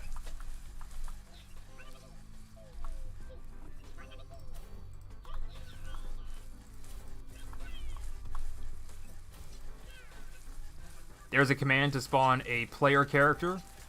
I don't know, but maybe that one can keep a chunk loaded. I'm not sure about that. I remember that command, but I'm not sure. I think it was just more for testing some like multiplayer thing. Maybe. Maybe. I don't know. I kind of remember it, but like I imagine that the command was removed instead of actually being useful. But I'm just going off of what I assume Axolot would do, which is ridiculous things. Hello, Lord Deadtool. I noticed you in the chat a while ago. I'm sorry I haven't said hello to you. Lol, the 3 Stooge bots. I might get into making a custom game mode, but like I don't think I'm actually going to. I don't think custom game modes are even worthwhile, to be honest. But to be fair, I haven't actually looked into it. But also, I haven't looked into it because it seems like I wouldn't be able to make the ideas that I want to with a custom game mode.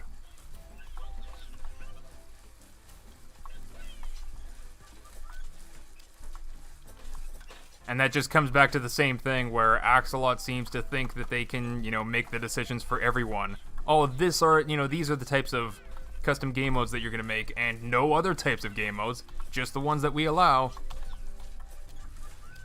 It's really silly. What happened to the music? It probably just ended. It was probably just a playlist that ended. Oh no, it's still there, it's just very quiet. Move on to another song. And crank up the volume a little bit.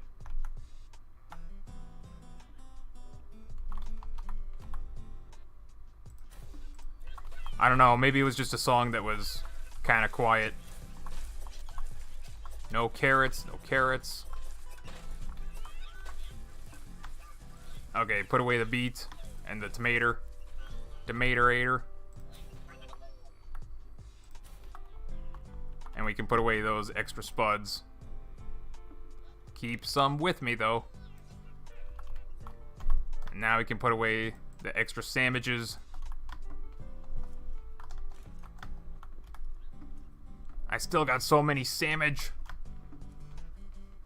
17 seconds for a raid. I'm going to... The auto farm does pretty well. I'm going to go to my broccoli farm. Make sure that's alright. Even though there's no raid timer. Congrats on beating my expectations, Durfo. Oh, well, yeah.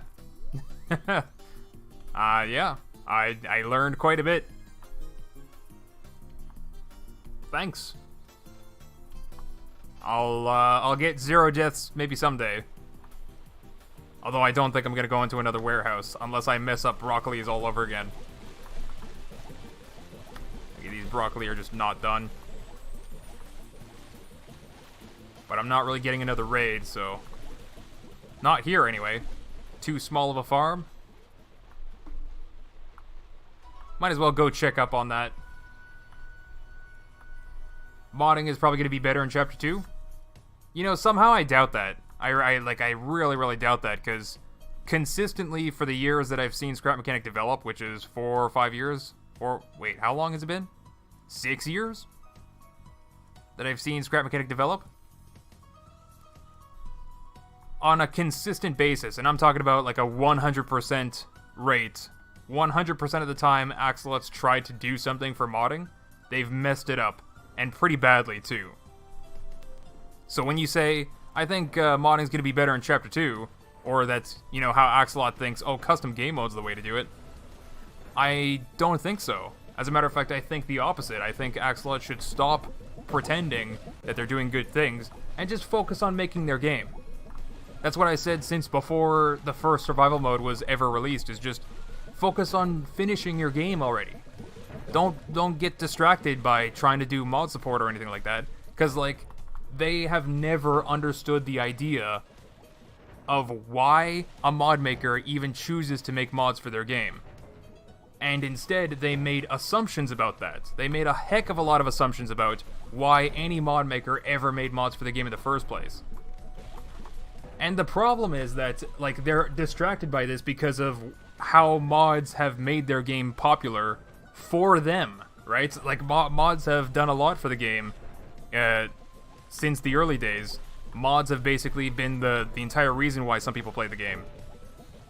Wow, okay. I don't know what's going on with this.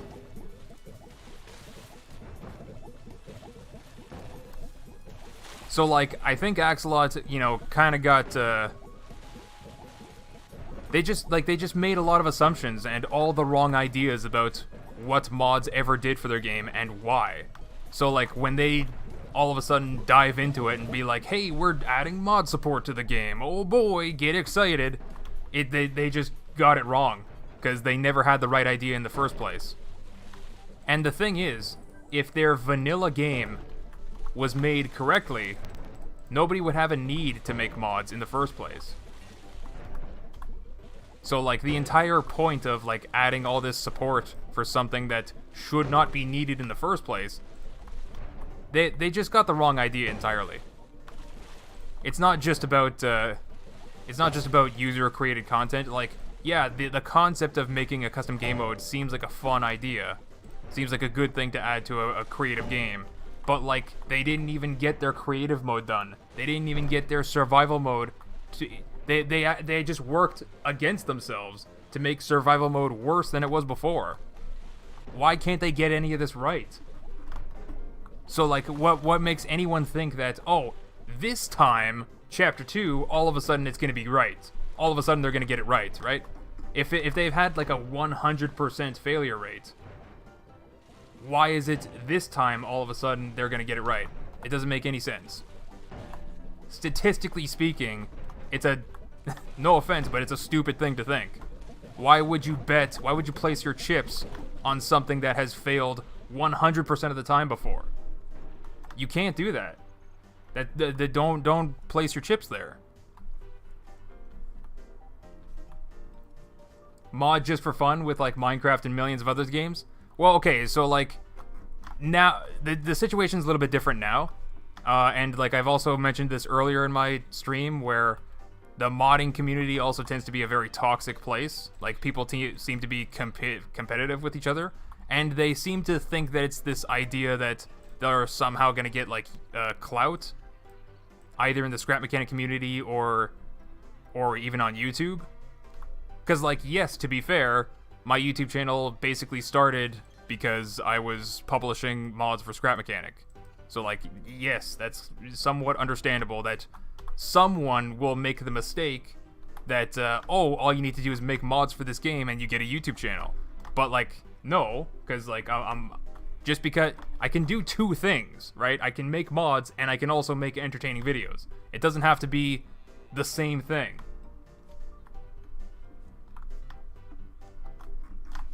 So, anyway, the scrap mechanic community now is actually a very confusing place to even try to talk about what modding is, because a lot of people will make mods for different reasons. And so you get some mod makers that are basically clout chasing with this imaginary idea that they're gonna get something out of it just because they made a mod. And they, you know, even if I've tried to explain to them how to make better mods, they're more or less operating under the assumption that I'm just trying to control them or something like that. And that's also what I was saying earlier. Like, that's kind of what led to the styles of government rant that I was doing while I was in the warehouse, like communism or capitalism.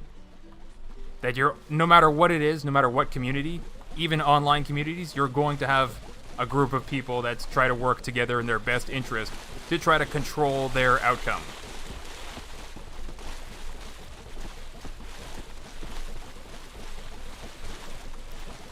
If it's beneficial for them to do so, they will do that. And that's basically what you have now with the mod-making guild in Scrap Mechanic. And that was actually started, well, through a lot of drama. And I even told them when they tried to make me a part of the guild, I think, no, I'm not being a part of the guild. The guild is a terrible idea, and it's only going to do, terrible things for the game Scrap Mechanic, so...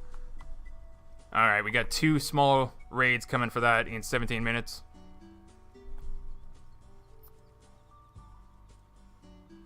But, basically it's the same thing. It's where it's a group of people that are basically trying to gatekeep the modding community in Scrap Mechanic. So, compared to what Scrap Mechanic modding was when I started it versus what it is now, it's actually very different. And I would say it's not worth trying to mod Scrap Mechanic. If you think you're going to get into Scrap Mechanic and start making mods for the game, I would say don't. Don't do that. You're getting into something that's completely not worth your time, and you're going to have to deal with a lot of toxic BS.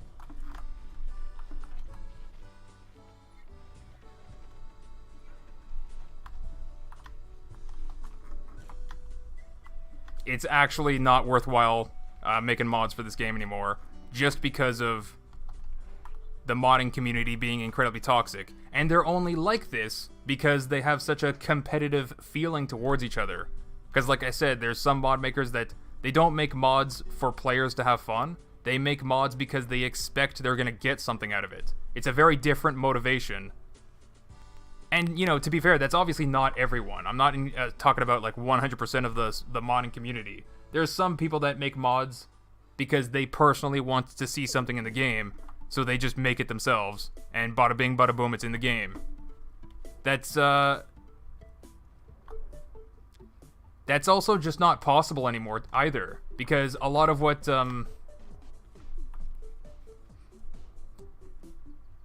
lot of what is possible is defined by Axolot Games, and as somebody that has, you know, made mods for I guess I'll get this and add it to my farm because Rado's complaining. A lot of the things that, a lot of the problems with mod making. Okay, so I've made mods for years. And, probably one of the biggest problems with making mods for this game for years is I've seen the number of times that Axolot Games themselves, in the same way that they force players to play survival mode a different way, they force a mod to break with a game update. If they don't want a mod to be in their game, they will literally just break it with a game update.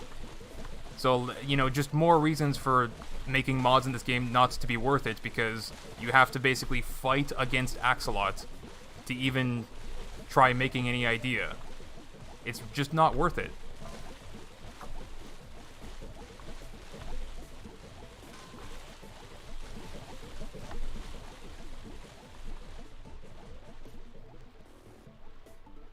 He can love the game and no longer enjoy it. Wait, what? Durf, real question. Are you happy playing Scrap Mechanic? I get that you like it, but are there no better building games? There's actually some that are coming up. They're currently in development. And I'm following them on Steam to wait and see when they're going to be released.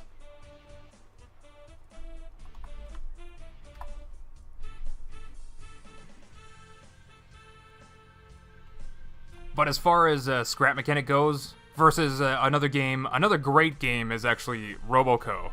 And that's already, well, you might be able to talk to the developers in Discord, which is something very different than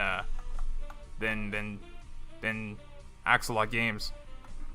See, that's part of the problem. Like, the reason why things are so toxic is because you have to fight against Axolot, and they don't have this, like, open discussion with their game.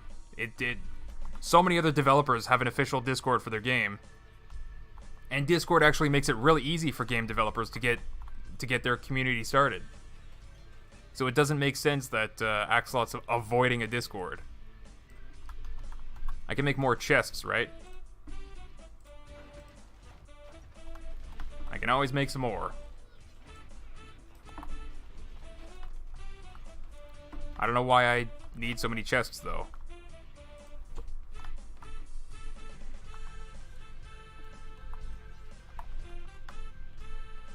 I guess we're just waiting for those raids.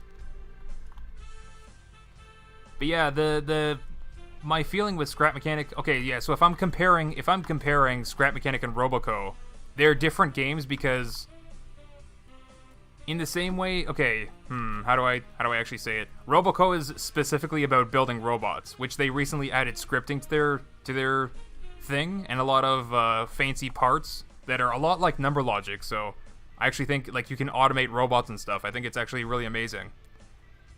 But it's different than being able to just, like, whip out a block and stick it on the ground and you know, build off of it. You can't build a house in Roboco. I mean, you can, but the point of the game is to build robots to do things, to do a task. So, Roboco is not a physics sandbox. It's not a sandbox game where you can just sort of like do anything. Scrap Mechanic, on the other hand, is a lot more like that, and it has a lot more potential to appeal to a lot more players, which is the reason why it's very upsetting that Axolot seems to be incredibly narrow-minded about their own game. But if you think about it, they don't even have a sense of direction like Roboco does. If you were to ask somebody, or like if somebody were to ask you, what is Scrap Mechanic? Would you be able to tell them a one-sentence answer? Do you even know what Scrap Mechanic is? Does Axolot even know what they're doing? What is the story of survival mode? Like, what is the end goal exactly? Because, like, it seems like they're just winging it as they go.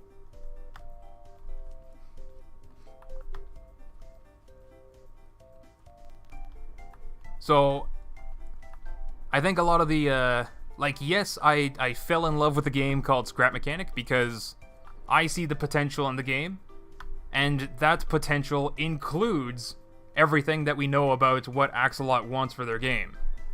Right? So the reason why I ever made mods and videos for the game is because I want to see this game succeed.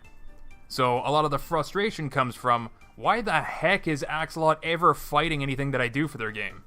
Why the heck would they ever break mods? Why the heck do they encourage such a toxic modding community?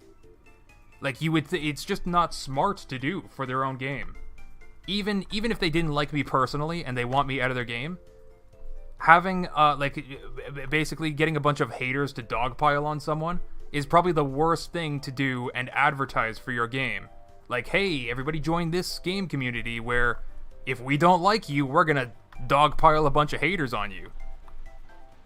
That's not gonna attract people to the game in any way. It's not gonna attract mod makers. So, like, that's where the frustration comes from, is like, I literally only tried to help this game. There's no conversation with Axolot if they liked or disliked something. Like, they could literally just tell me to stop doing something if they didn't want to, and I'd probably be okay with it. But there's no conversation. They somehow expect me to be like a mind reader to do exactly what they want me to do. It's absolutely ridiculous. Like, it's just to the point of stupidity, right? Axolot, get a Discord. Fix the problems with the game. To me, these are, like, simple things. So, I'm starting to get, like, conspiracy theorists about why aren't they? If it's such a simple thing to do, why aren't they doing it? Maybe they want things to be this way. And, like, why do they want things to be this way? It's just ridiculous.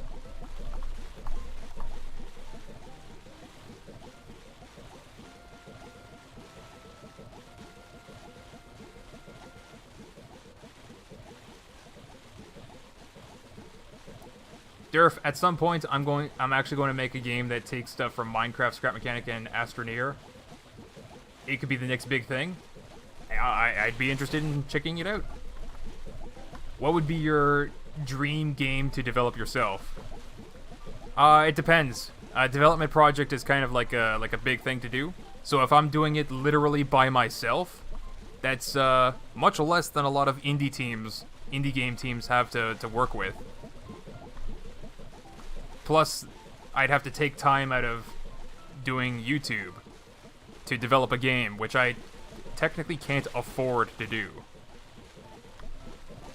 Maybe if I took a large bank loan and hired like a team of developers to work on my idea, and only, you know, for that game to maybe succeed and then pay off the debt to the loan that I got, like, that's not a good idea either. That's not really a good idea.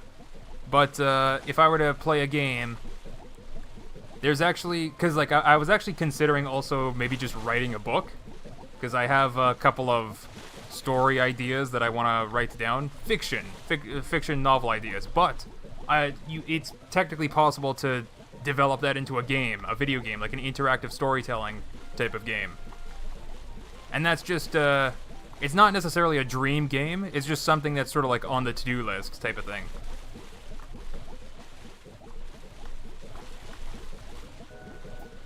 Dream game. I'm not sure if I have a dream game, to be honest. Because, like, okay, like I said, I fell in love with the game's scrap mechanic, but, and you know, I would love to be able to help the game develop. It's quite literally, I love the game, but the people in charge of the project probably hate me and don't want me anywhere near the project. So, in terms of answering the question, dream game, it's a dream, like an unrealistic thing to achieve, a dream that I would actually be able to work at Axolot and fix all of the problems with this game.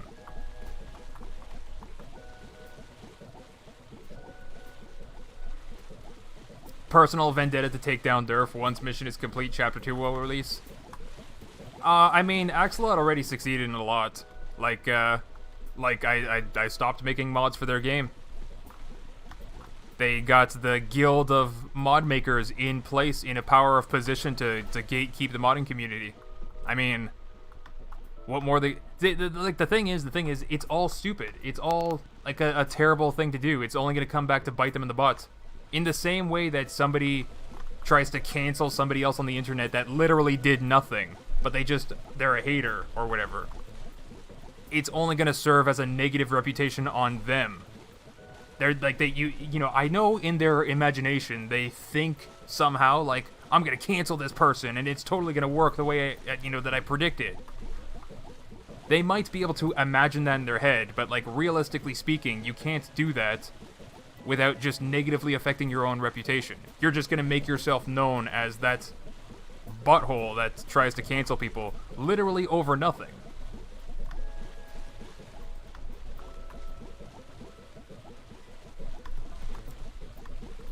So I think that's exactly what the Guild of Mod Makers is doing. They are literally, same with Axolot Games for that matter, they're literally just continuously adding negative reputation to themselves. And this is all in the name of what? Protecting their precious project from what? Somebody like me that actually ever cared about it?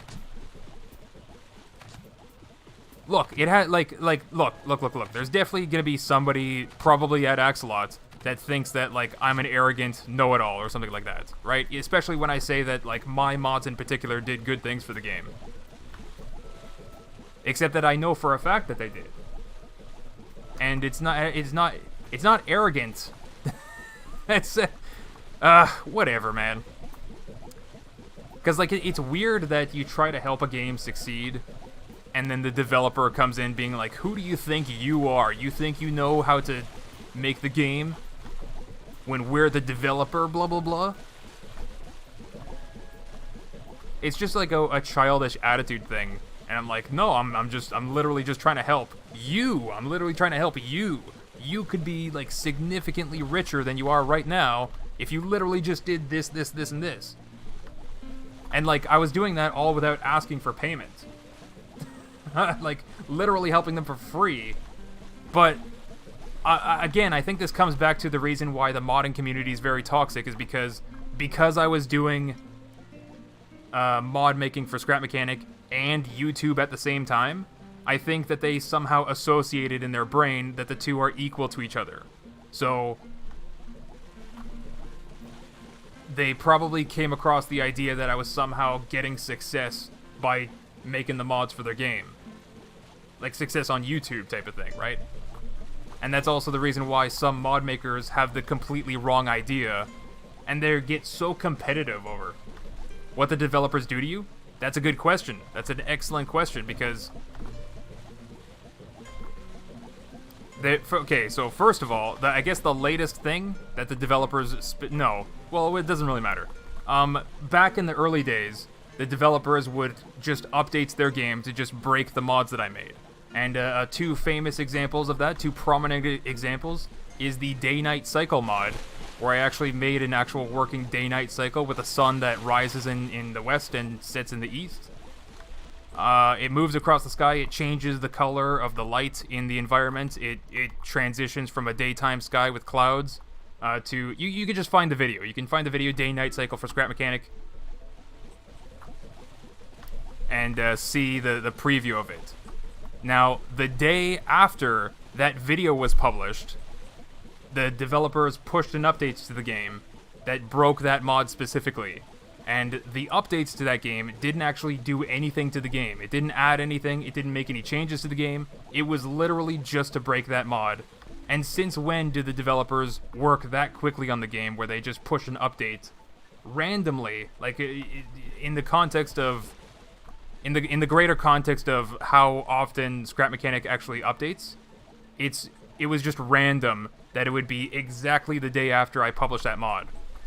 Now, you might be thinking, oh, it's just a coincidence or whatever, but then why would it happen again when the day after the tone generator was released for the mod pack, which was a number logic part that you could input the frequency that a speaker would play, either a sine wave, a square wave, triangle wave. You could make basically like like techno electronic music, but with like number logic.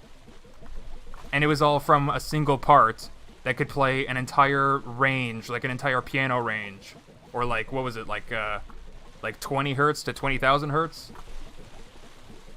So it had like a much larger range than Totebot heads, and again, like the developers pushed an update specifically to stop that mod. Nothing else. There was nothing else in the update. What update was it? It was just a random update. Yeah, it did work at one point. You can actually see it working in another video that I did where I played JoJo Bizarre Adventure, like the Golden Wind, I think. The Golden Wind theme song. Alright, just lots of Totebot heads. Nothing too crazy.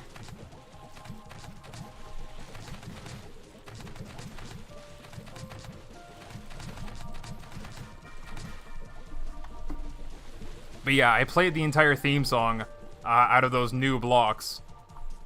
So it sounded a little bit bippity boopity bop, like different sounds than Totebot heads. More like a MIDI file playing. How do you know there was nothing else in the update? You know, that's a fair question, but it comes down to the statistical probability of the situation being a coincidence, or the developers literally publishing that the day after that I publish a mod, and it's happening several times over. There are other times where they did that exact same thing, and to be fair, it wasn't quote-unquote the day after. Some of them were like a few days after, or like a week after. But just saying, as like a specific thing about what the developers are doing to me, is over the several years that I've been making mods for this game, they've taken steps specifically to work against the stuff that I was doing. And to me is very stupid to ever try doing that, because, like I said, just get a Discord. We can talk about it. We can have a conversation. If you don't want me to be making something for your game, you can just tell me. And then I don't have to spend the time and effort to do that, and they don't have to spend the time and effort to, work against it. We can literally avoid the problems on both sides if they just had a Discord and had a conversation about what they want for their game. It's kind of very silly, the situation with the game. And this is not even the half of it, okay? Not even the half of what Axolot's doing. Because another more recent thing that Axolot did was quite literally their game director sent me an email that was basically extortion. They're trying to extort me for the things that I say and do on YouTube, on my videos and live streams.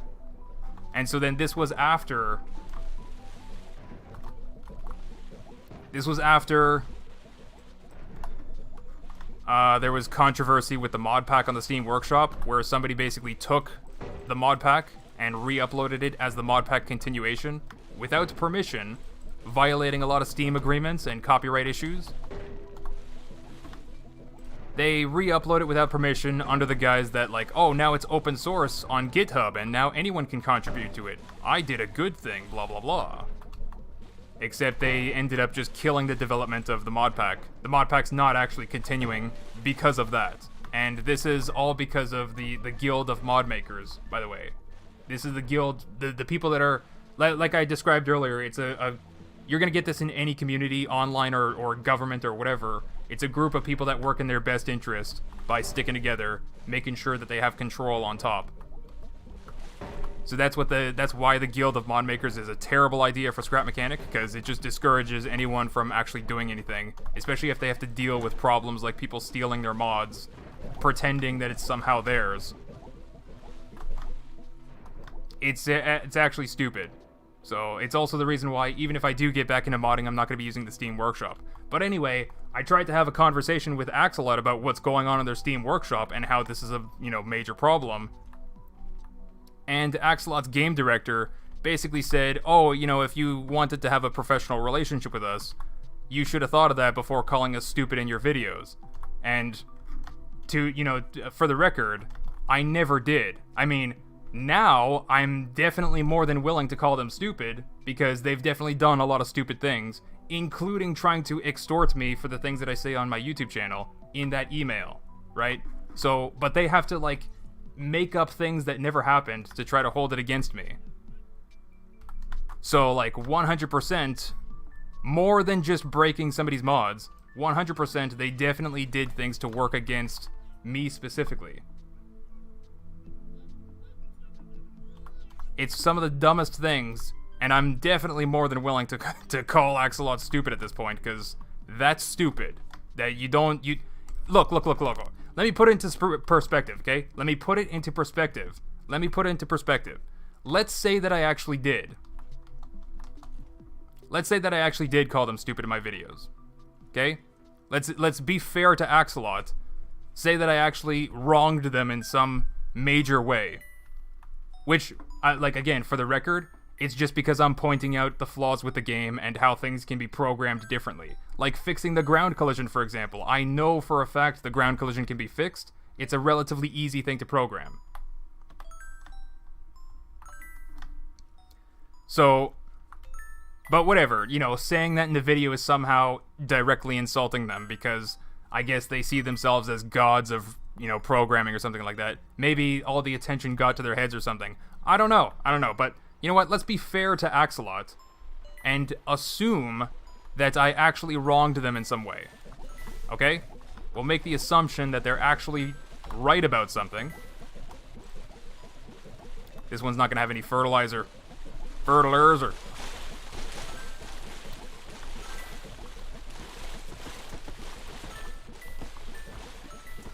Oh my god, I have another cat that wants to use the door. Alright, I'm just gonna sit here, open the door for the cat.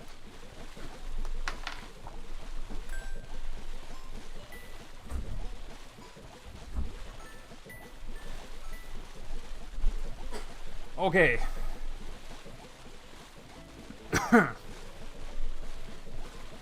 So let's go ahead and assume that Axolot's correct in that statement, right? Let's say that I actually wronged them in some way. They somehow seem to think that sending an email like that, first of all, when I'm coming to them to solve a problem with their Steam Workshop, which is not just for me and my mod, it's literally a representation of what's happening on their Steam Workshop. If it happened to me, it could happen to you. It could literally happen to anyone. And Axolot's basically choosing to encourage that type of behavior. They're encouraging mod makers to, you know what, go ahead and steal each other's mods. Upload it as your own mod. It doesn't matter to us, because we're not going to do anything about it, right? Or they just show, the years that I've, tried to do good things for their game. They just show that they really don't appreciate it at all. And they don't see things at all the same way. And, even if I did do terrible things in my video, like actually call them stupid or bad people or anything like that, it still doesn't somehow justify extorting that YouTuber for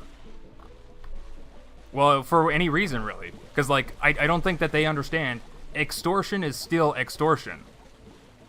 Even if somebody has wronged you in some way, if you're trying to say, if you're trying to hold it against somebody, from a developer's perspective, for their entire community, that's basically gatekeeping. They're basically going to say, like, nope, we don't want you in our game's community anymore. And, again, just to put this all in perspective, I feel like I need to reiterate, they literally had to make up something to even play that card. I never did that in any video or live stream. What's there to extort? We ain't rich after all.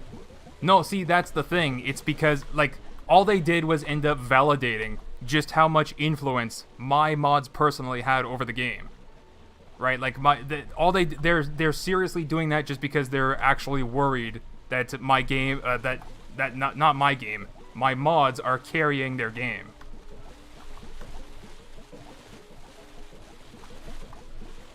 It all just comes down to, like, a control issue. Right? So, like, again, you gotta remember, this was during the time when the guild of mod makers was, which I feel like I gotta say, is a terrible idea. Don't have a guild of mod makers. Don't gatekeep the community. Don't have a class of mod makers that has to approve of any new mod maker, or else they're gonna be shunned or something like that. Like, that's terrible. That's a terrible way to run any community. And Scrap Mechanic's not even that big of a community to do that with, anyway. But, to put in perspective, this was right during the time when the guild was re-uploading my mod as a copy, as the mod pack continuation, basically doing that without permission, pretending that it was their mod to do.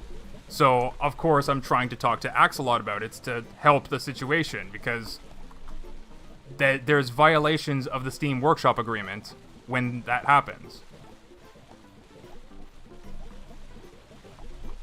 Couldn't you take them to court for trying to extort you via that email? Yes. Yes, I could. I absolutely could. But I think it would be much more effective to gather the, at this point, years of evidence that's piling up against Axolot. Especially when I try to talk to Axolot even after this happens, and Axolot's just avoiding conversation now. Which I guess their lawyer is basically telling them, don't talk to this guy anymore. But court cases don't have to happen immediately after something happens. A lot of the time, a court case will deal with decades of evidence. And there's also some, like, legal issue, like, they're in Sweden. I'm in Canada. How the heck do I take somebody to court in another country? But overall, it's, like, I don't think I even need to do anything, to be honest. Because, like, they're ruining their own reputation by doing this stuff.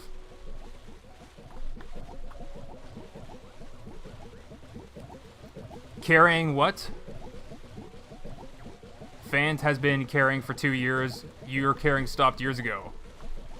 Yeah, no, that's fair. Like, that, the thing that I'm talking about, okay, Max Gaming, I think you're a little bit out of context there, because, I deliberately talked about how, when the guild was re-uploading my mod, that's when the development of the mod pack just stopped dead. Right? That was also around the same time survival mode was released. So, when Fant actually came into the picture, it was just around the time where the mod pack development was stopped because of what Axolot decided. So when I'm saying that I cared about the game for years, and my mod basically did a lot for the game to help promote the game, was before Fant mod even existed. As far as Fant mod goes, I personally haven't even tried it that much. I don't actually know what's in the Fant mod. I know that he's doing a lot of survival mode stuff. And personally, I never bothered to try to mod survival mode.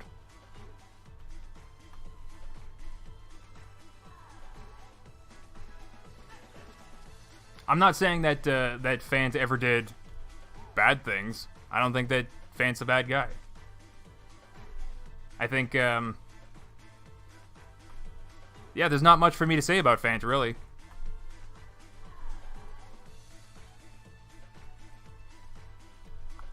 What do I got? 11 minutes?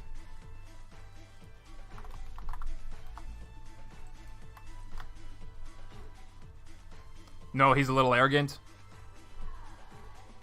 The only thing that I can like attest to that is when I was developing the Scrap Mechanic Mods website, and I tried to talk to fans about developing the database of mods and how the website's going to be like serving mods on an individual part basis instead of one big pack of mod.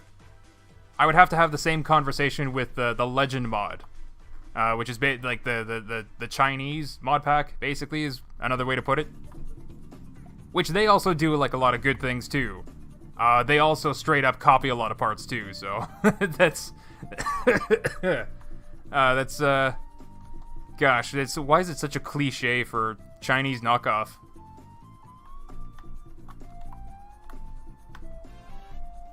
That's funny. Now that I think about it, that's kind of funny.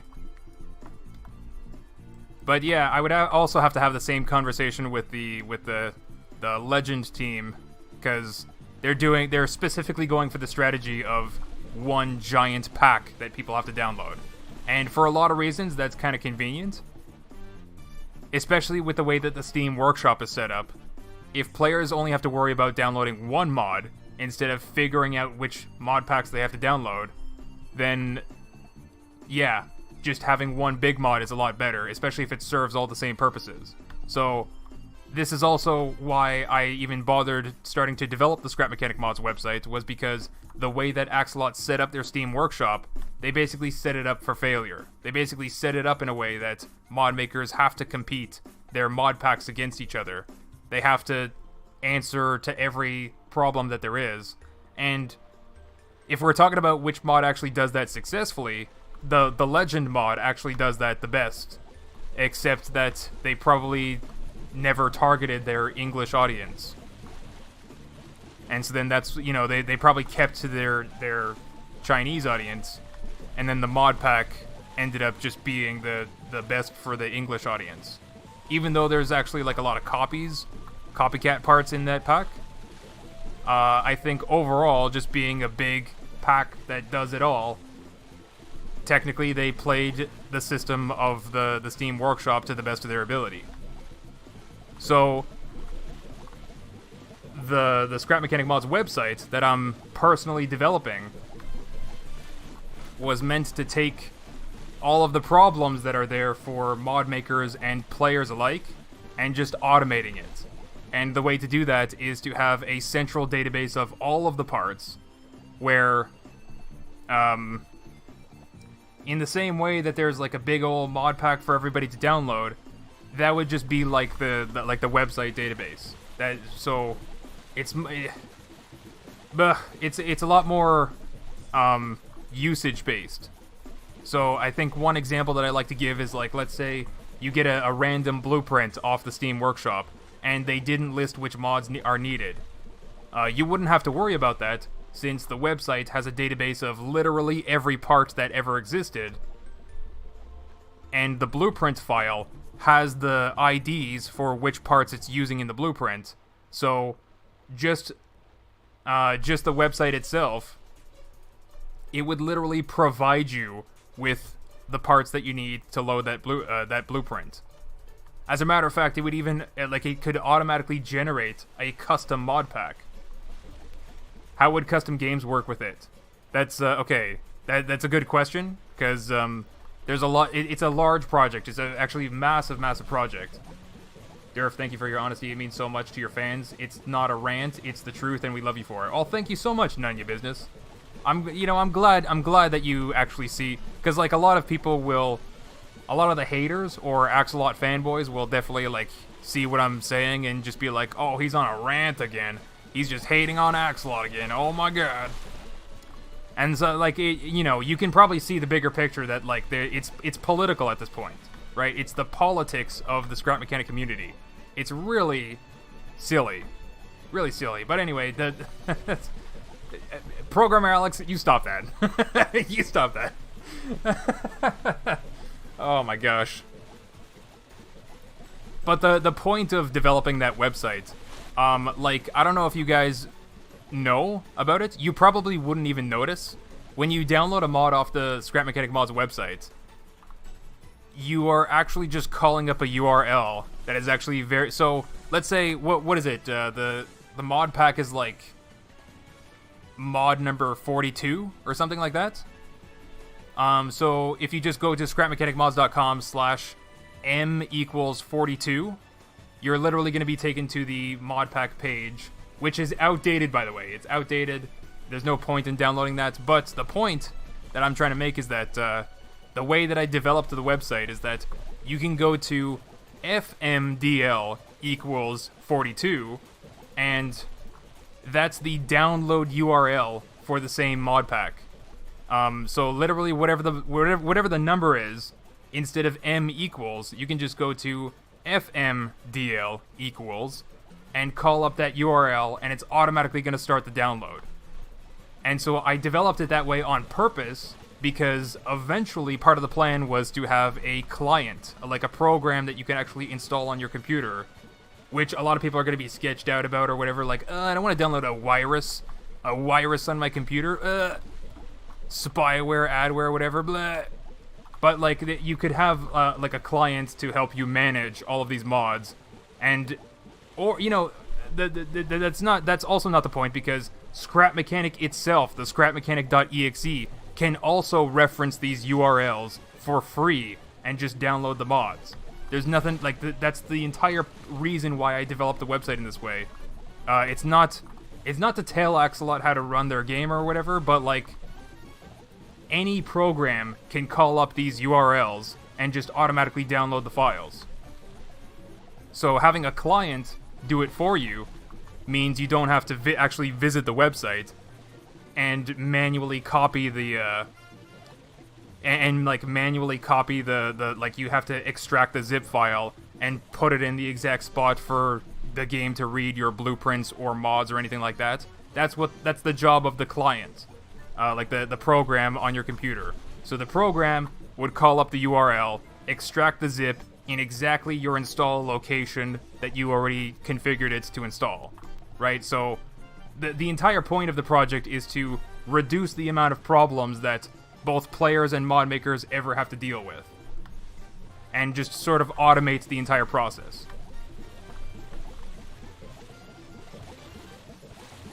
So like that blueprint thing, no player has to ever list which mods were used in their blueprints.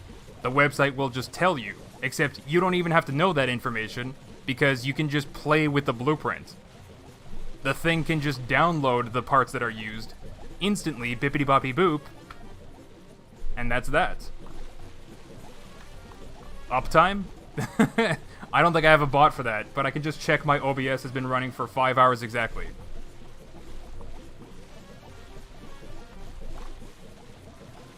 Coming up to 5 hours and 1 minute.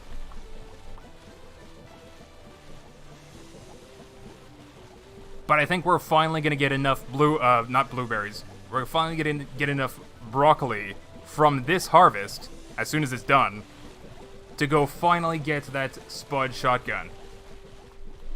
And that's what I want to end on. That's what I want to end today's stream on. So we're gonna go for just a little bit longer. It depends on this harvest.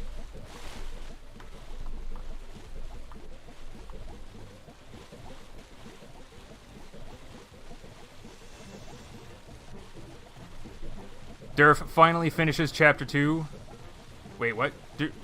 Lamau Durf finally finishes, then Chapter 2 drops an update that auto-sets the needed mods on blueprints. They can't do that, though. They literally can't do that because of the structure of the Steam Workshop and the way that mod packs are uploaded. Especially if there's a conflicting UUID, which there is for some mod packs. So, like, not to mention that I don't think that the Steam Workshop actually supports that sort of thing. It's not a database that you can just look up the UUIDs of parts, individual parts. You'd have to basically download all of the parts on the Steam Workshop just to look through their files, just to do a file search to find the UUID. So, like, they can't actually do that with the Steam Workshop. They just check the currently loaded mods. I think it's very possible. See, yeah, Programmer Alex, that's the problem. It's not going to be enough. That's not the issue. if you try to play with a new blueprint, somebody shares a blueprint with you, and they never included which mods are needed, how do you know you even have the mods loaded? This is the thing that I'm talking about. The entire structure, the way that Axolot set up the Steam Workshop to work with mod packs is terrible. It's working against players. It's working against themselves. It's working against mod makers because they have to compete to make the best pack. It's one of the dumbest ways to actually set that up. 20 seconds.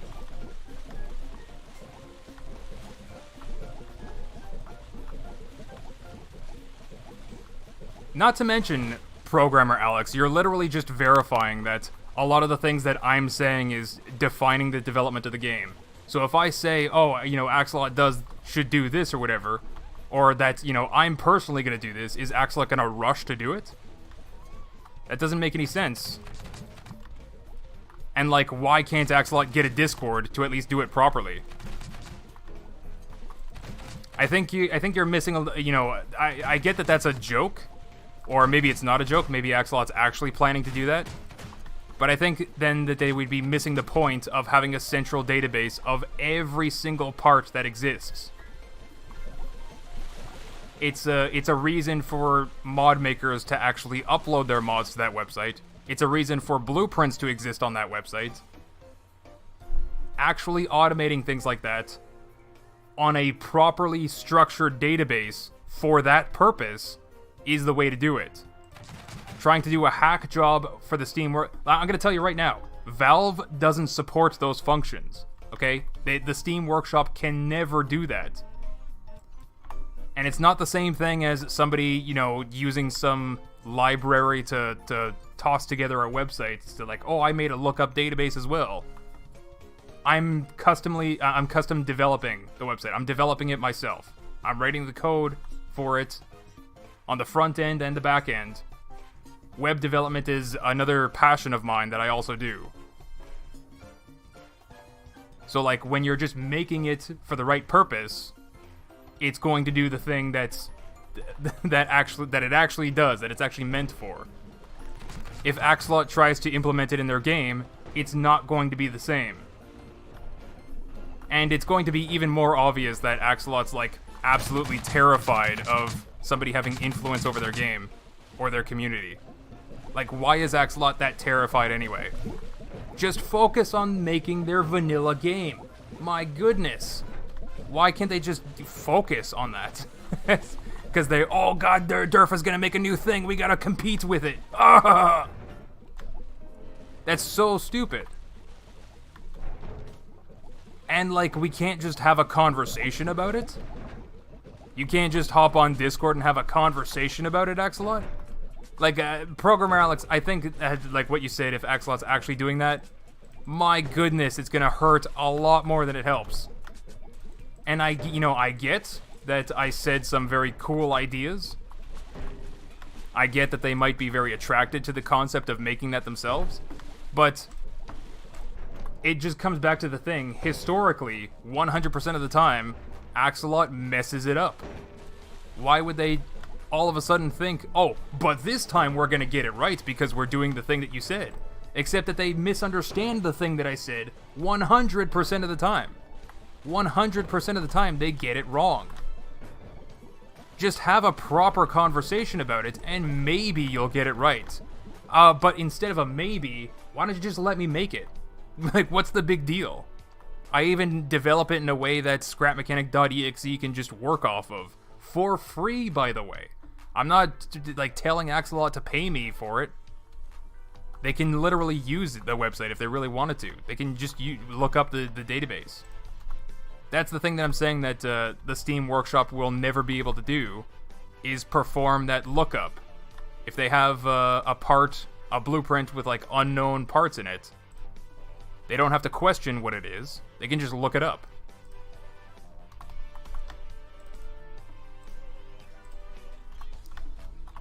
I think it'd be really, really silly for Axolots to even make the attempt, especially without talking to the person that came up with the idea. Because again, it's just oh, we know better than you anyway. It's that attitude that's always gonna set them back. that's always going to make them fail whatever idea they attempt.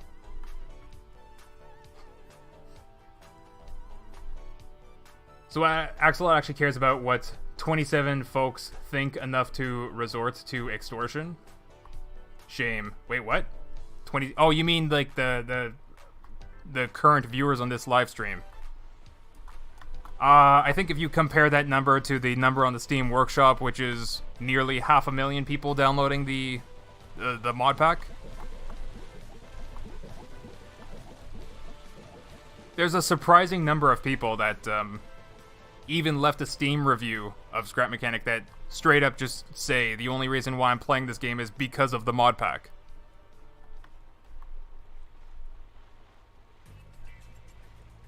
I'd like to spawn creations without needing the mod. Like, without? Yeah. Well, yeah, see, like, the only... Okay, so, you're not talking about vanilla, you're talking about, like, the automated detection of mods, but, like, vanilla is a lot more convenient because you don't have to worry about all the problems that come with loading, you know, any mods in the game. So that's basically what I'm talking about. It would make the equivalent of modded gameplay and vanilla gameplay. It's going to be like the same thing. You don't have to worry about it as the player. And why should you have to worry about it? Why should you have to jump through hoops just to have fun in the game? And, like, again, just to put this all in perspective, why the heck would Axelot be so worried about this? In my opinion, the vanilla game can be just as fun, if not more fun, than anything that any mod maker could ever make. And the reason being because they're the developers of it. They can literally just develop things that mod makers can never develop. I myself have a few ideas for them, for the vanilla game, that fits that category. Things that is not supported by mod support, is not supported by custom game modes, that only the developers can do because they have the source code to the game. It's not something that you can just, like, tack on to the list of parts in Scrap Mechanic. It doesn't exist. So, like, yet another reason to just, you know, have a conversation with Axelot. Axelot needs a Discord. The Axelot bots again. Just to annoy Durf. I mean, maybe. I don't know if it's, I mean, maybe I should stream another game. The bots definitely don't show up when I stream other games, right? Mods sell games. I never would have gotten Ark without them. It sells games.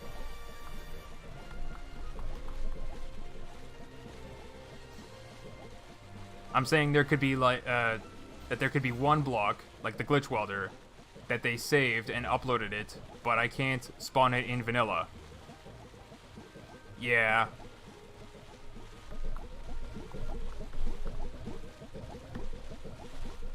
There's a lot of problems with the game, the way that it's designed. Also, to put it in perspective, like, the entire reason why mod packs was the chosen design format for the Steam Workshop was because of what mods for Scrap Mechanic were before the Steam Workshop existed.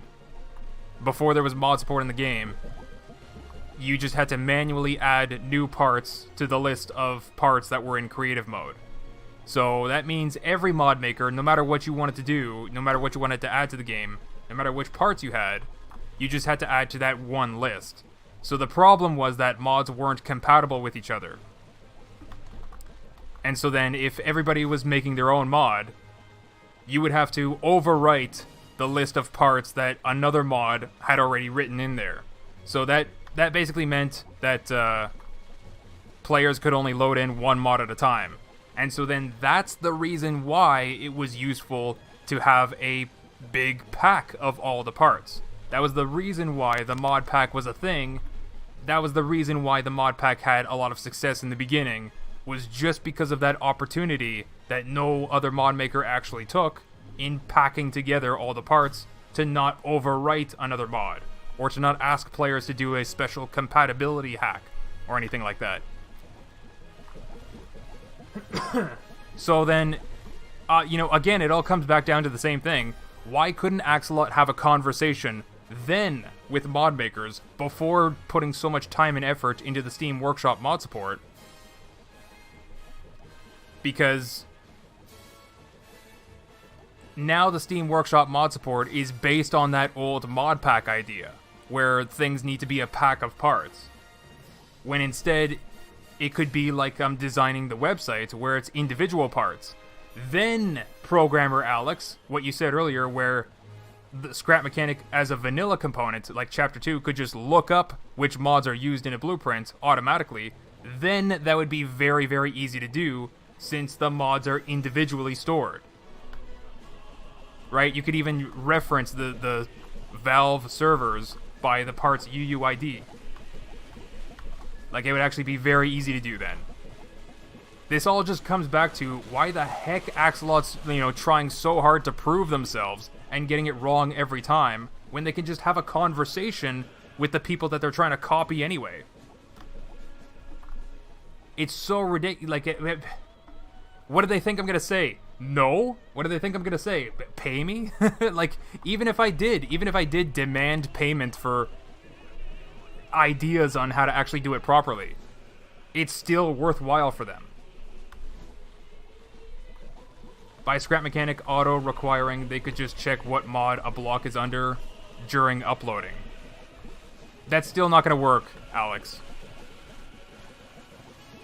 You know what? There's no real point in explaining it anymore than I already have. Because it comes back down to the same thing every single time. Axolot will overlook something, just making a lot of assumptions based on a community of people that they're not even a part of. They completely misunderstand the reason why mod makers do what they do. They completely misunderstand why players do what they do. And they want to make those decisions on behalf of all those people without actually fully understanding what they're doing.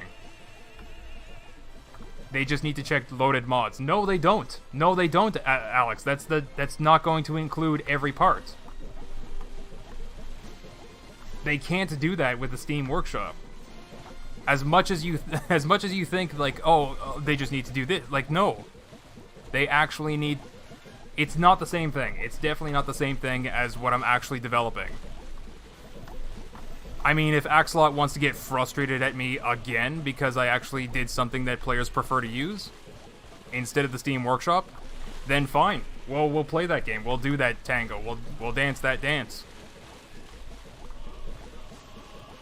But then what? Is Axolot going to be angry at me? Because, like, I'm sitting here right now trying to say, just have a conversation and you can do it right. Right? Like, it doesn't have to be this whole I told you so thing. It doesn't have to come back and bite them in the butt later. They can literally just get it right. But it's a weird... That's why I'm saying, like, it's a weird pride issue for the game director of Axolot. Like, how it's just like, oh, how dare you tell me how to make my game? I'm gonna show you myself by copying your ideas. It would be absolutely ridiculous, and it's just gonna work against them.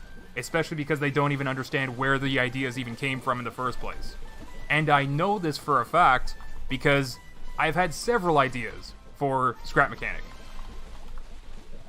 I've definitely had more than just one idea, more than just one mod idea. There's a lot. I have even more ideas that I'm not going to end up doing just because it's not worth modding the game anymore. It's not worth doing custom game modes.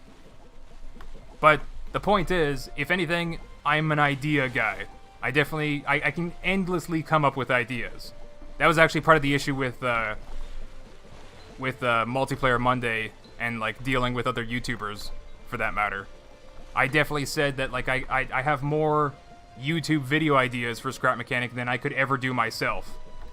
And that's the whole reason why I thought Moonbow was trying to, like, get me to spill my ideas to him just for him to take and use with the other Multiplayer Monday guys. It's not important though. That's sort of irrelevant. The point is that I'm an idea guy. I can generate ideas on demand.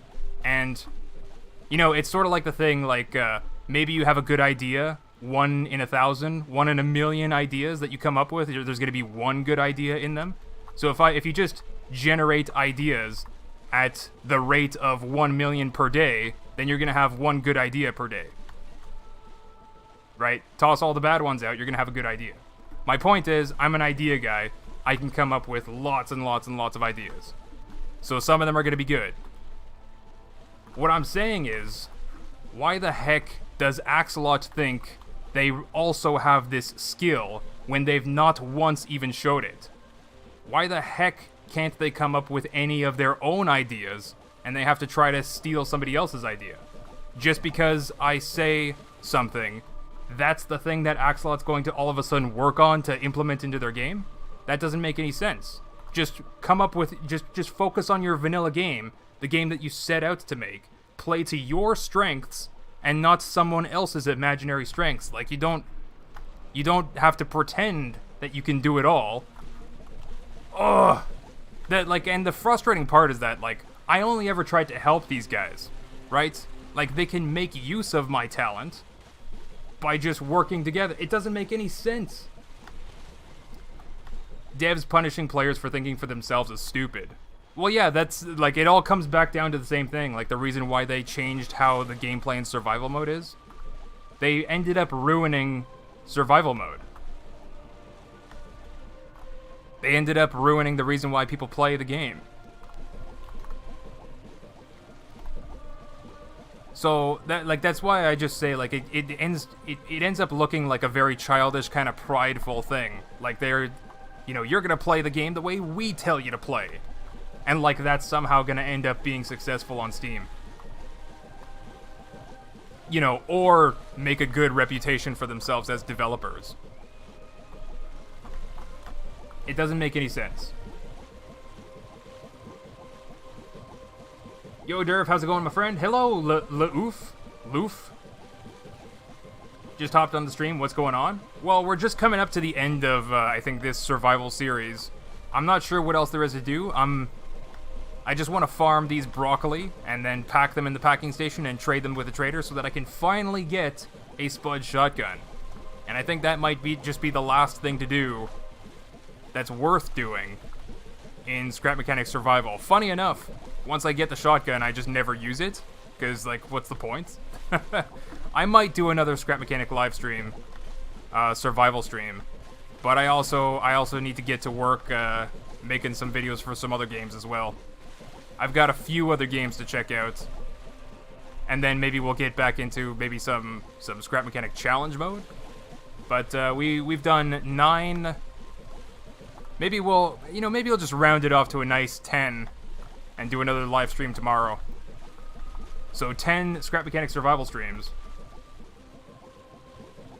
Hey Durf, are you planning to stream any different games? I got, you don't hire an electrician to do your plumbing. Yeah, exactly, Shakira. Yeah, it's so silly to think, like, that the plumber's just like, oh, it's just current flow, and I work with electricity, blah blah blah. But like, you can't pretend. You cannot pretend. I mean, there might be a plumber that's somehow competent enough and talented enough to, like, get it just by their first try, but, like, statistically that's an improbability. Statistically speaking, they're gonna electrocute themselves. And, like, that's what you would bet on. Like, you don't bet that they're gonna get it right. Even if you hope that's the case, you don't bet on that, because that's astronomically unlikely to happen. It's not that there aren't competent people in the world that could do both jobs. But especially if you're out of practice, you can't just pretend that you've been practicing this thing for decades in your life, and that you can just figure it out as you go. Like, it doesn't work that way. Durf, your brain is working on a whole different level in the ideas zone. Other game folks will pay you. I have a buddy at Ubisoft if you want to run your ideas there. I mean, sure. Are you on Discord? You want to tell me the details of that? I'll look into that. It's not just, like, I have a couple of storytelling games that I was trying to dabble in but me, myself, and I, as an indie development team, is kind of very small, and I'm not sure if I'd be able to do that myself. But, yeah.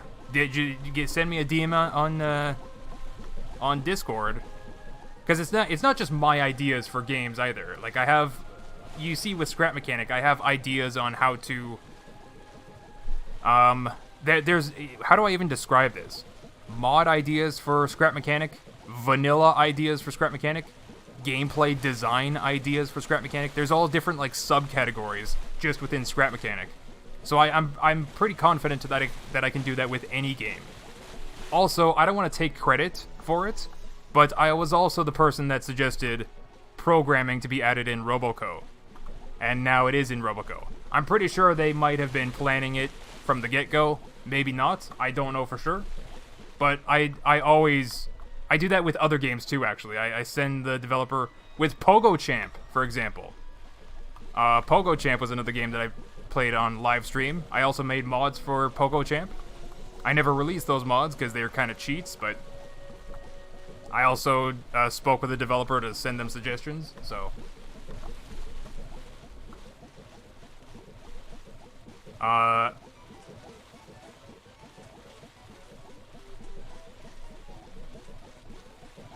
Axolot should try to hire mod developers to make the game better, in my opinion, if the mods devs wants to. No, you see, the strategy that they're going for, is to create mod support for it, like custom game modes, so that they don't have to hire anybody, they don't have to spend any money, and the mod developers will still make custom game modes for free. Except that's not the way to go about it, because Axolot's not considering the things that they will never consider, which is the entire point of hiring a mod developer. Yeah, they're doing it they're doing it a little bit backwards, and they're just sort of like hurting themselves in the end. Also, I gotta see what... Durf, what's your opinion on Scrapman? Do you guys still talk on occasion, or has the connection with those guys and you been broken? I'm not sure if I would actually use that phrase. But I think you could just say that I haven't been talking to those guys for a couple years since I've basically been kicked out of Multiplayer Monday. The whole thing about it, I sort of tried to explain in a previous video. I think it was maybe stream number 7 or 8, so relatively recently. I don't think it was yesterday. Maybe it was stream 7 or 6. If you want to go back and check the stream VOD. But, long story short, they didn't want me around. And, of course, I asked why. And they never really got any straight answers for that.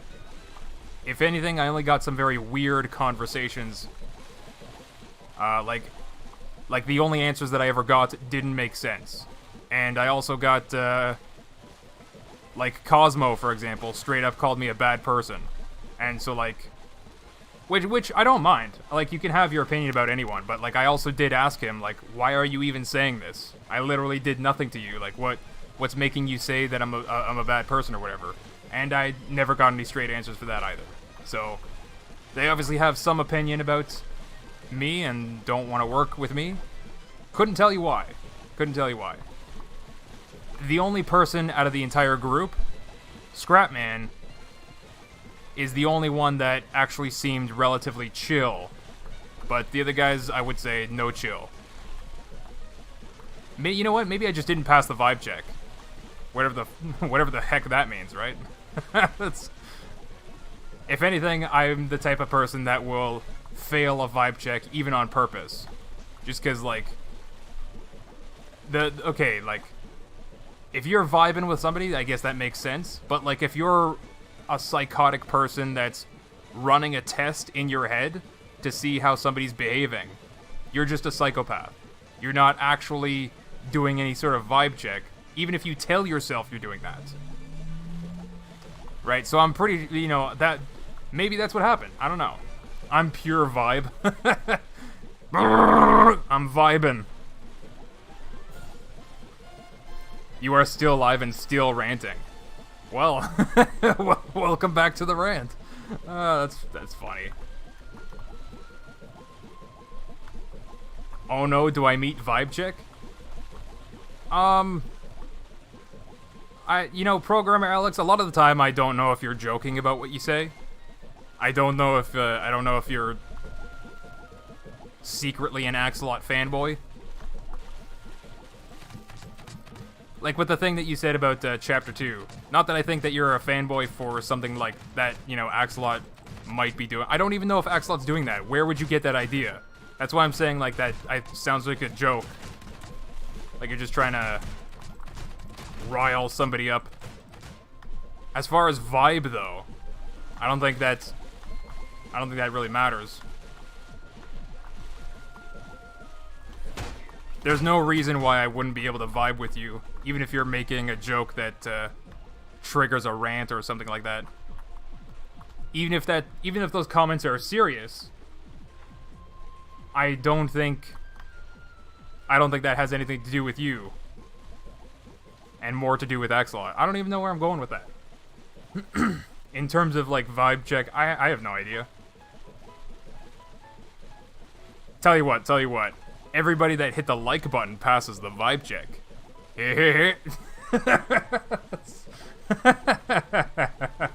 Oh, man. Alright, so I think that's enough broccoli. Maybe? Is that actually enough? Uh-oh.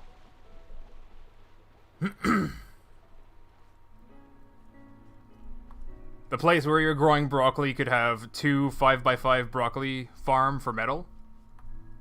Yeah, I could totally do a metal farm there.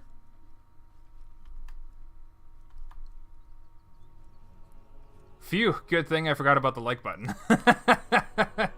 Oh shit, I guess I ain't vibing. Oh gee, are you guys just purposely not pressing the like button? Uh-oh.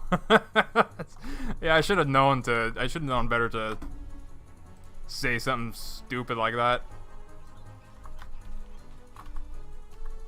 Alright. Broccoli seeds are in. And I got 44 broccoli to pack. Good. Good.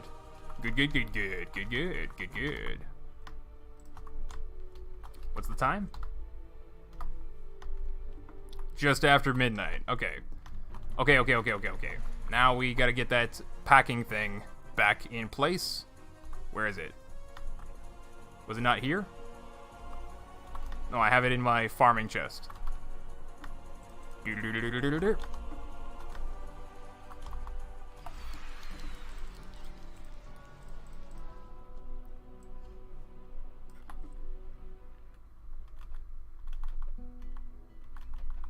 Come on. Like that. Yeah, shoot it out.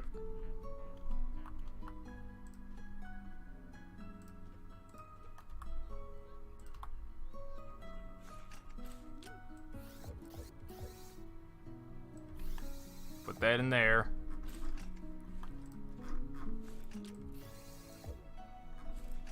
Get the switch connected to the seat. Okay, so when I'm ready to pack, I'm not even gonna risk accidentally pumping. Well, I connected it.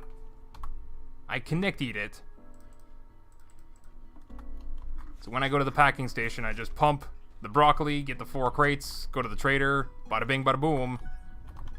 We're good to go.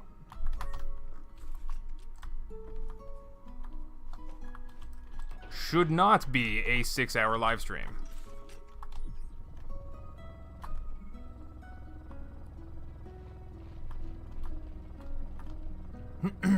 Oh god. Okay. What is the worst food you've ever tasted? Never tasted. Whoops. Ever tasted. I don't know, to be honest. I think whenever I get the same question about like favorite food, I think that's a horrible way to look at it. I think that's just a horrible way to look at it. Because you're asking the wrong question. Or somehow you have very picky taste, which I think makes you kind of like a child, basically. Like a child is going to be like, ooh, ice cream tastes sweet. Lollipops and ice cream are sweeter than fruit. So I'm not going to eat fruit. I just want to eat the sweetest of the sweets because that tastes delicious. or how some people are gonna only want to eat meat because of the... Oh god, I'm wasting broccoli. Oh my god, I'm so glad I caught that. I gotta do... I don't even know if it was 1 second or two. Maybe 1 second. I still have 40 broccoli. 42. Oh my god. I'm just gonna put it to 2 seconds because I don't want to risk it. Jesus Murphy. I'm about to waste another... Okay, 2 seconds is definitely too slow. We could set it to 1 second. Because I know... We could even set it lower than 1 second.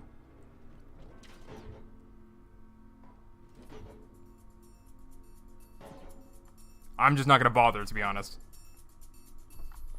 I'll just leave it at 1 second. Anyway.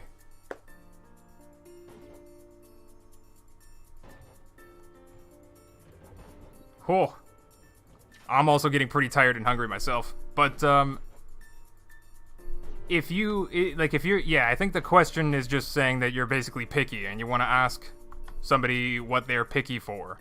But I think if you understand that your tongue tastes things, you can taste all kinds of things in life. Life has to offer you many tastes. Like sweet, savory, umami, sour. Like a lot of people will say, ew, I don't like sour. But that's probably more because of their mental experience when probably the first time they tried something sour, or maybe somebody pranked them with some sour candy, or whatever. But like you can have any combination of these tastes in any kind of intensity, and your preference is actually not. Did I finish? I finished. Your preference is actually a lot more like tied to your mental experience than like any predisposition that you have to taste. Because like you have the ability to taste literally everything. So when somebody asks me what's my favorite or worst food, I actually don't care. And I think a lot of people don't really understand that, or they think that I'm like trying not to seem like I'm picky, but like I secretly do have a favorite or not favorite food. But that's really not the case. And it's more of like there's a time and a place for everything. So like eating something sweet is an experience that I will appreciate. Eating something sour is an experience I will appreciate. Savory, I definitely like that. And there's no reason for me to like hate that. So what you're really asking, at least to me, what you're really asking is if the food was made well or made poorly. There's a difference between like well-made food and poorly made food. And yeah, I think that's more what you're asking. All right, Spud shotgun. Waha! I've got a Spud shotgun. Oh my god. Did I shoot the curtains open? I think something weird happened with the animation there.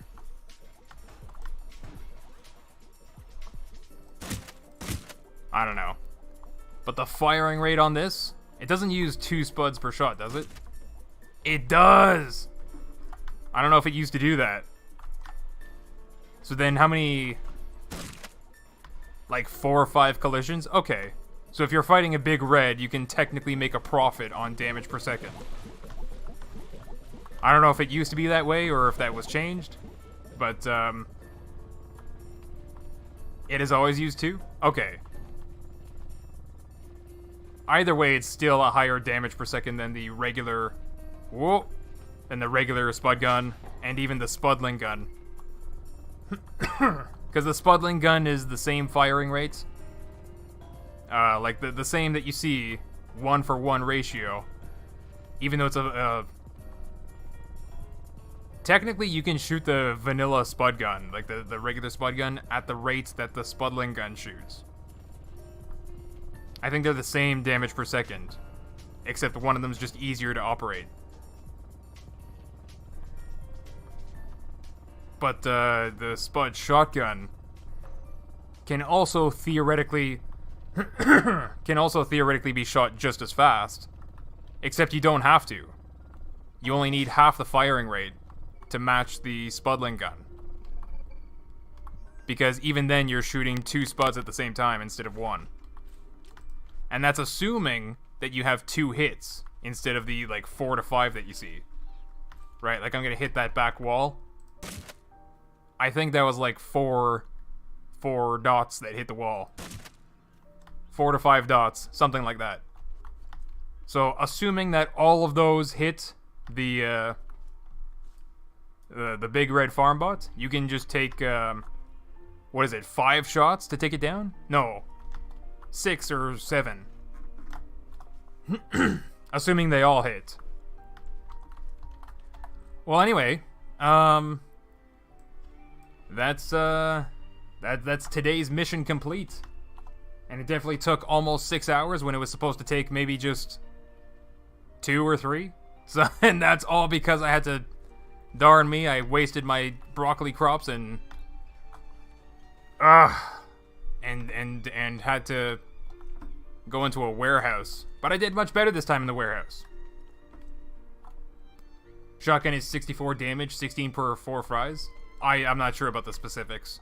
I just go assuming that it's the same as a regular Spud, so regular Spud's like 50 shots to take down a big red. So assuming this is 2 Spuds doing the same, is it the same? Maybe it's just the same as two Spuds, no matter how many times it hits. So assuming you're doing 2 Spuds then, spread over a larger area, assuming it all hits, then it would still take 25 shots instead of 6 to 7.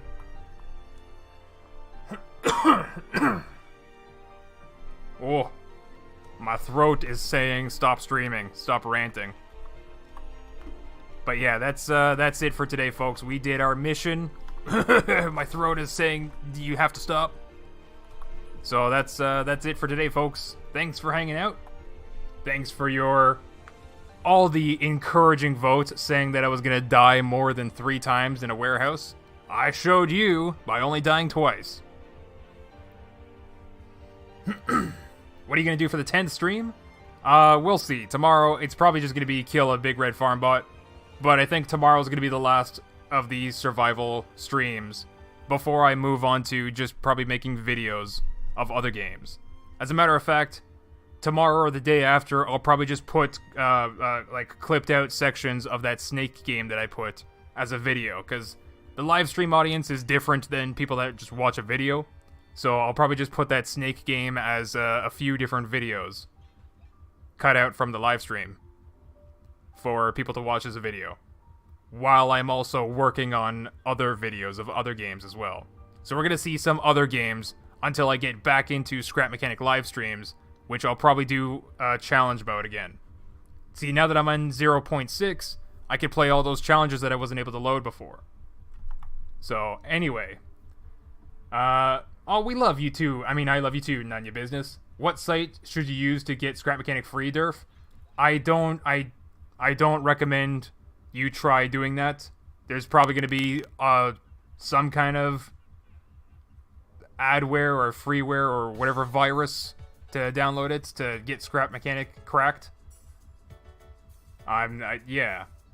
I don't recommend you try doing that. However, you can literally find it with a Google search. just saying. It'd be nice if I was still doing those free Scrap Mechanic giveaways, huh? See you later, unnamed creation. Yeah, hope to see you tomorrow. See you later, Lotsky? Lotsky? I don't know. Good job in the warehouse. Well, thank you. Next time, make it a 0-death run. Yeah, maybe I'll hit up another warehouse with a shotgun, see how that goes. Anyway, I'm off. I gotta go. See you later, everyone. Thanks for hanging out. Thanks for your support. Mucho apreciato. Love you all. I'll see you guys hopefully tomorrow. Assuming my sleep schedule is not borked up even more. Bye!